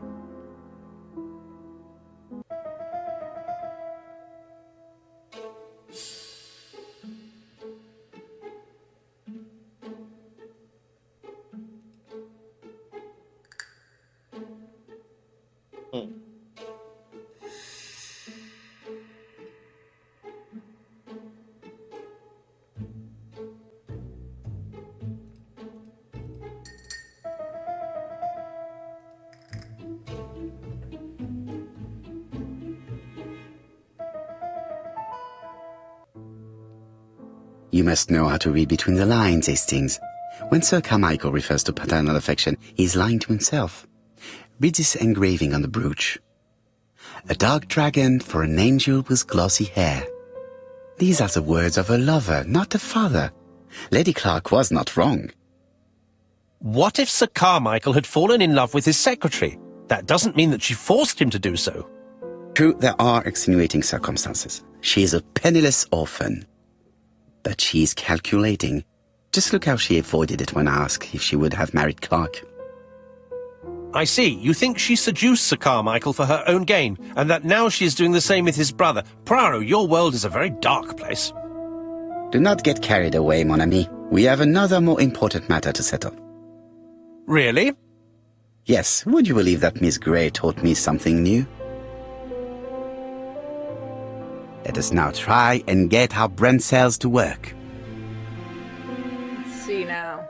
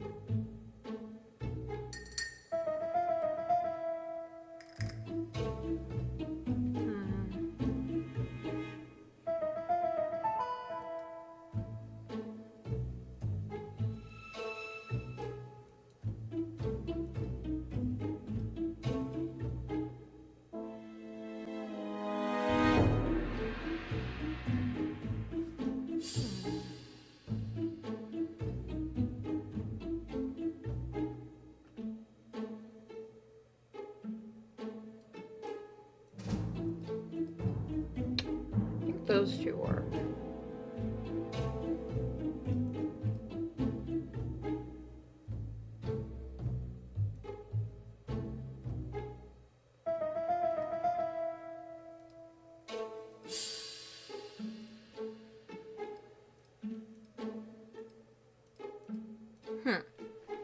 Door-to-door salesman.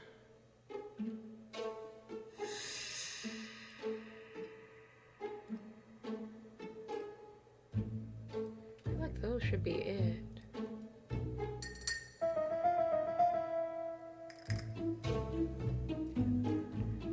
She can describe him.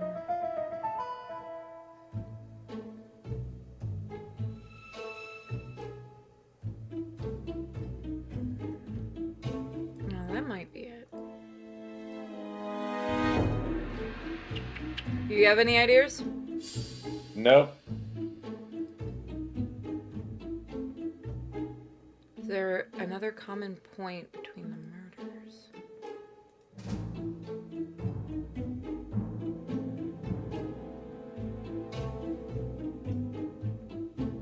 Popular, it's crowded.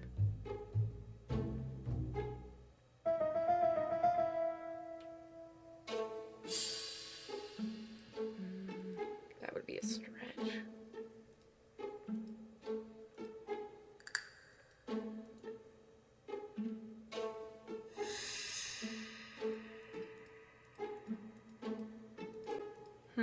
What could it be? I feel like those should be them. Unable to precisely. I feel like these should be it. Or a lot of people, so he's doing it with people around.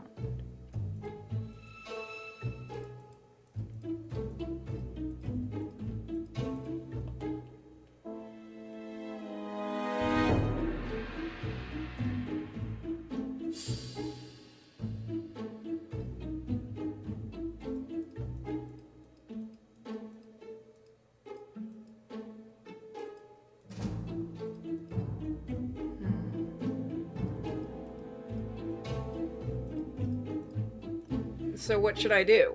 Which ones do you think work? I don't know. Highlight them. Alright, so there were many people at the day of the murder. Betty's mother was upset that her daughter never got to wear her gift, a box of stockings. Dora was unable to precisely describe the door-to-door salesman she met. Dora Gray saw a door-to-door salesman coming towards the house on the day of the murder.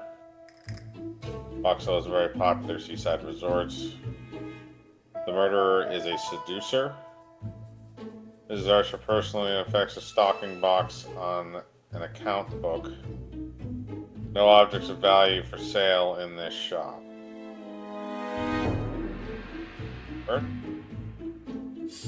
Dora Gray saw a door-to-door salesman coming towards the house the day of the murder.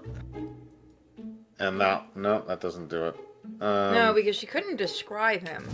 So I would think if he tried to seduce her, yeah, she'd remember what he looked like. There's just one more. I feel like these two go together.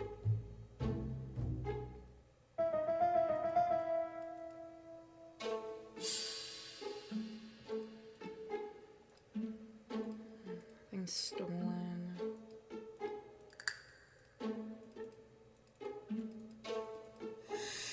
Did you want to take a break after this? And just finish it another day? Yeah, it's probably a good idea. Should we use a clue? Up to you.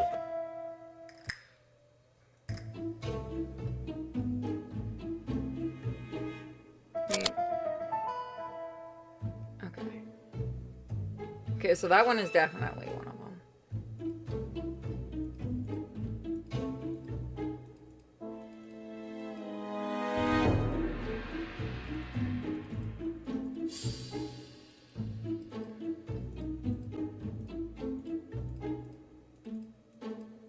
Got it. They could buy stockings. It's perfectly clear, Hastings. Perfectly clear. Indeed, a stocking seller visited Andover, Bexhill, and Churston on the day of each murder. We have our suspect. This should be of interest, Jop. Thor's hammer. Thor's hammer. Okay. So I think that's where we're going to leave it for today, guys. We will talk to you next time. Thanks for joining us. Bye. Police work. Hi, guys. Welcome back to ABC Murders. Totally didn't just freak out because I thought this game had frozen again. Because it just froze. ABC. Easy as 1, 2, 3. By the way, I did look at the bonuses last night when you went to bed. Yeah, you can't change the mustache. Yeah, I figured. They're just cruel with that. Here's a mustache award. Who wants a mustache ride? Oh, right. I can't use a controller with this for some reason.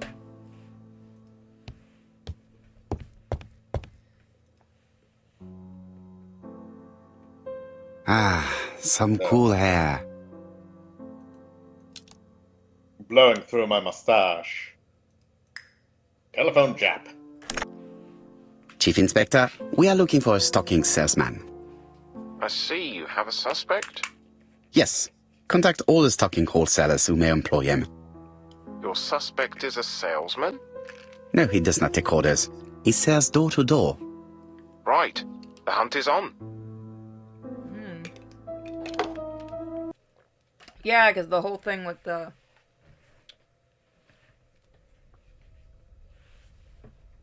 Doncaster.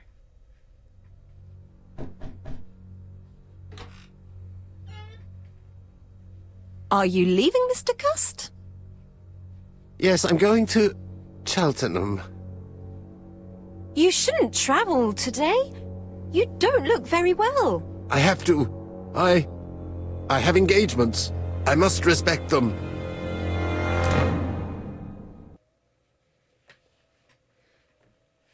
Alright, so maybe he wasn't a red herring, damn it.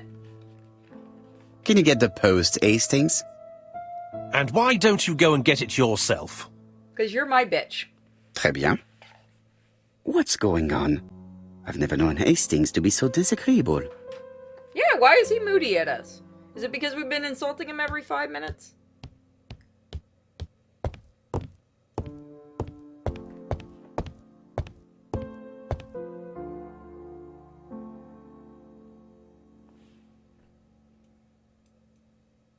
Poor Mr. Poirot. I'm quite sorry for you. If at first you don't succeed, try again. We've a long way to go still. Typery? No, that comes later. Letter T. The next little incident will take place in Doncaster on September 11th. So long, ABC. I should compare this letter with the one on my desk which I received earlier to see if it does indeed come from the same person. You can absolutely see it does. Dun, dun, dun. And it's already the 11th.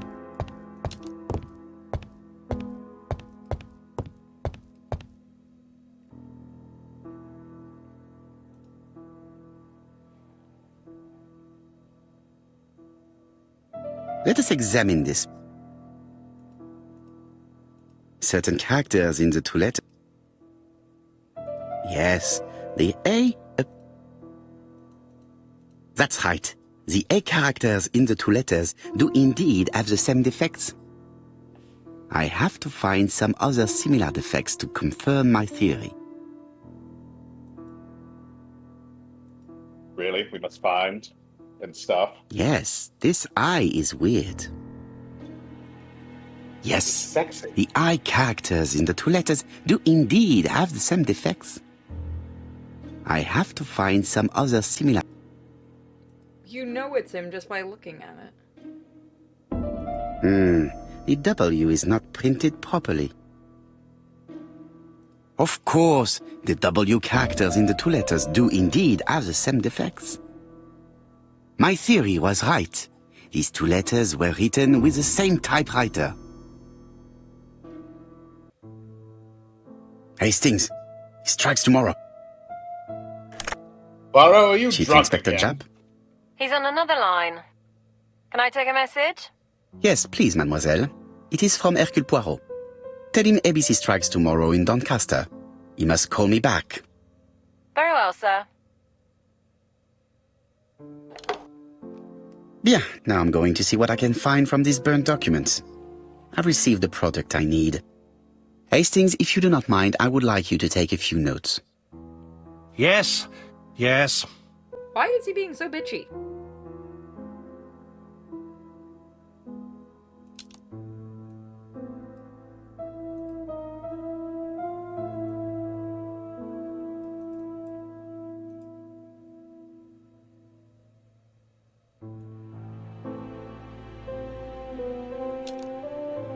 I've finished with this. So how do you want me to go through this? If someone has tried to get rid of these documents, they may be important.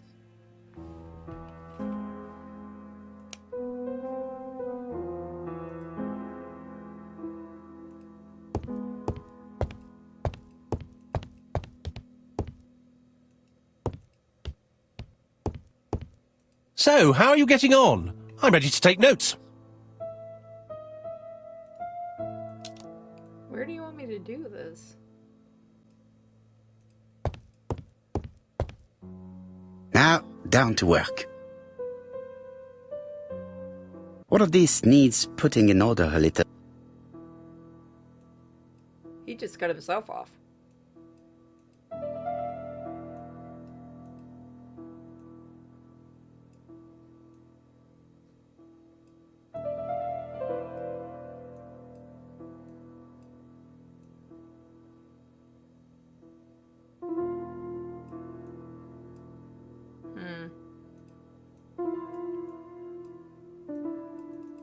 How does it want me to do this?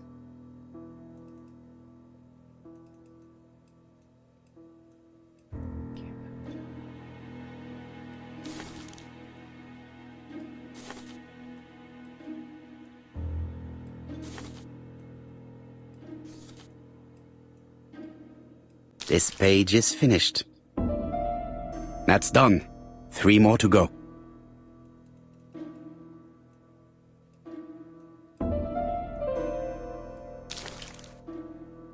This page is child's play.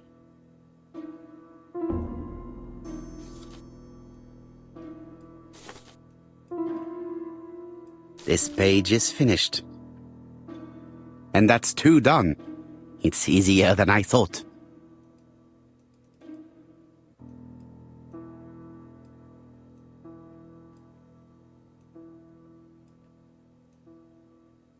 This does not look too difficult.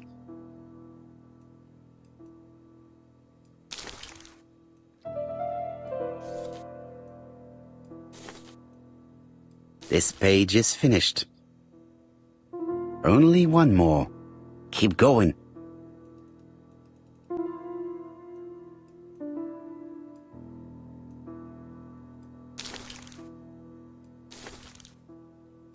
I think that this is right. This does not look too difficult. This page is finished. All the pages are reconstructed.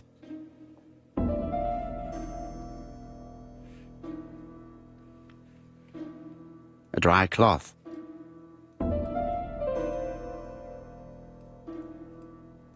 A bottle of solvent.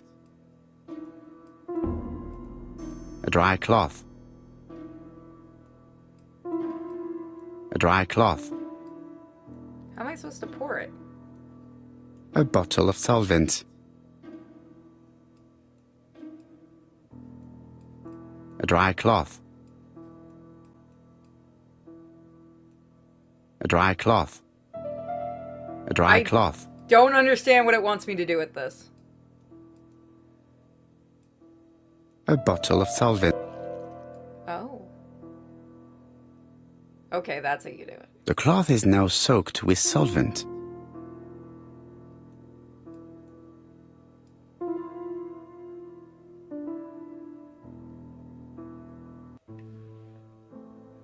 Got it! Make a note, Hastings, make a note. Mrs. Alice Asher, shop owner in Andover. Tracheitis, hemoptysis, prescribed laudanum. I got it. Look. Poirot, where on earth did you find these files? On a fire at the bottom of the garden at campsite. All right, but where did the person who burned them find them?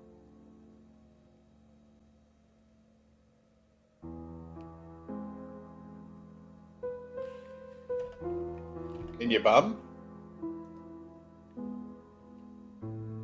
Alice Asher, shopkeeper in Andover. Tracheitis, hemoptysis, chronic cough with loss of blood. Prescribed laudanum-based cough medicine. Betty Barnard, waitress in Bexhill. Chronic bronchitis, causing dysphonia. Advised to stop smoking. Bronchitis. Alexander Bonaparte Cust. War wounded, mustard gas and head trauma. Pulmonary emphysema. Hemoptysis. Coughing fits with blood. Suffers from absences and amnesia.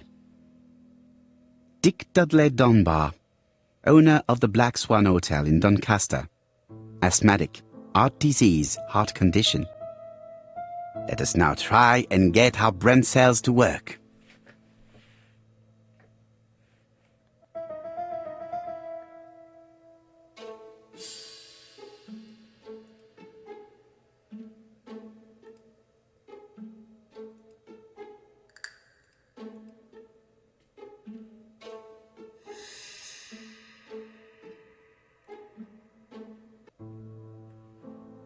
The burned documents are medical records, and without a doubt they come from Clark's archives. First of all, because all the patients have throat conditions.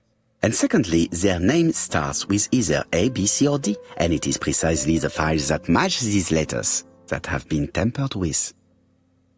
But why burn these files? How come the names of the two victims appear on them? And who are the two other patients?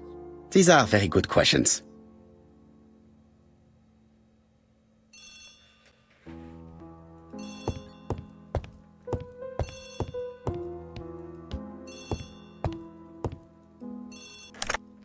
Hello, Poirot? Any news, Chief Inspector? You wanted a stocking seller? We have one.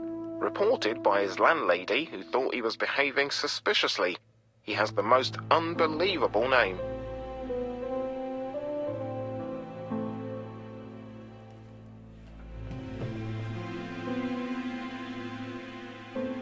Alexander Bonaparte Cust. Yes, Alexander Bonaparte Cust?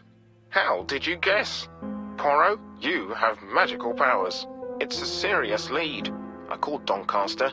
A person matching Cust's description has been seen at the station. He got off the train from London, but after that, nobody knows where he went. Look for him at the Black Swan Hotel. What? How do you know he's there? Trust me, Chief Inspector.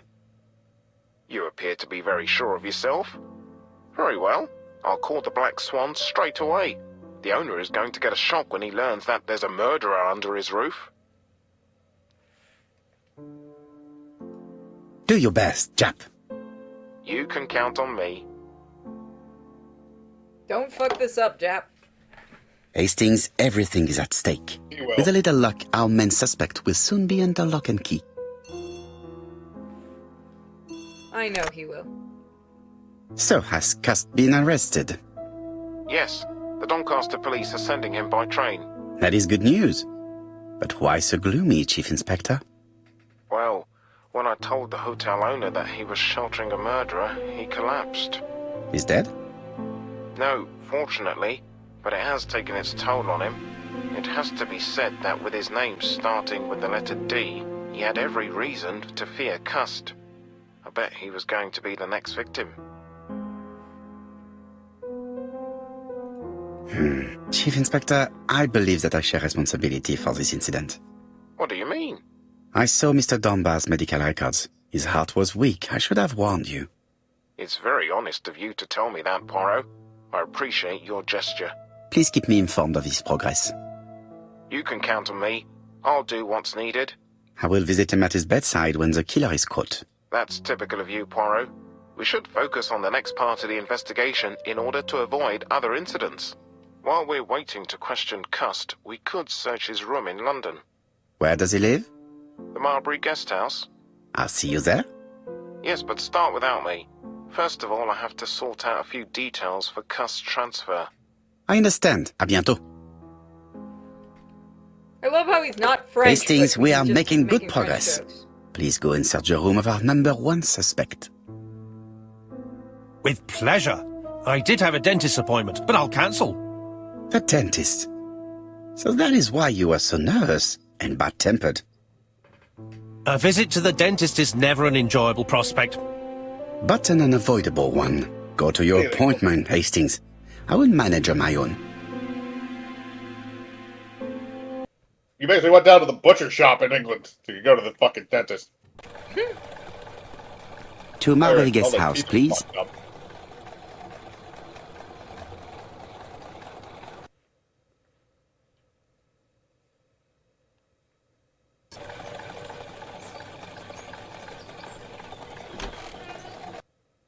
Handlebar mustache. I wish I could change his mustache. That would be funny. How do you do? You must be Mr. Hercule Poirot. Chief Inspector Jap told me that you might be coming. Did he also say that he was a bitch? Madame, you may be of valuable help to me. It would be my pleasure to help you. Will there be some journalists there as well? I think you might even be interviewed. You are key witness. I've suspected him for some time, but he appeared so harmless. Oh yes, sometimes he got angry and waved his arms about. But even then, he wasn't frightening. And he was as gentle as a lamb again immediately afterwards. It was only this morning that I understood. He told me he was going to Cheltenham, but my daughter saw him at Euston Station. It's not the right station. To get to Cheltenham, you have to take the train from Paddington. And what's more, Mr. Cuss left behind an ABC with Doncaster underlined. As Like you the can bear? imagine, when I I was saw about to that, make I that called joke. Fuck Scotland you. Yard. I guess that's where Paddington Bear gets his name. Yeah, it is. It's an English Well word. done. You were right. He did go to Doncaster. So I was right to warn the police. She's so happy. Tell me, did you have any other reason to busybody. suspect Mr. Cust? Well, he's odd. Sometimes he coughs really loudly and complains that his throat is burning, and sometimes he talks to himself and stares into space. He told me that it was because of a wound he got in the war. His head hasn't been quite right since, he said. And then he was in Churston when that millionaire got murdered. I found his train ticket when I washed his coat. He didn't want me You to wash also his saw shirt. him covered in blood, for He washed Christ's it sake. himself. But I did see I think you big wiped that brown off. stains on it. No, remember when he opened the door for her? There was actual blood on his shirt. Yes. Where were the stains on the shirt? On the collar and on the buttonholes. Cut used to travel for his work. Is that correct? Oh, it wasn't for pleasure. He was always unwell on trains. But he had to sell his stockings around England. I have to respect my engagements, he used to say. Do you know where Cust was at the time of the murder in Andover and Bexhill? On June the 21st and July the 25th? No, I don't know. That was a while ago, you know. But surely you keep a register. It won't do you much good. Mr. Cuss rents his room for the year. If he goes away for a few days, I have no reason to make a note of it. Ah! I remember one thing. Bexhill's by the sea, right? Indeed, it is a large seaside resort. Well, as it happens, at the start of July, Mr. Cust asked me to repair his bathing dress. Suspicious, huh? Very interesting. Please continue. I also forgot to say that he started buying newspapers that talked about the case.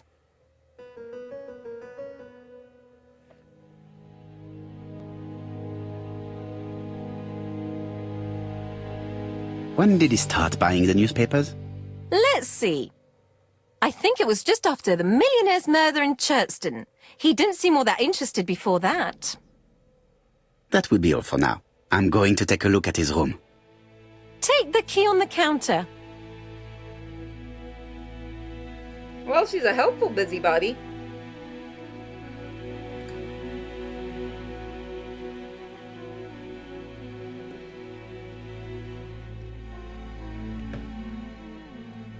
I should check the register. Mrs. Marbury may have been hiding something from me. I don't think my register will help you. Mr. Cuss rents his room all year. If he goes away for a few days, I have no reason to make a note of it.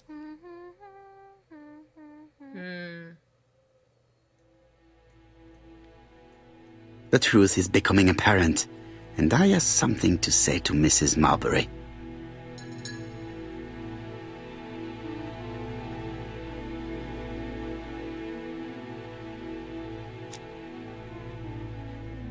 This woman appears to be in a good mood.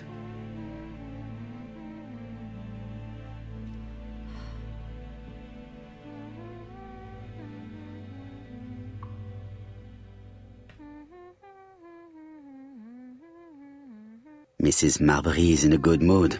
She is working very precisely in producing incredibly thin peel.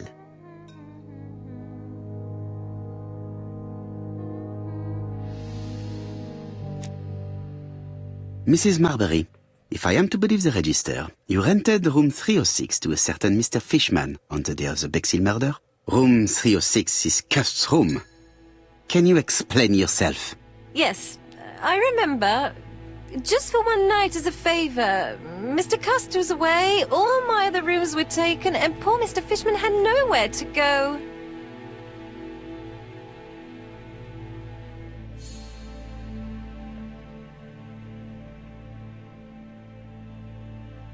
It doesn't matter, provided that you remembered to change the sheets. Oh, do you think so?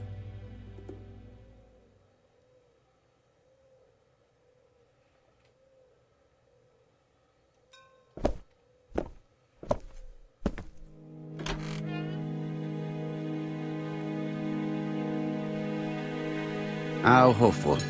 This place is a real mess. This is a mess?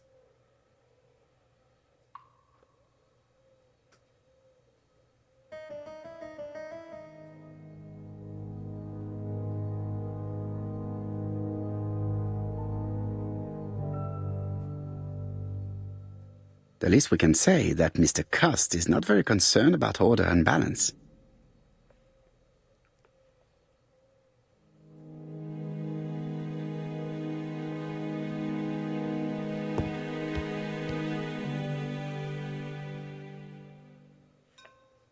It's an ABC.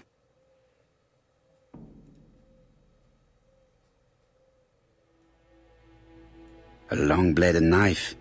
A murderer's weapon. This object will probably be useful to me.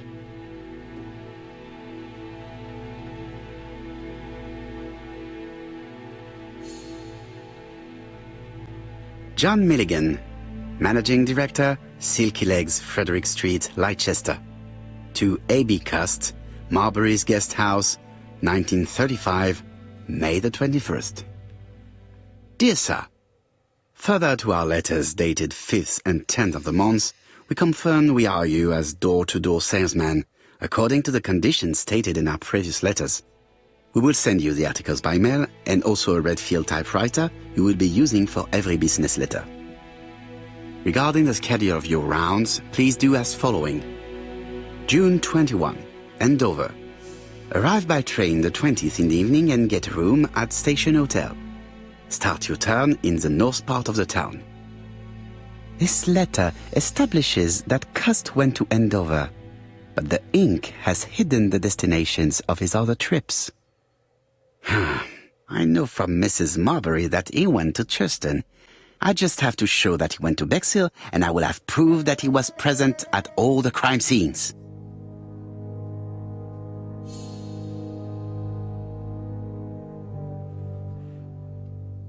Did Cust drop it when he opened the window, or was it Mrs. Marbury while she was cleaning? Cust is parsimonious. He keeps his pencils and sharpens them until there is nothing left. It is clear that he did not grow up in luxury. I have to get the ribbon. How am I going to do it? Getting a ribbon off this would actually be very simple. The left-hand heel has been removed.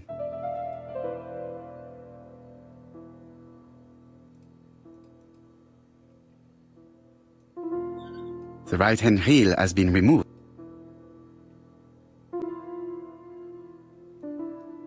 You should just be able to take it off slowly.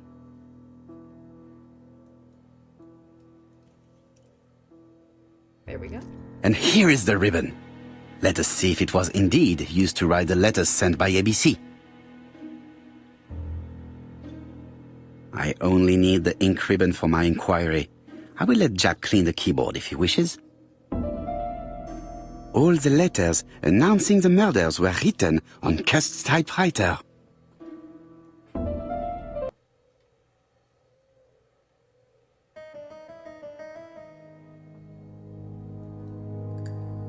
The least we can say that Mr. Cust is not very concerned about order and balance.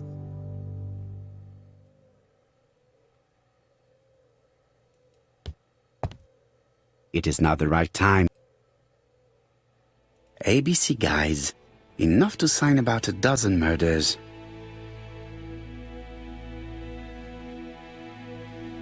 All the main articles referring to the ABC case are here, from the Churston murder onwards. Nothing before that date. Most probably the bathing dress repaired by Mrs. Marbury's expert hands. The Bexhill Daily paper, dated from the day of the Bexhill murder. Trousers, white shirts, everything has been washed very well.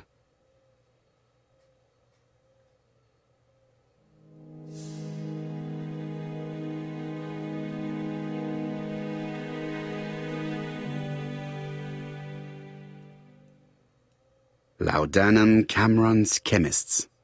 Same place. Laudanum, a medicine for coughs. It is what Dr. Clark prescribed for Mrs. Asher. This subject will probably be useful to me.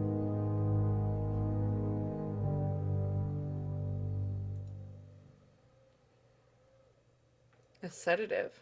Diethyl barbituric acid, Johnson Company. I know this medicine. It is a powerful sedative. It totally doesn't subject just will say probably sedative on be there. useful to I me. was about to say that, yeah, it literally says sedative on the bottle.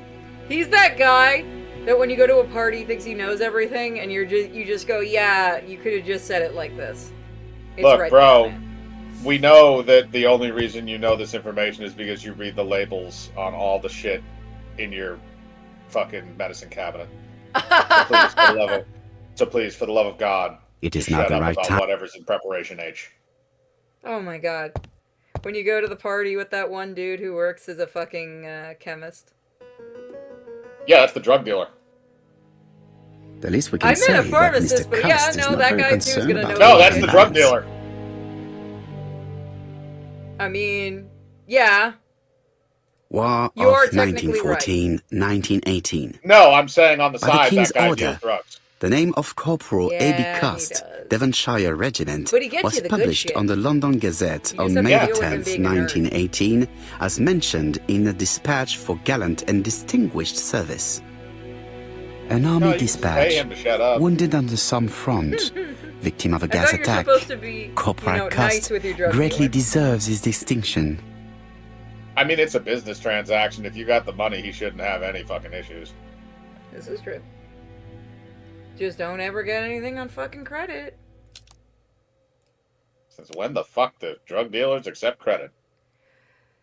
Here I can tell you, I know about this happening once when I was in high school.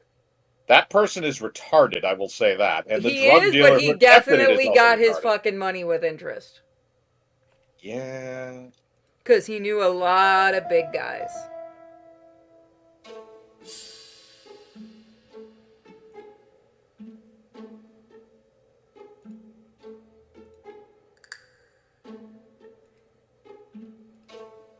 He was probably there. The register shows that Cust did not sleep at the guest house on the day of the murder. Where was he? Bexhill. The Bexhill paper reveals it. Cust bought this newspaper in Bexhill on July the 25th.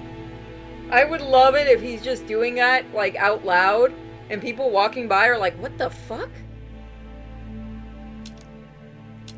At this point, if someone's talking to themselves walking down the sidewalk, you just give them a wide berth and don't ask questions. Well, yeah, I'm a New Yorker. You never fucking question that shit. I'm from Florida. You never question that shit. ABC guys. I ain't gonna get into a crackhead fight. That's what crackheads are for. Let's see what else we got here. The mirror? Search the room. Did I get the mirror? Give me a second. Something popped Nope, up in the background that paused the game. Yep, there we go. No, Must he's just gonna fix his update mustache at all times. his mustache. What about the sink? It won't let me It is now the... It's being finicky again. We have to look at the other boxes, maybe? Yes. Oh, you missed one It's thing, closed. I don't remember looking at this. I'm very ABC confused. guys. Enough to sign about a dozen murders.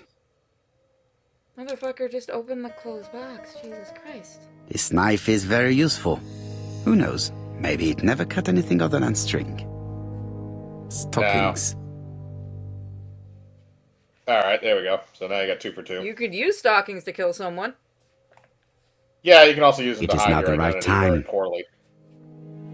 Yeah. Okay, so Bro, I can see your face through there. I know it's you, Willie. So there's something else in the room I'm missing. Yeah, there's something else that you need to find in this room. I keep thinking What about it's that drawer right there, but I can't seem to get to it. Well, it's 6 for 6. The least we so can you got all say that those. Mr. Cust is not very concerned about order and balance. It's Okay, called what organized about- chaos, goddammit. What about the... The least we can say chair? that Mr. Cust That's is what I'm not very trying to look concerned at. about order and He balance. keeps saying that. I'm just gonna point out organized chaos exists, and that's what I live in. I know where everything is, and so why is there a knife just sticking in the floating You're there? aware What the fuck? organized chaos is an oxymoron, right? Mike, do you see the fucking knife floating? I don't see anything. Look under the table. Okay. Okay, do you see where my mouse is? Yeah, I see a little thing there. Yeah, that's the knife just floating. Are you sure? Yeah, that's a knife. It looks exactly like the knife that's no longer here. I can barely tell. I can't get a close-up of it. I've been trying. Oh, the knife. He put the knife back. All right, we got that. I feel like it's somewhere. What it's about the stuff on the wall? The pictures. War of 1914-1918. By the King's order, Were they using the name mustard of gas? Corporal A.B. Cust, Yeah, that's World Devonshire War I. That's where they Regiment, invented was it. published on the London Gazette on May the 10th, 1918, as mentioned in a dispatch for gallant and distinguished service. An army Yeah, it had dispatch, mustard and chlorine wounded gas. on the Somme front, victim of a gas attack. Chlorine gas, the thing you can Corporal easily Cust make yourself. greatly fuck yourself deserves his over. distinction. Yep. I've Just go to seen any too pool many people supply do store. that. Yep, just go to any pool supply store. This is true, yeah.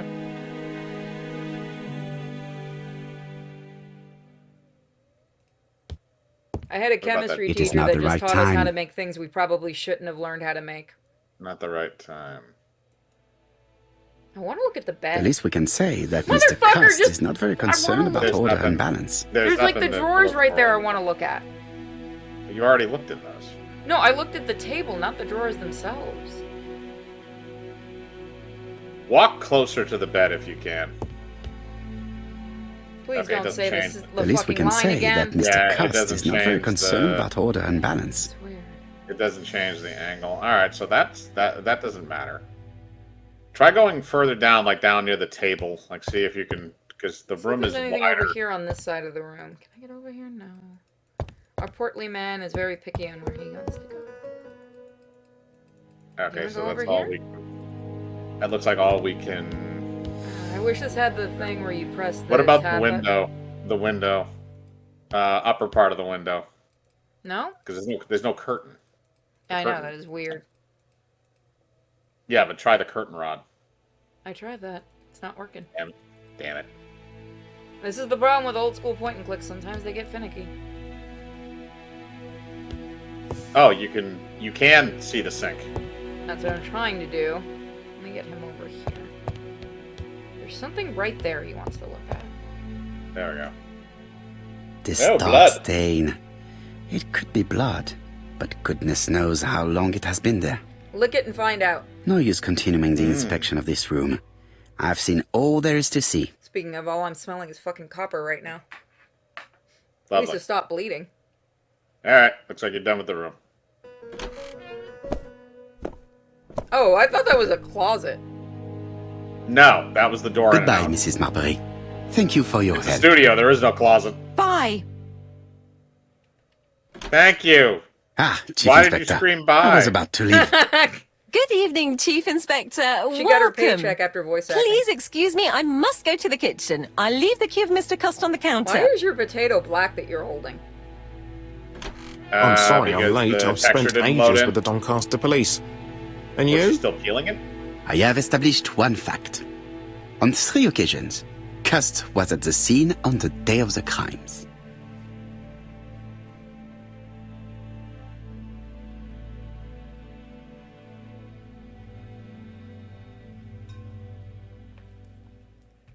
Now we can kind of look around. It looks like I've found the real master of this house. Damn right you did. That is a cute kitty.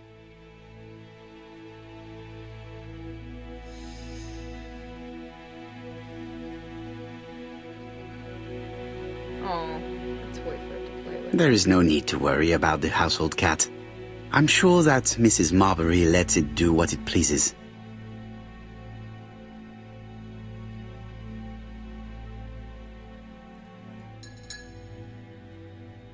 Okay, we already looked there.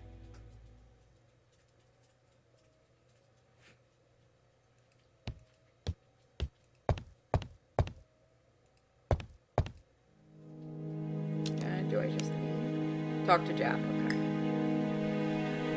Jap, come here. I'm an adult, I swear. Why can't I talk to him? Okay, there we go. I had best talk to Jap. Oh, now you don't want to look at him first, huh? I've listened closely to what you have to say, Poirot. For me, there's no doubt Cust is guilty.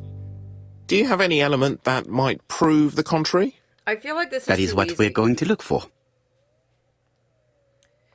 It's a Let us mystery. now try and get our brain cells to work. It's a mystery novel. I feel like there's a twist in here somewhere. Especially because it's an Agatha Christie.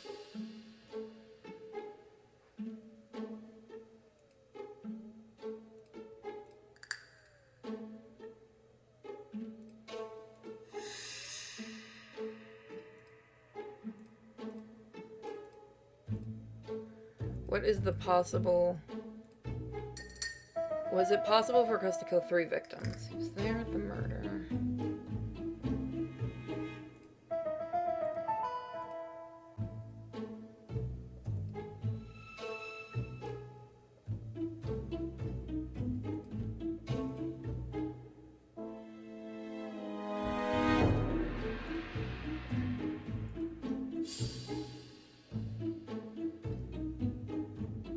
Maybe I'm wrong, I just feel like there's some kind of twist coming up. What a twist!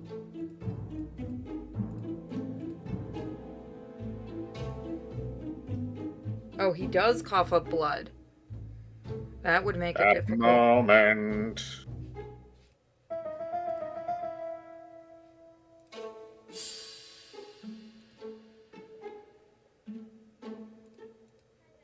Yeah, there you go. Yeah, but the problem is if he coughs up blood, you can just claim that blood is his.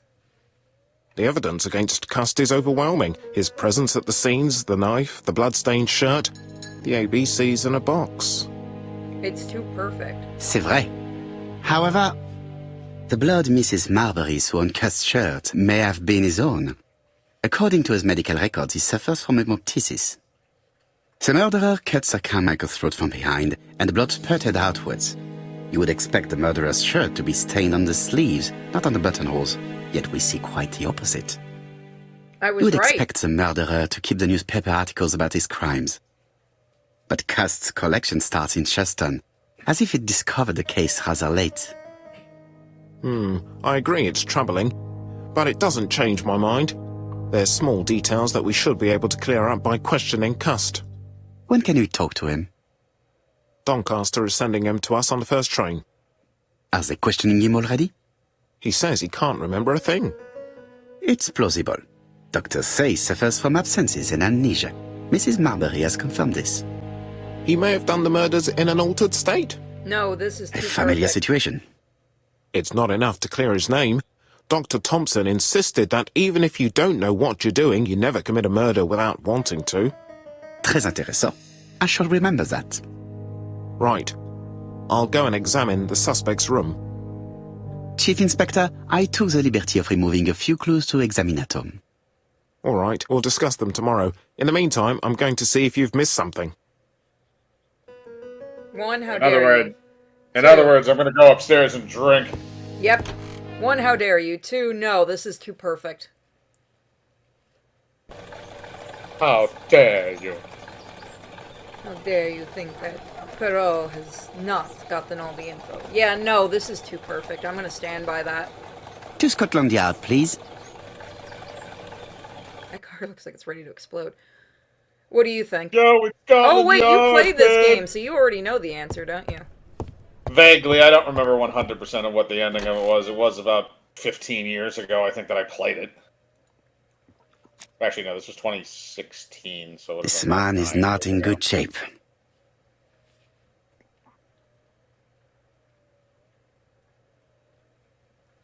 I'm standing by my original fucking thought that this is bullshit, that he didn't do it. It's also an Agatha Christie, and she likes to throw in those. He is worried Red and herrings. very tired. And other police have been hard on him. Oh, it's raining outside. You sent me your rain, you bastard. As I said, you're right. I'm further west. I'm further east than you. You sent it down to me. Although we did need the rain for the plants. What do you want from me? A confession.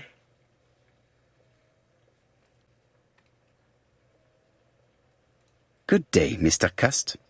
I am Hercule Poirot. Ah, you're the detective.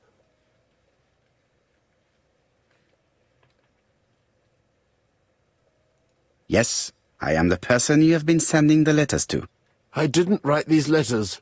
I've already said so. There was somebody else staying in his room.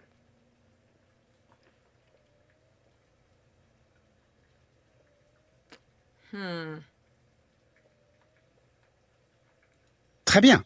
You did not hide these letters. But the question remains, who did? Probably one of my enemies. I have many.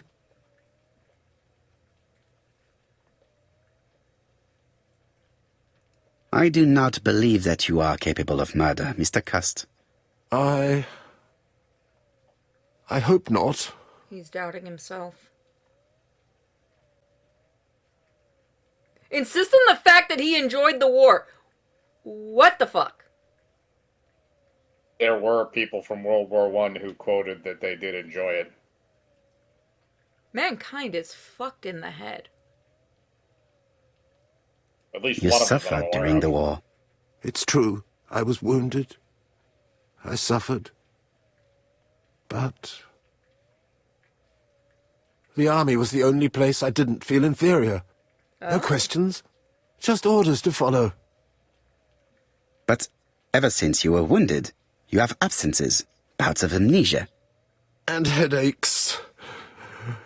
Welcome to my world. Professor Clark treated you.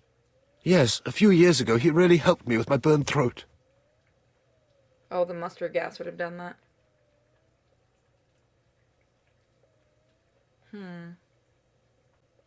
If we accuse him, he's gonna shut right down, isn't he? I have no idea. I don't remember. Of I don't course, remember you never considered the killing a intricacies of it. doctor who took such good care of you. No. No, never.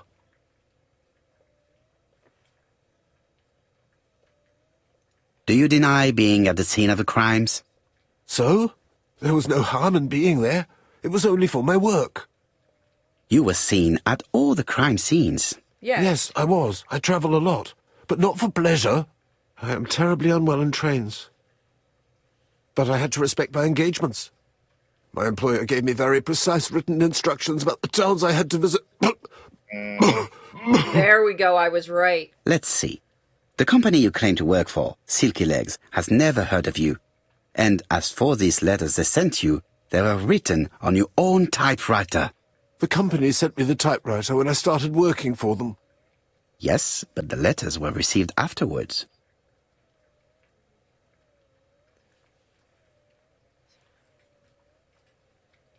It would appear. So it would appear that you typed them before sending them to yourself. I don't remember. I'm going on the right Good path. God! I don't know what's happening to me. My head hurts terribly. Split personality, maybe? No, it's gotta be somebody else doing it. Gothic confessional? Uncle Perot! Why does it keep calling him Uncle Perot? Because I'm gonna make you scream, He is Uncle. prey to a terrible anxiety. Is it remorse? Or simply the pressure of the questioning and the train journey? More than likely the second one. Question him. Okay. Can I show him that? You can give him the medication, I guess. There we go. Sedative to calm him down. Take this. It will help you. And you'll be seeing shit.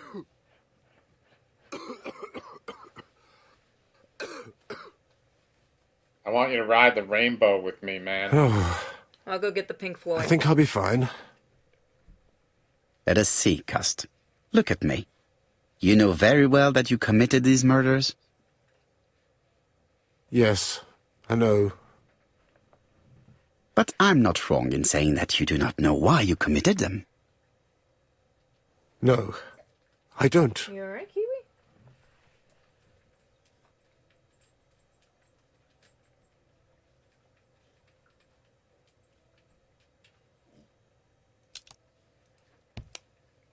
Talk to Jack.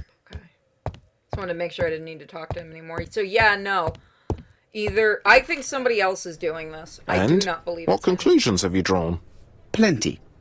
It might help us to understand him a little better. Kaiser mustache.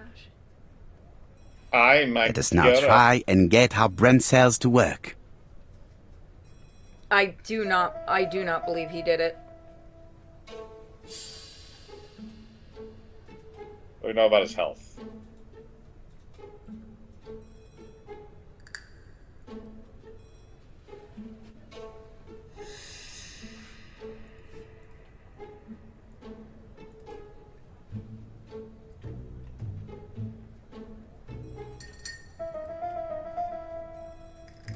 Oh, about his health. I was doing the Yeah. other one. Fuck. Yeah, that's why I said that at the beginning. What do we know about his health? There we go. He was physically weak. Yeah, I don't believe it was him. Are there any clues that do not support Chris guilty in the murder?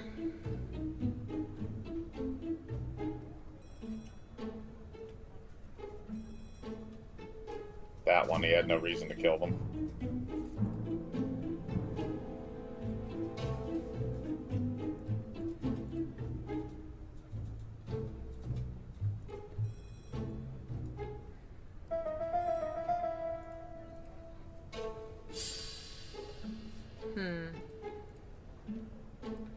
Are there any clues that do not support in nature?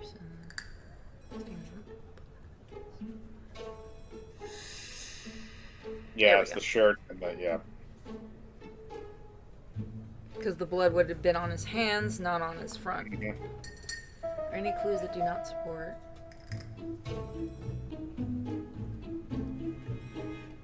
Yeah, he didn't recognize Poirot. He would have recognized him instantly. I'm right. Can we say without a shadow of a doubt?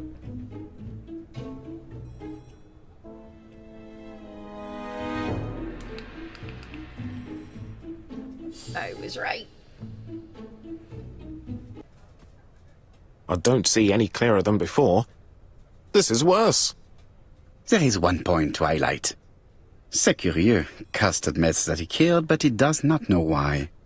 What did Dr. Thompson say? Even if Cust killed while in an altered state, it still must have been his deepest desire. He must have had a motive. Let's keep it simple. Never mind his motive. He confessed. Did he? But you see, he can confess to anything and everything. He denied the murders and then he confessed to them. He confirmed that he never typed the letters. Then, with great ease, I managed to get him say quite the opposite. Come on, he behaved like a guilty man. He lied to his landlady. Because deep down he believes himself guilty. From the papers, he noticed that he had always been at the scene of the crimes. He must think that he killed and then simply forgot what he had done. How can you be so sure?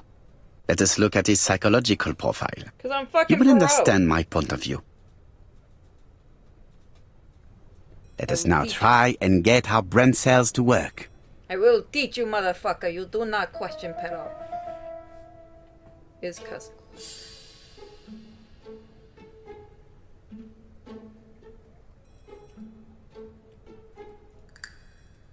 No. Can I put a second one? There we go.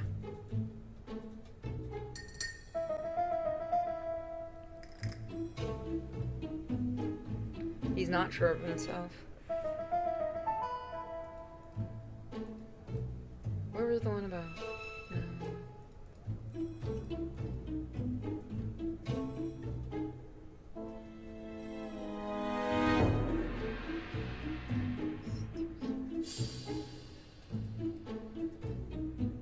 Without any charm. Yeah.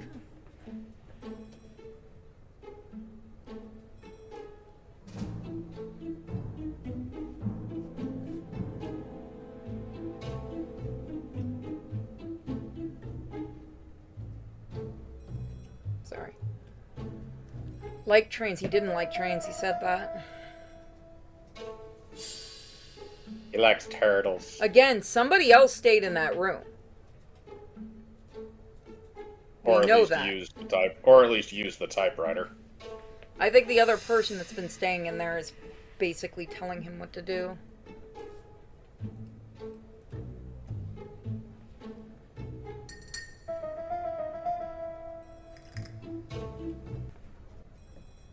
You see?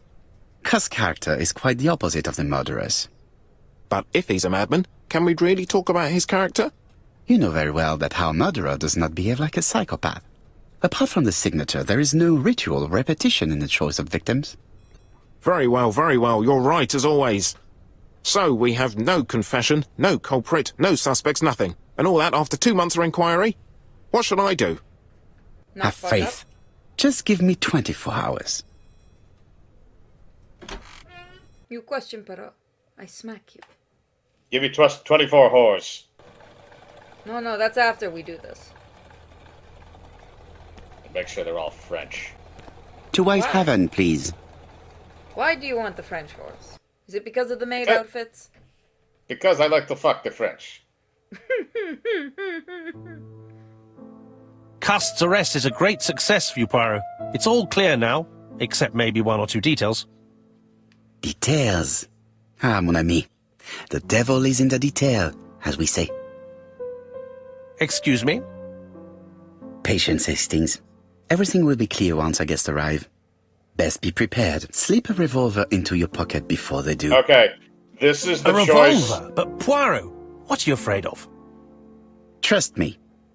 It is important you carry a weapon for this meeting. I will lend you mine.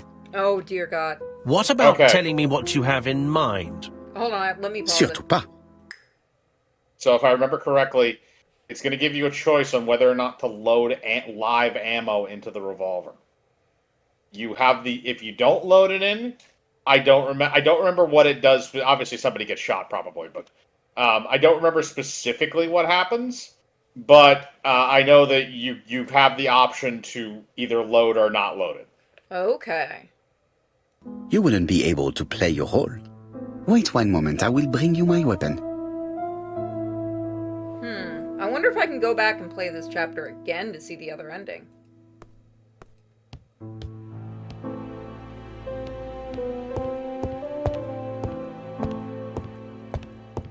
The white ammunition are blank cartridges. The others are real bullets. The revolver is loaded with real bullets. I still have time to choose blanks. I thought the white ones were blanks. The revolver is loaded with blanks. I still have time to choose real bullets. I'm gonna try the blanks and see how it goes, and then we can try it again. Okay, I did look it up, so you'll see what happens. Am I going to kill Poirot? Well, you're loading up with blanks. Oh, somebody What else. about telling me what you have in mind? Surtout pas. You wouldn't be able to play your role. Wait one moment, I will bring you my weapon. This man is a man of class. He uses a revolver. Voila, I entrust you with my weapon. Yeah. It has hardly been used, it is almost new.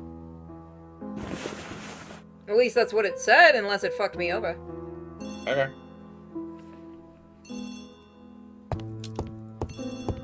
So you got an achievement for that. And another mustache. Moustache. Chief Inspector, is that you? Yes. Sorry, but we haven't found anything.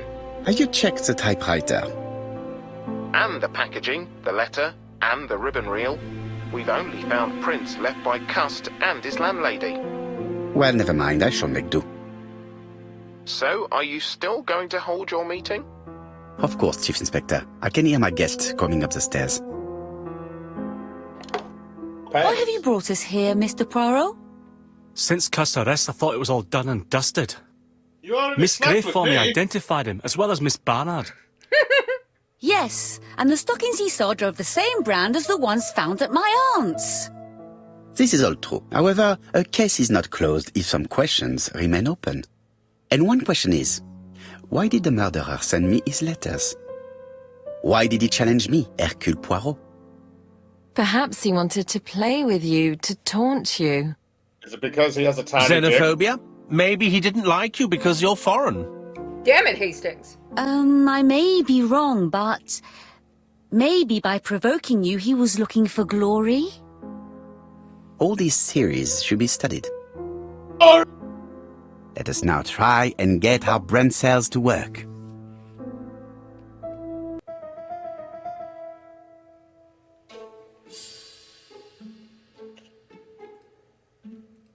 Spartans, prepare for glory!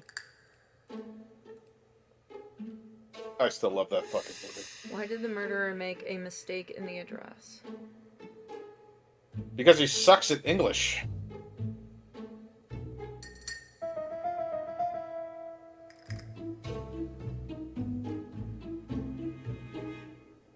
Letter, late arrival. Piece of the envelope.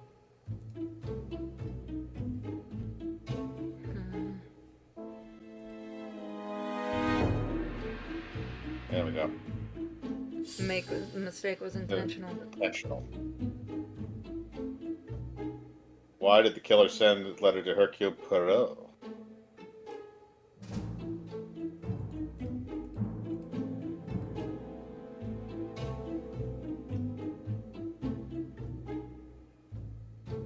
Okay. Is everything clear now? No. You might like to explain your reasoning again. Of course. First of all, remember that the murderer made it a rule to always post his letter before the murder. He never digressed from that rule. However, in Churston, he encountered a problem. The village has only 500 inhabitants. With advance warning, it would be easy to arrest him. Therefore, the murderer delayed his letters deliberately with the wrong address. The plan wouldn't have worked if he'd sent it to Scotland Yard or the papers because everybody knows their addresses. The mistake would have been corrected and the letter would have been on time. That is why the murderer chose me as the recipient. Because for his plan to succeed, it was necessary for at least one of the letters to have a wrong address and get lost. It was very cunning. Absolument. It is a very subtle plan. It matches the profile we have drawn up of him perfectly. That of an intelligent, daring and calculating murderer.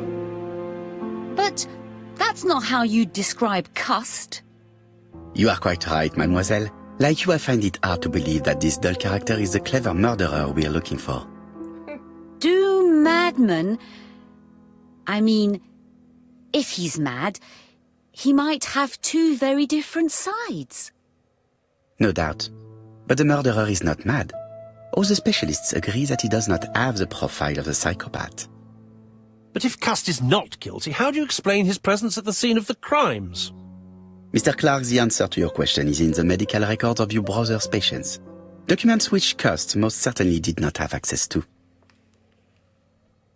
Let us now try and get our brain cells to work.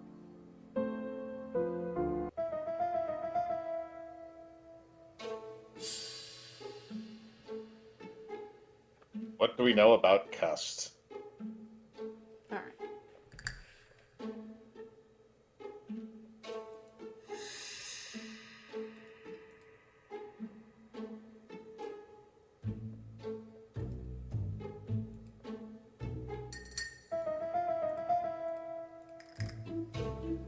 There we go. Yep. How do you explain Cust's presence at the crime scene?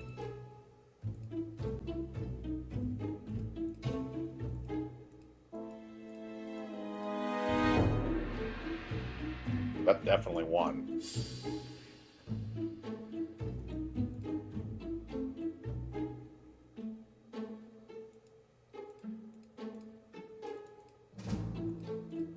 Or not. Okay, I guess that isn't one. It seems like that would be. Press buys newspapers that report on the case. Cust tries to overcome his travel sickness by traveling. How do you explain Cust's presence often at by the scene train. of the crime?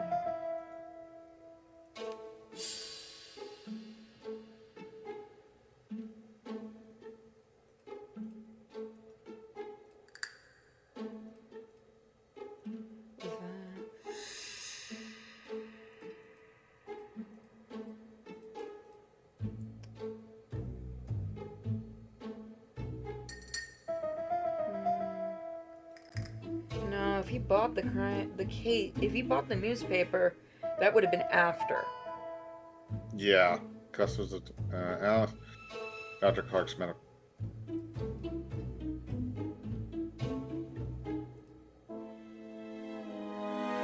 Travel sticks by traveling by trains.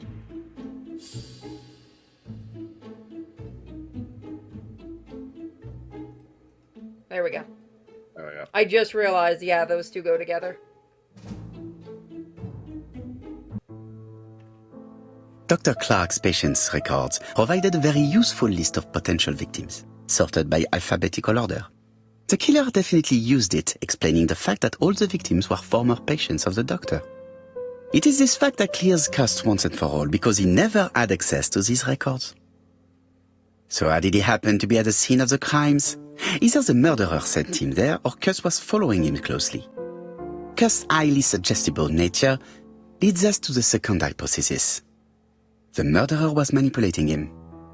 He systematically sent Cust to the towns where he was going to strike, so that the suspicion would land on the poor man's shoulder. That's evil. What sort of killer could have such a plan? And what would he gain from three completely different murders?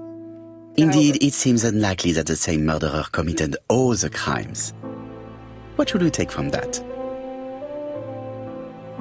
One murderer.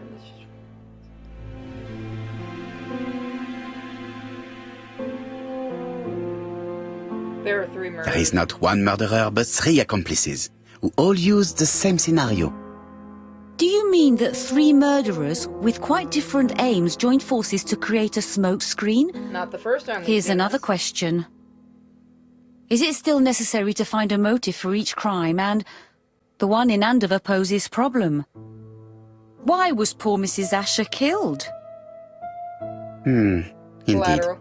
It would be best to forget the theory. Yeah, so that was the wrong theory. Okay.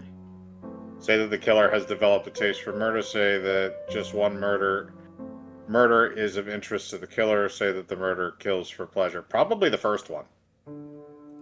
Just one murder was of benefit to the murderer. The others were just diversions. On reflection, there is only one conclusion. The murderer killed once out of interest and twice to divert our attention. This reasoning points at 2 potential culprits. Franklin Clark. Donald Fraser? Yes, mademoiselle. That's good thinking. Mr. Fraser may have killed Betty out of jealousy. Mr. Clark may have killed his brother in order to inherit his large fortune. Both have a motive. But Donald did not have access to Dr. Clark's records. Please allow me to disagree with you, mademoiselle.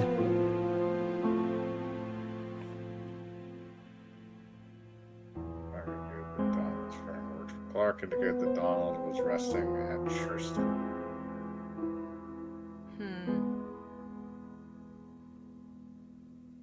Doctor. Donald, too, has been treated by the doctor. You're quite wrong, Mr. Poirot, and it shouldn't be difficult to prove. Oui, please excuse me. It was a slip of the tongue. This is what I wanted to say. Okay, so that Donald, was wrong. Sir Carmichael was one of your firm's customers. We found a surveyor's report among his papers that proves it. It doesn't prove that I went to Comeside. You could have done it. And you may have used the opportunity to take a look at Sir Carmichael's records. You think I'm guilty? You or Mr. Franklin Clark? That's ridiculous. Both of you have a motive. The question is, which of you has the profile that most resembles the murderer? Let us now try and get our brain cells to work. I just really like the idea that he keeps saying that out loud and people are like, why?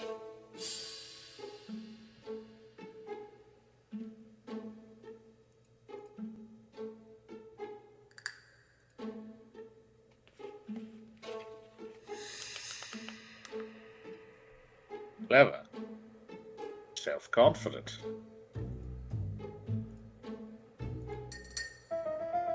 Easy to influence.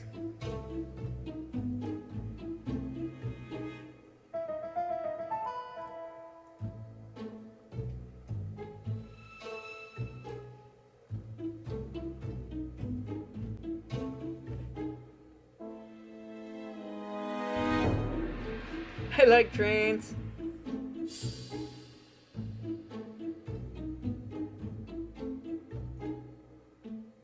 Quick-tempered. Yeah, he doesn't fully fit the mold.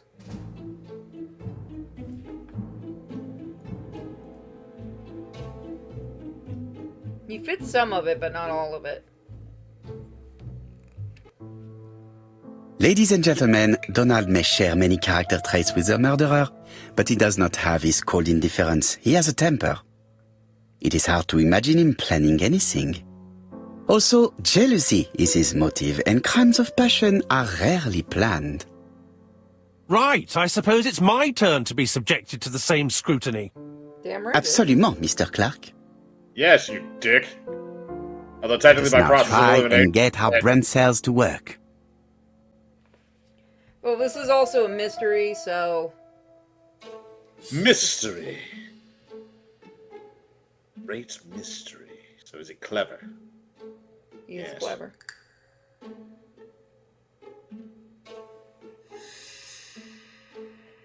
Is he self-confident? Yes, he is. There's going to be something that doesn't fit. Yes, he is. A seducer.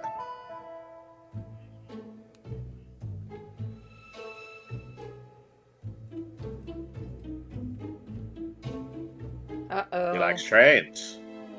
He's fitting everything so far. He's cold. He wanted that inheritance. And is he generous? Oh, yes, he is.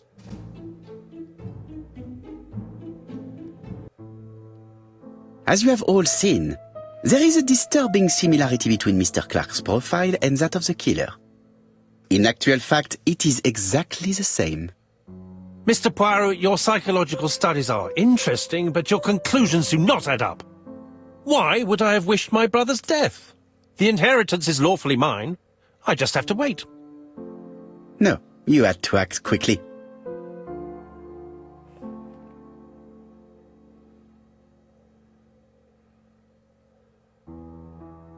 Which one?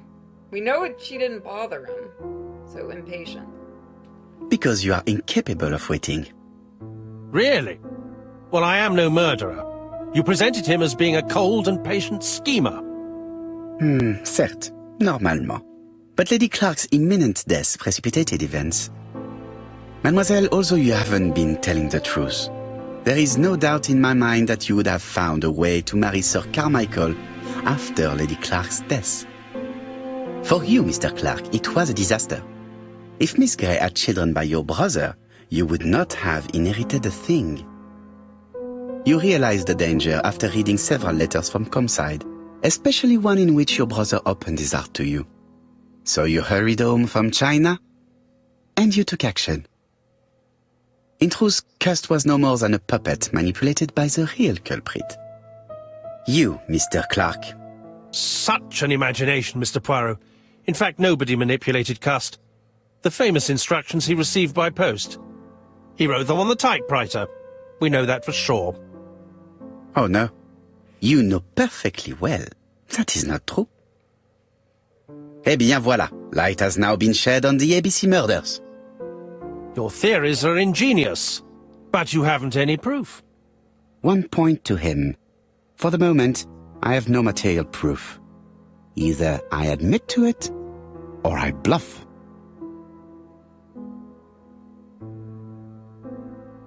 Fingerprints found on Cust's typewriter. Say the proof is going to be easy to find. I don't know. Pick one. I'm probably gonna. Proof is easy to find now that we know where to look. You have nothing on me. You're bluffing, Mr. Poirot. Come on, Thora, there's nothing for us to do here. Don't touch me. Thora! I understand why you never wanted to lend me your new typewriter, and why you were searching through your brother's things. And the hole you dug on the moors. What did you hide there? The knife you used to kill your brother? All right. Well played. I lose. The game's up. So why do we have to load the gun? That's why! Right. Don't come near me! Yep. And remember, you I'll loaded never it let with you blanks. take me, Mr. Poirot. Motherfucker! Never let you take me. Oh! Actually, wouldn't that still hurt with a blank? Oh, it would still hurt like a motherfucker, but he probably won't die. You leave, asshole! I'm sorry, Mr. Clark, there is no easy death for you. I expected your reaction, so I used blanks. I'm sorry, mademoiselle, but your second chance has been lost. Franklin Clark will never inherit his brother's fortune.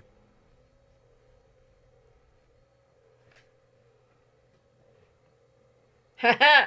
Also, ow.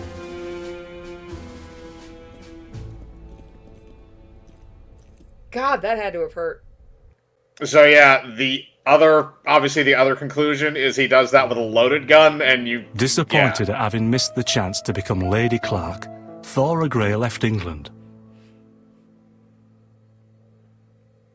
Donald Fraser and Megan Barnard married.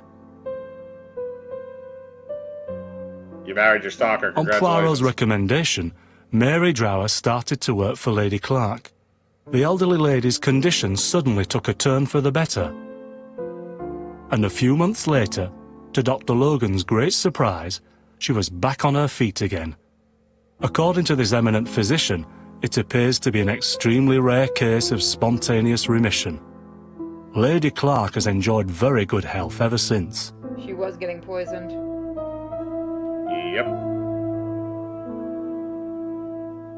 Journal of an Innocent. The incredible story of ABC. As for A.B. Cust, after being advised by Poirot, he made a great deal of money by selling his story to the press. And as for me, and with business booming, the Black Swan has become the #1 tourist attraction in the whole of Yorkshire, even more popular than York Minster.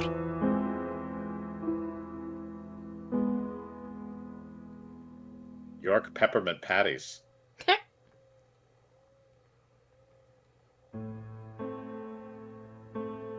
I like this. But I was right. So yeah, the other ending, of that is which and she is was just poisoning the old lady. Yeah, I mean it makes sense. I really like this. I do like doing these mystery games, and I'm hoping those that watch it enjoy it. We didn't do this one in front of supporters only because this game is very finicky with wanting to work for us. But yeah, no, I enjoyed this. We tried it once. It didn't work out very well. It tried to take down my computer. Yes, so we will see you guys again for another Poirot game. I can't say his name. God damn it. Poirot? Poirot. No. Say Poi. Poi? Say Row. Row. Pyro. Say, no, you said it wrong again. Fuck it, Hercule! We have more games from him, and I might get the loop on the third one that the same team has made. There's also a Tintin one. So thank you guys so much for joining, and we will see you next time.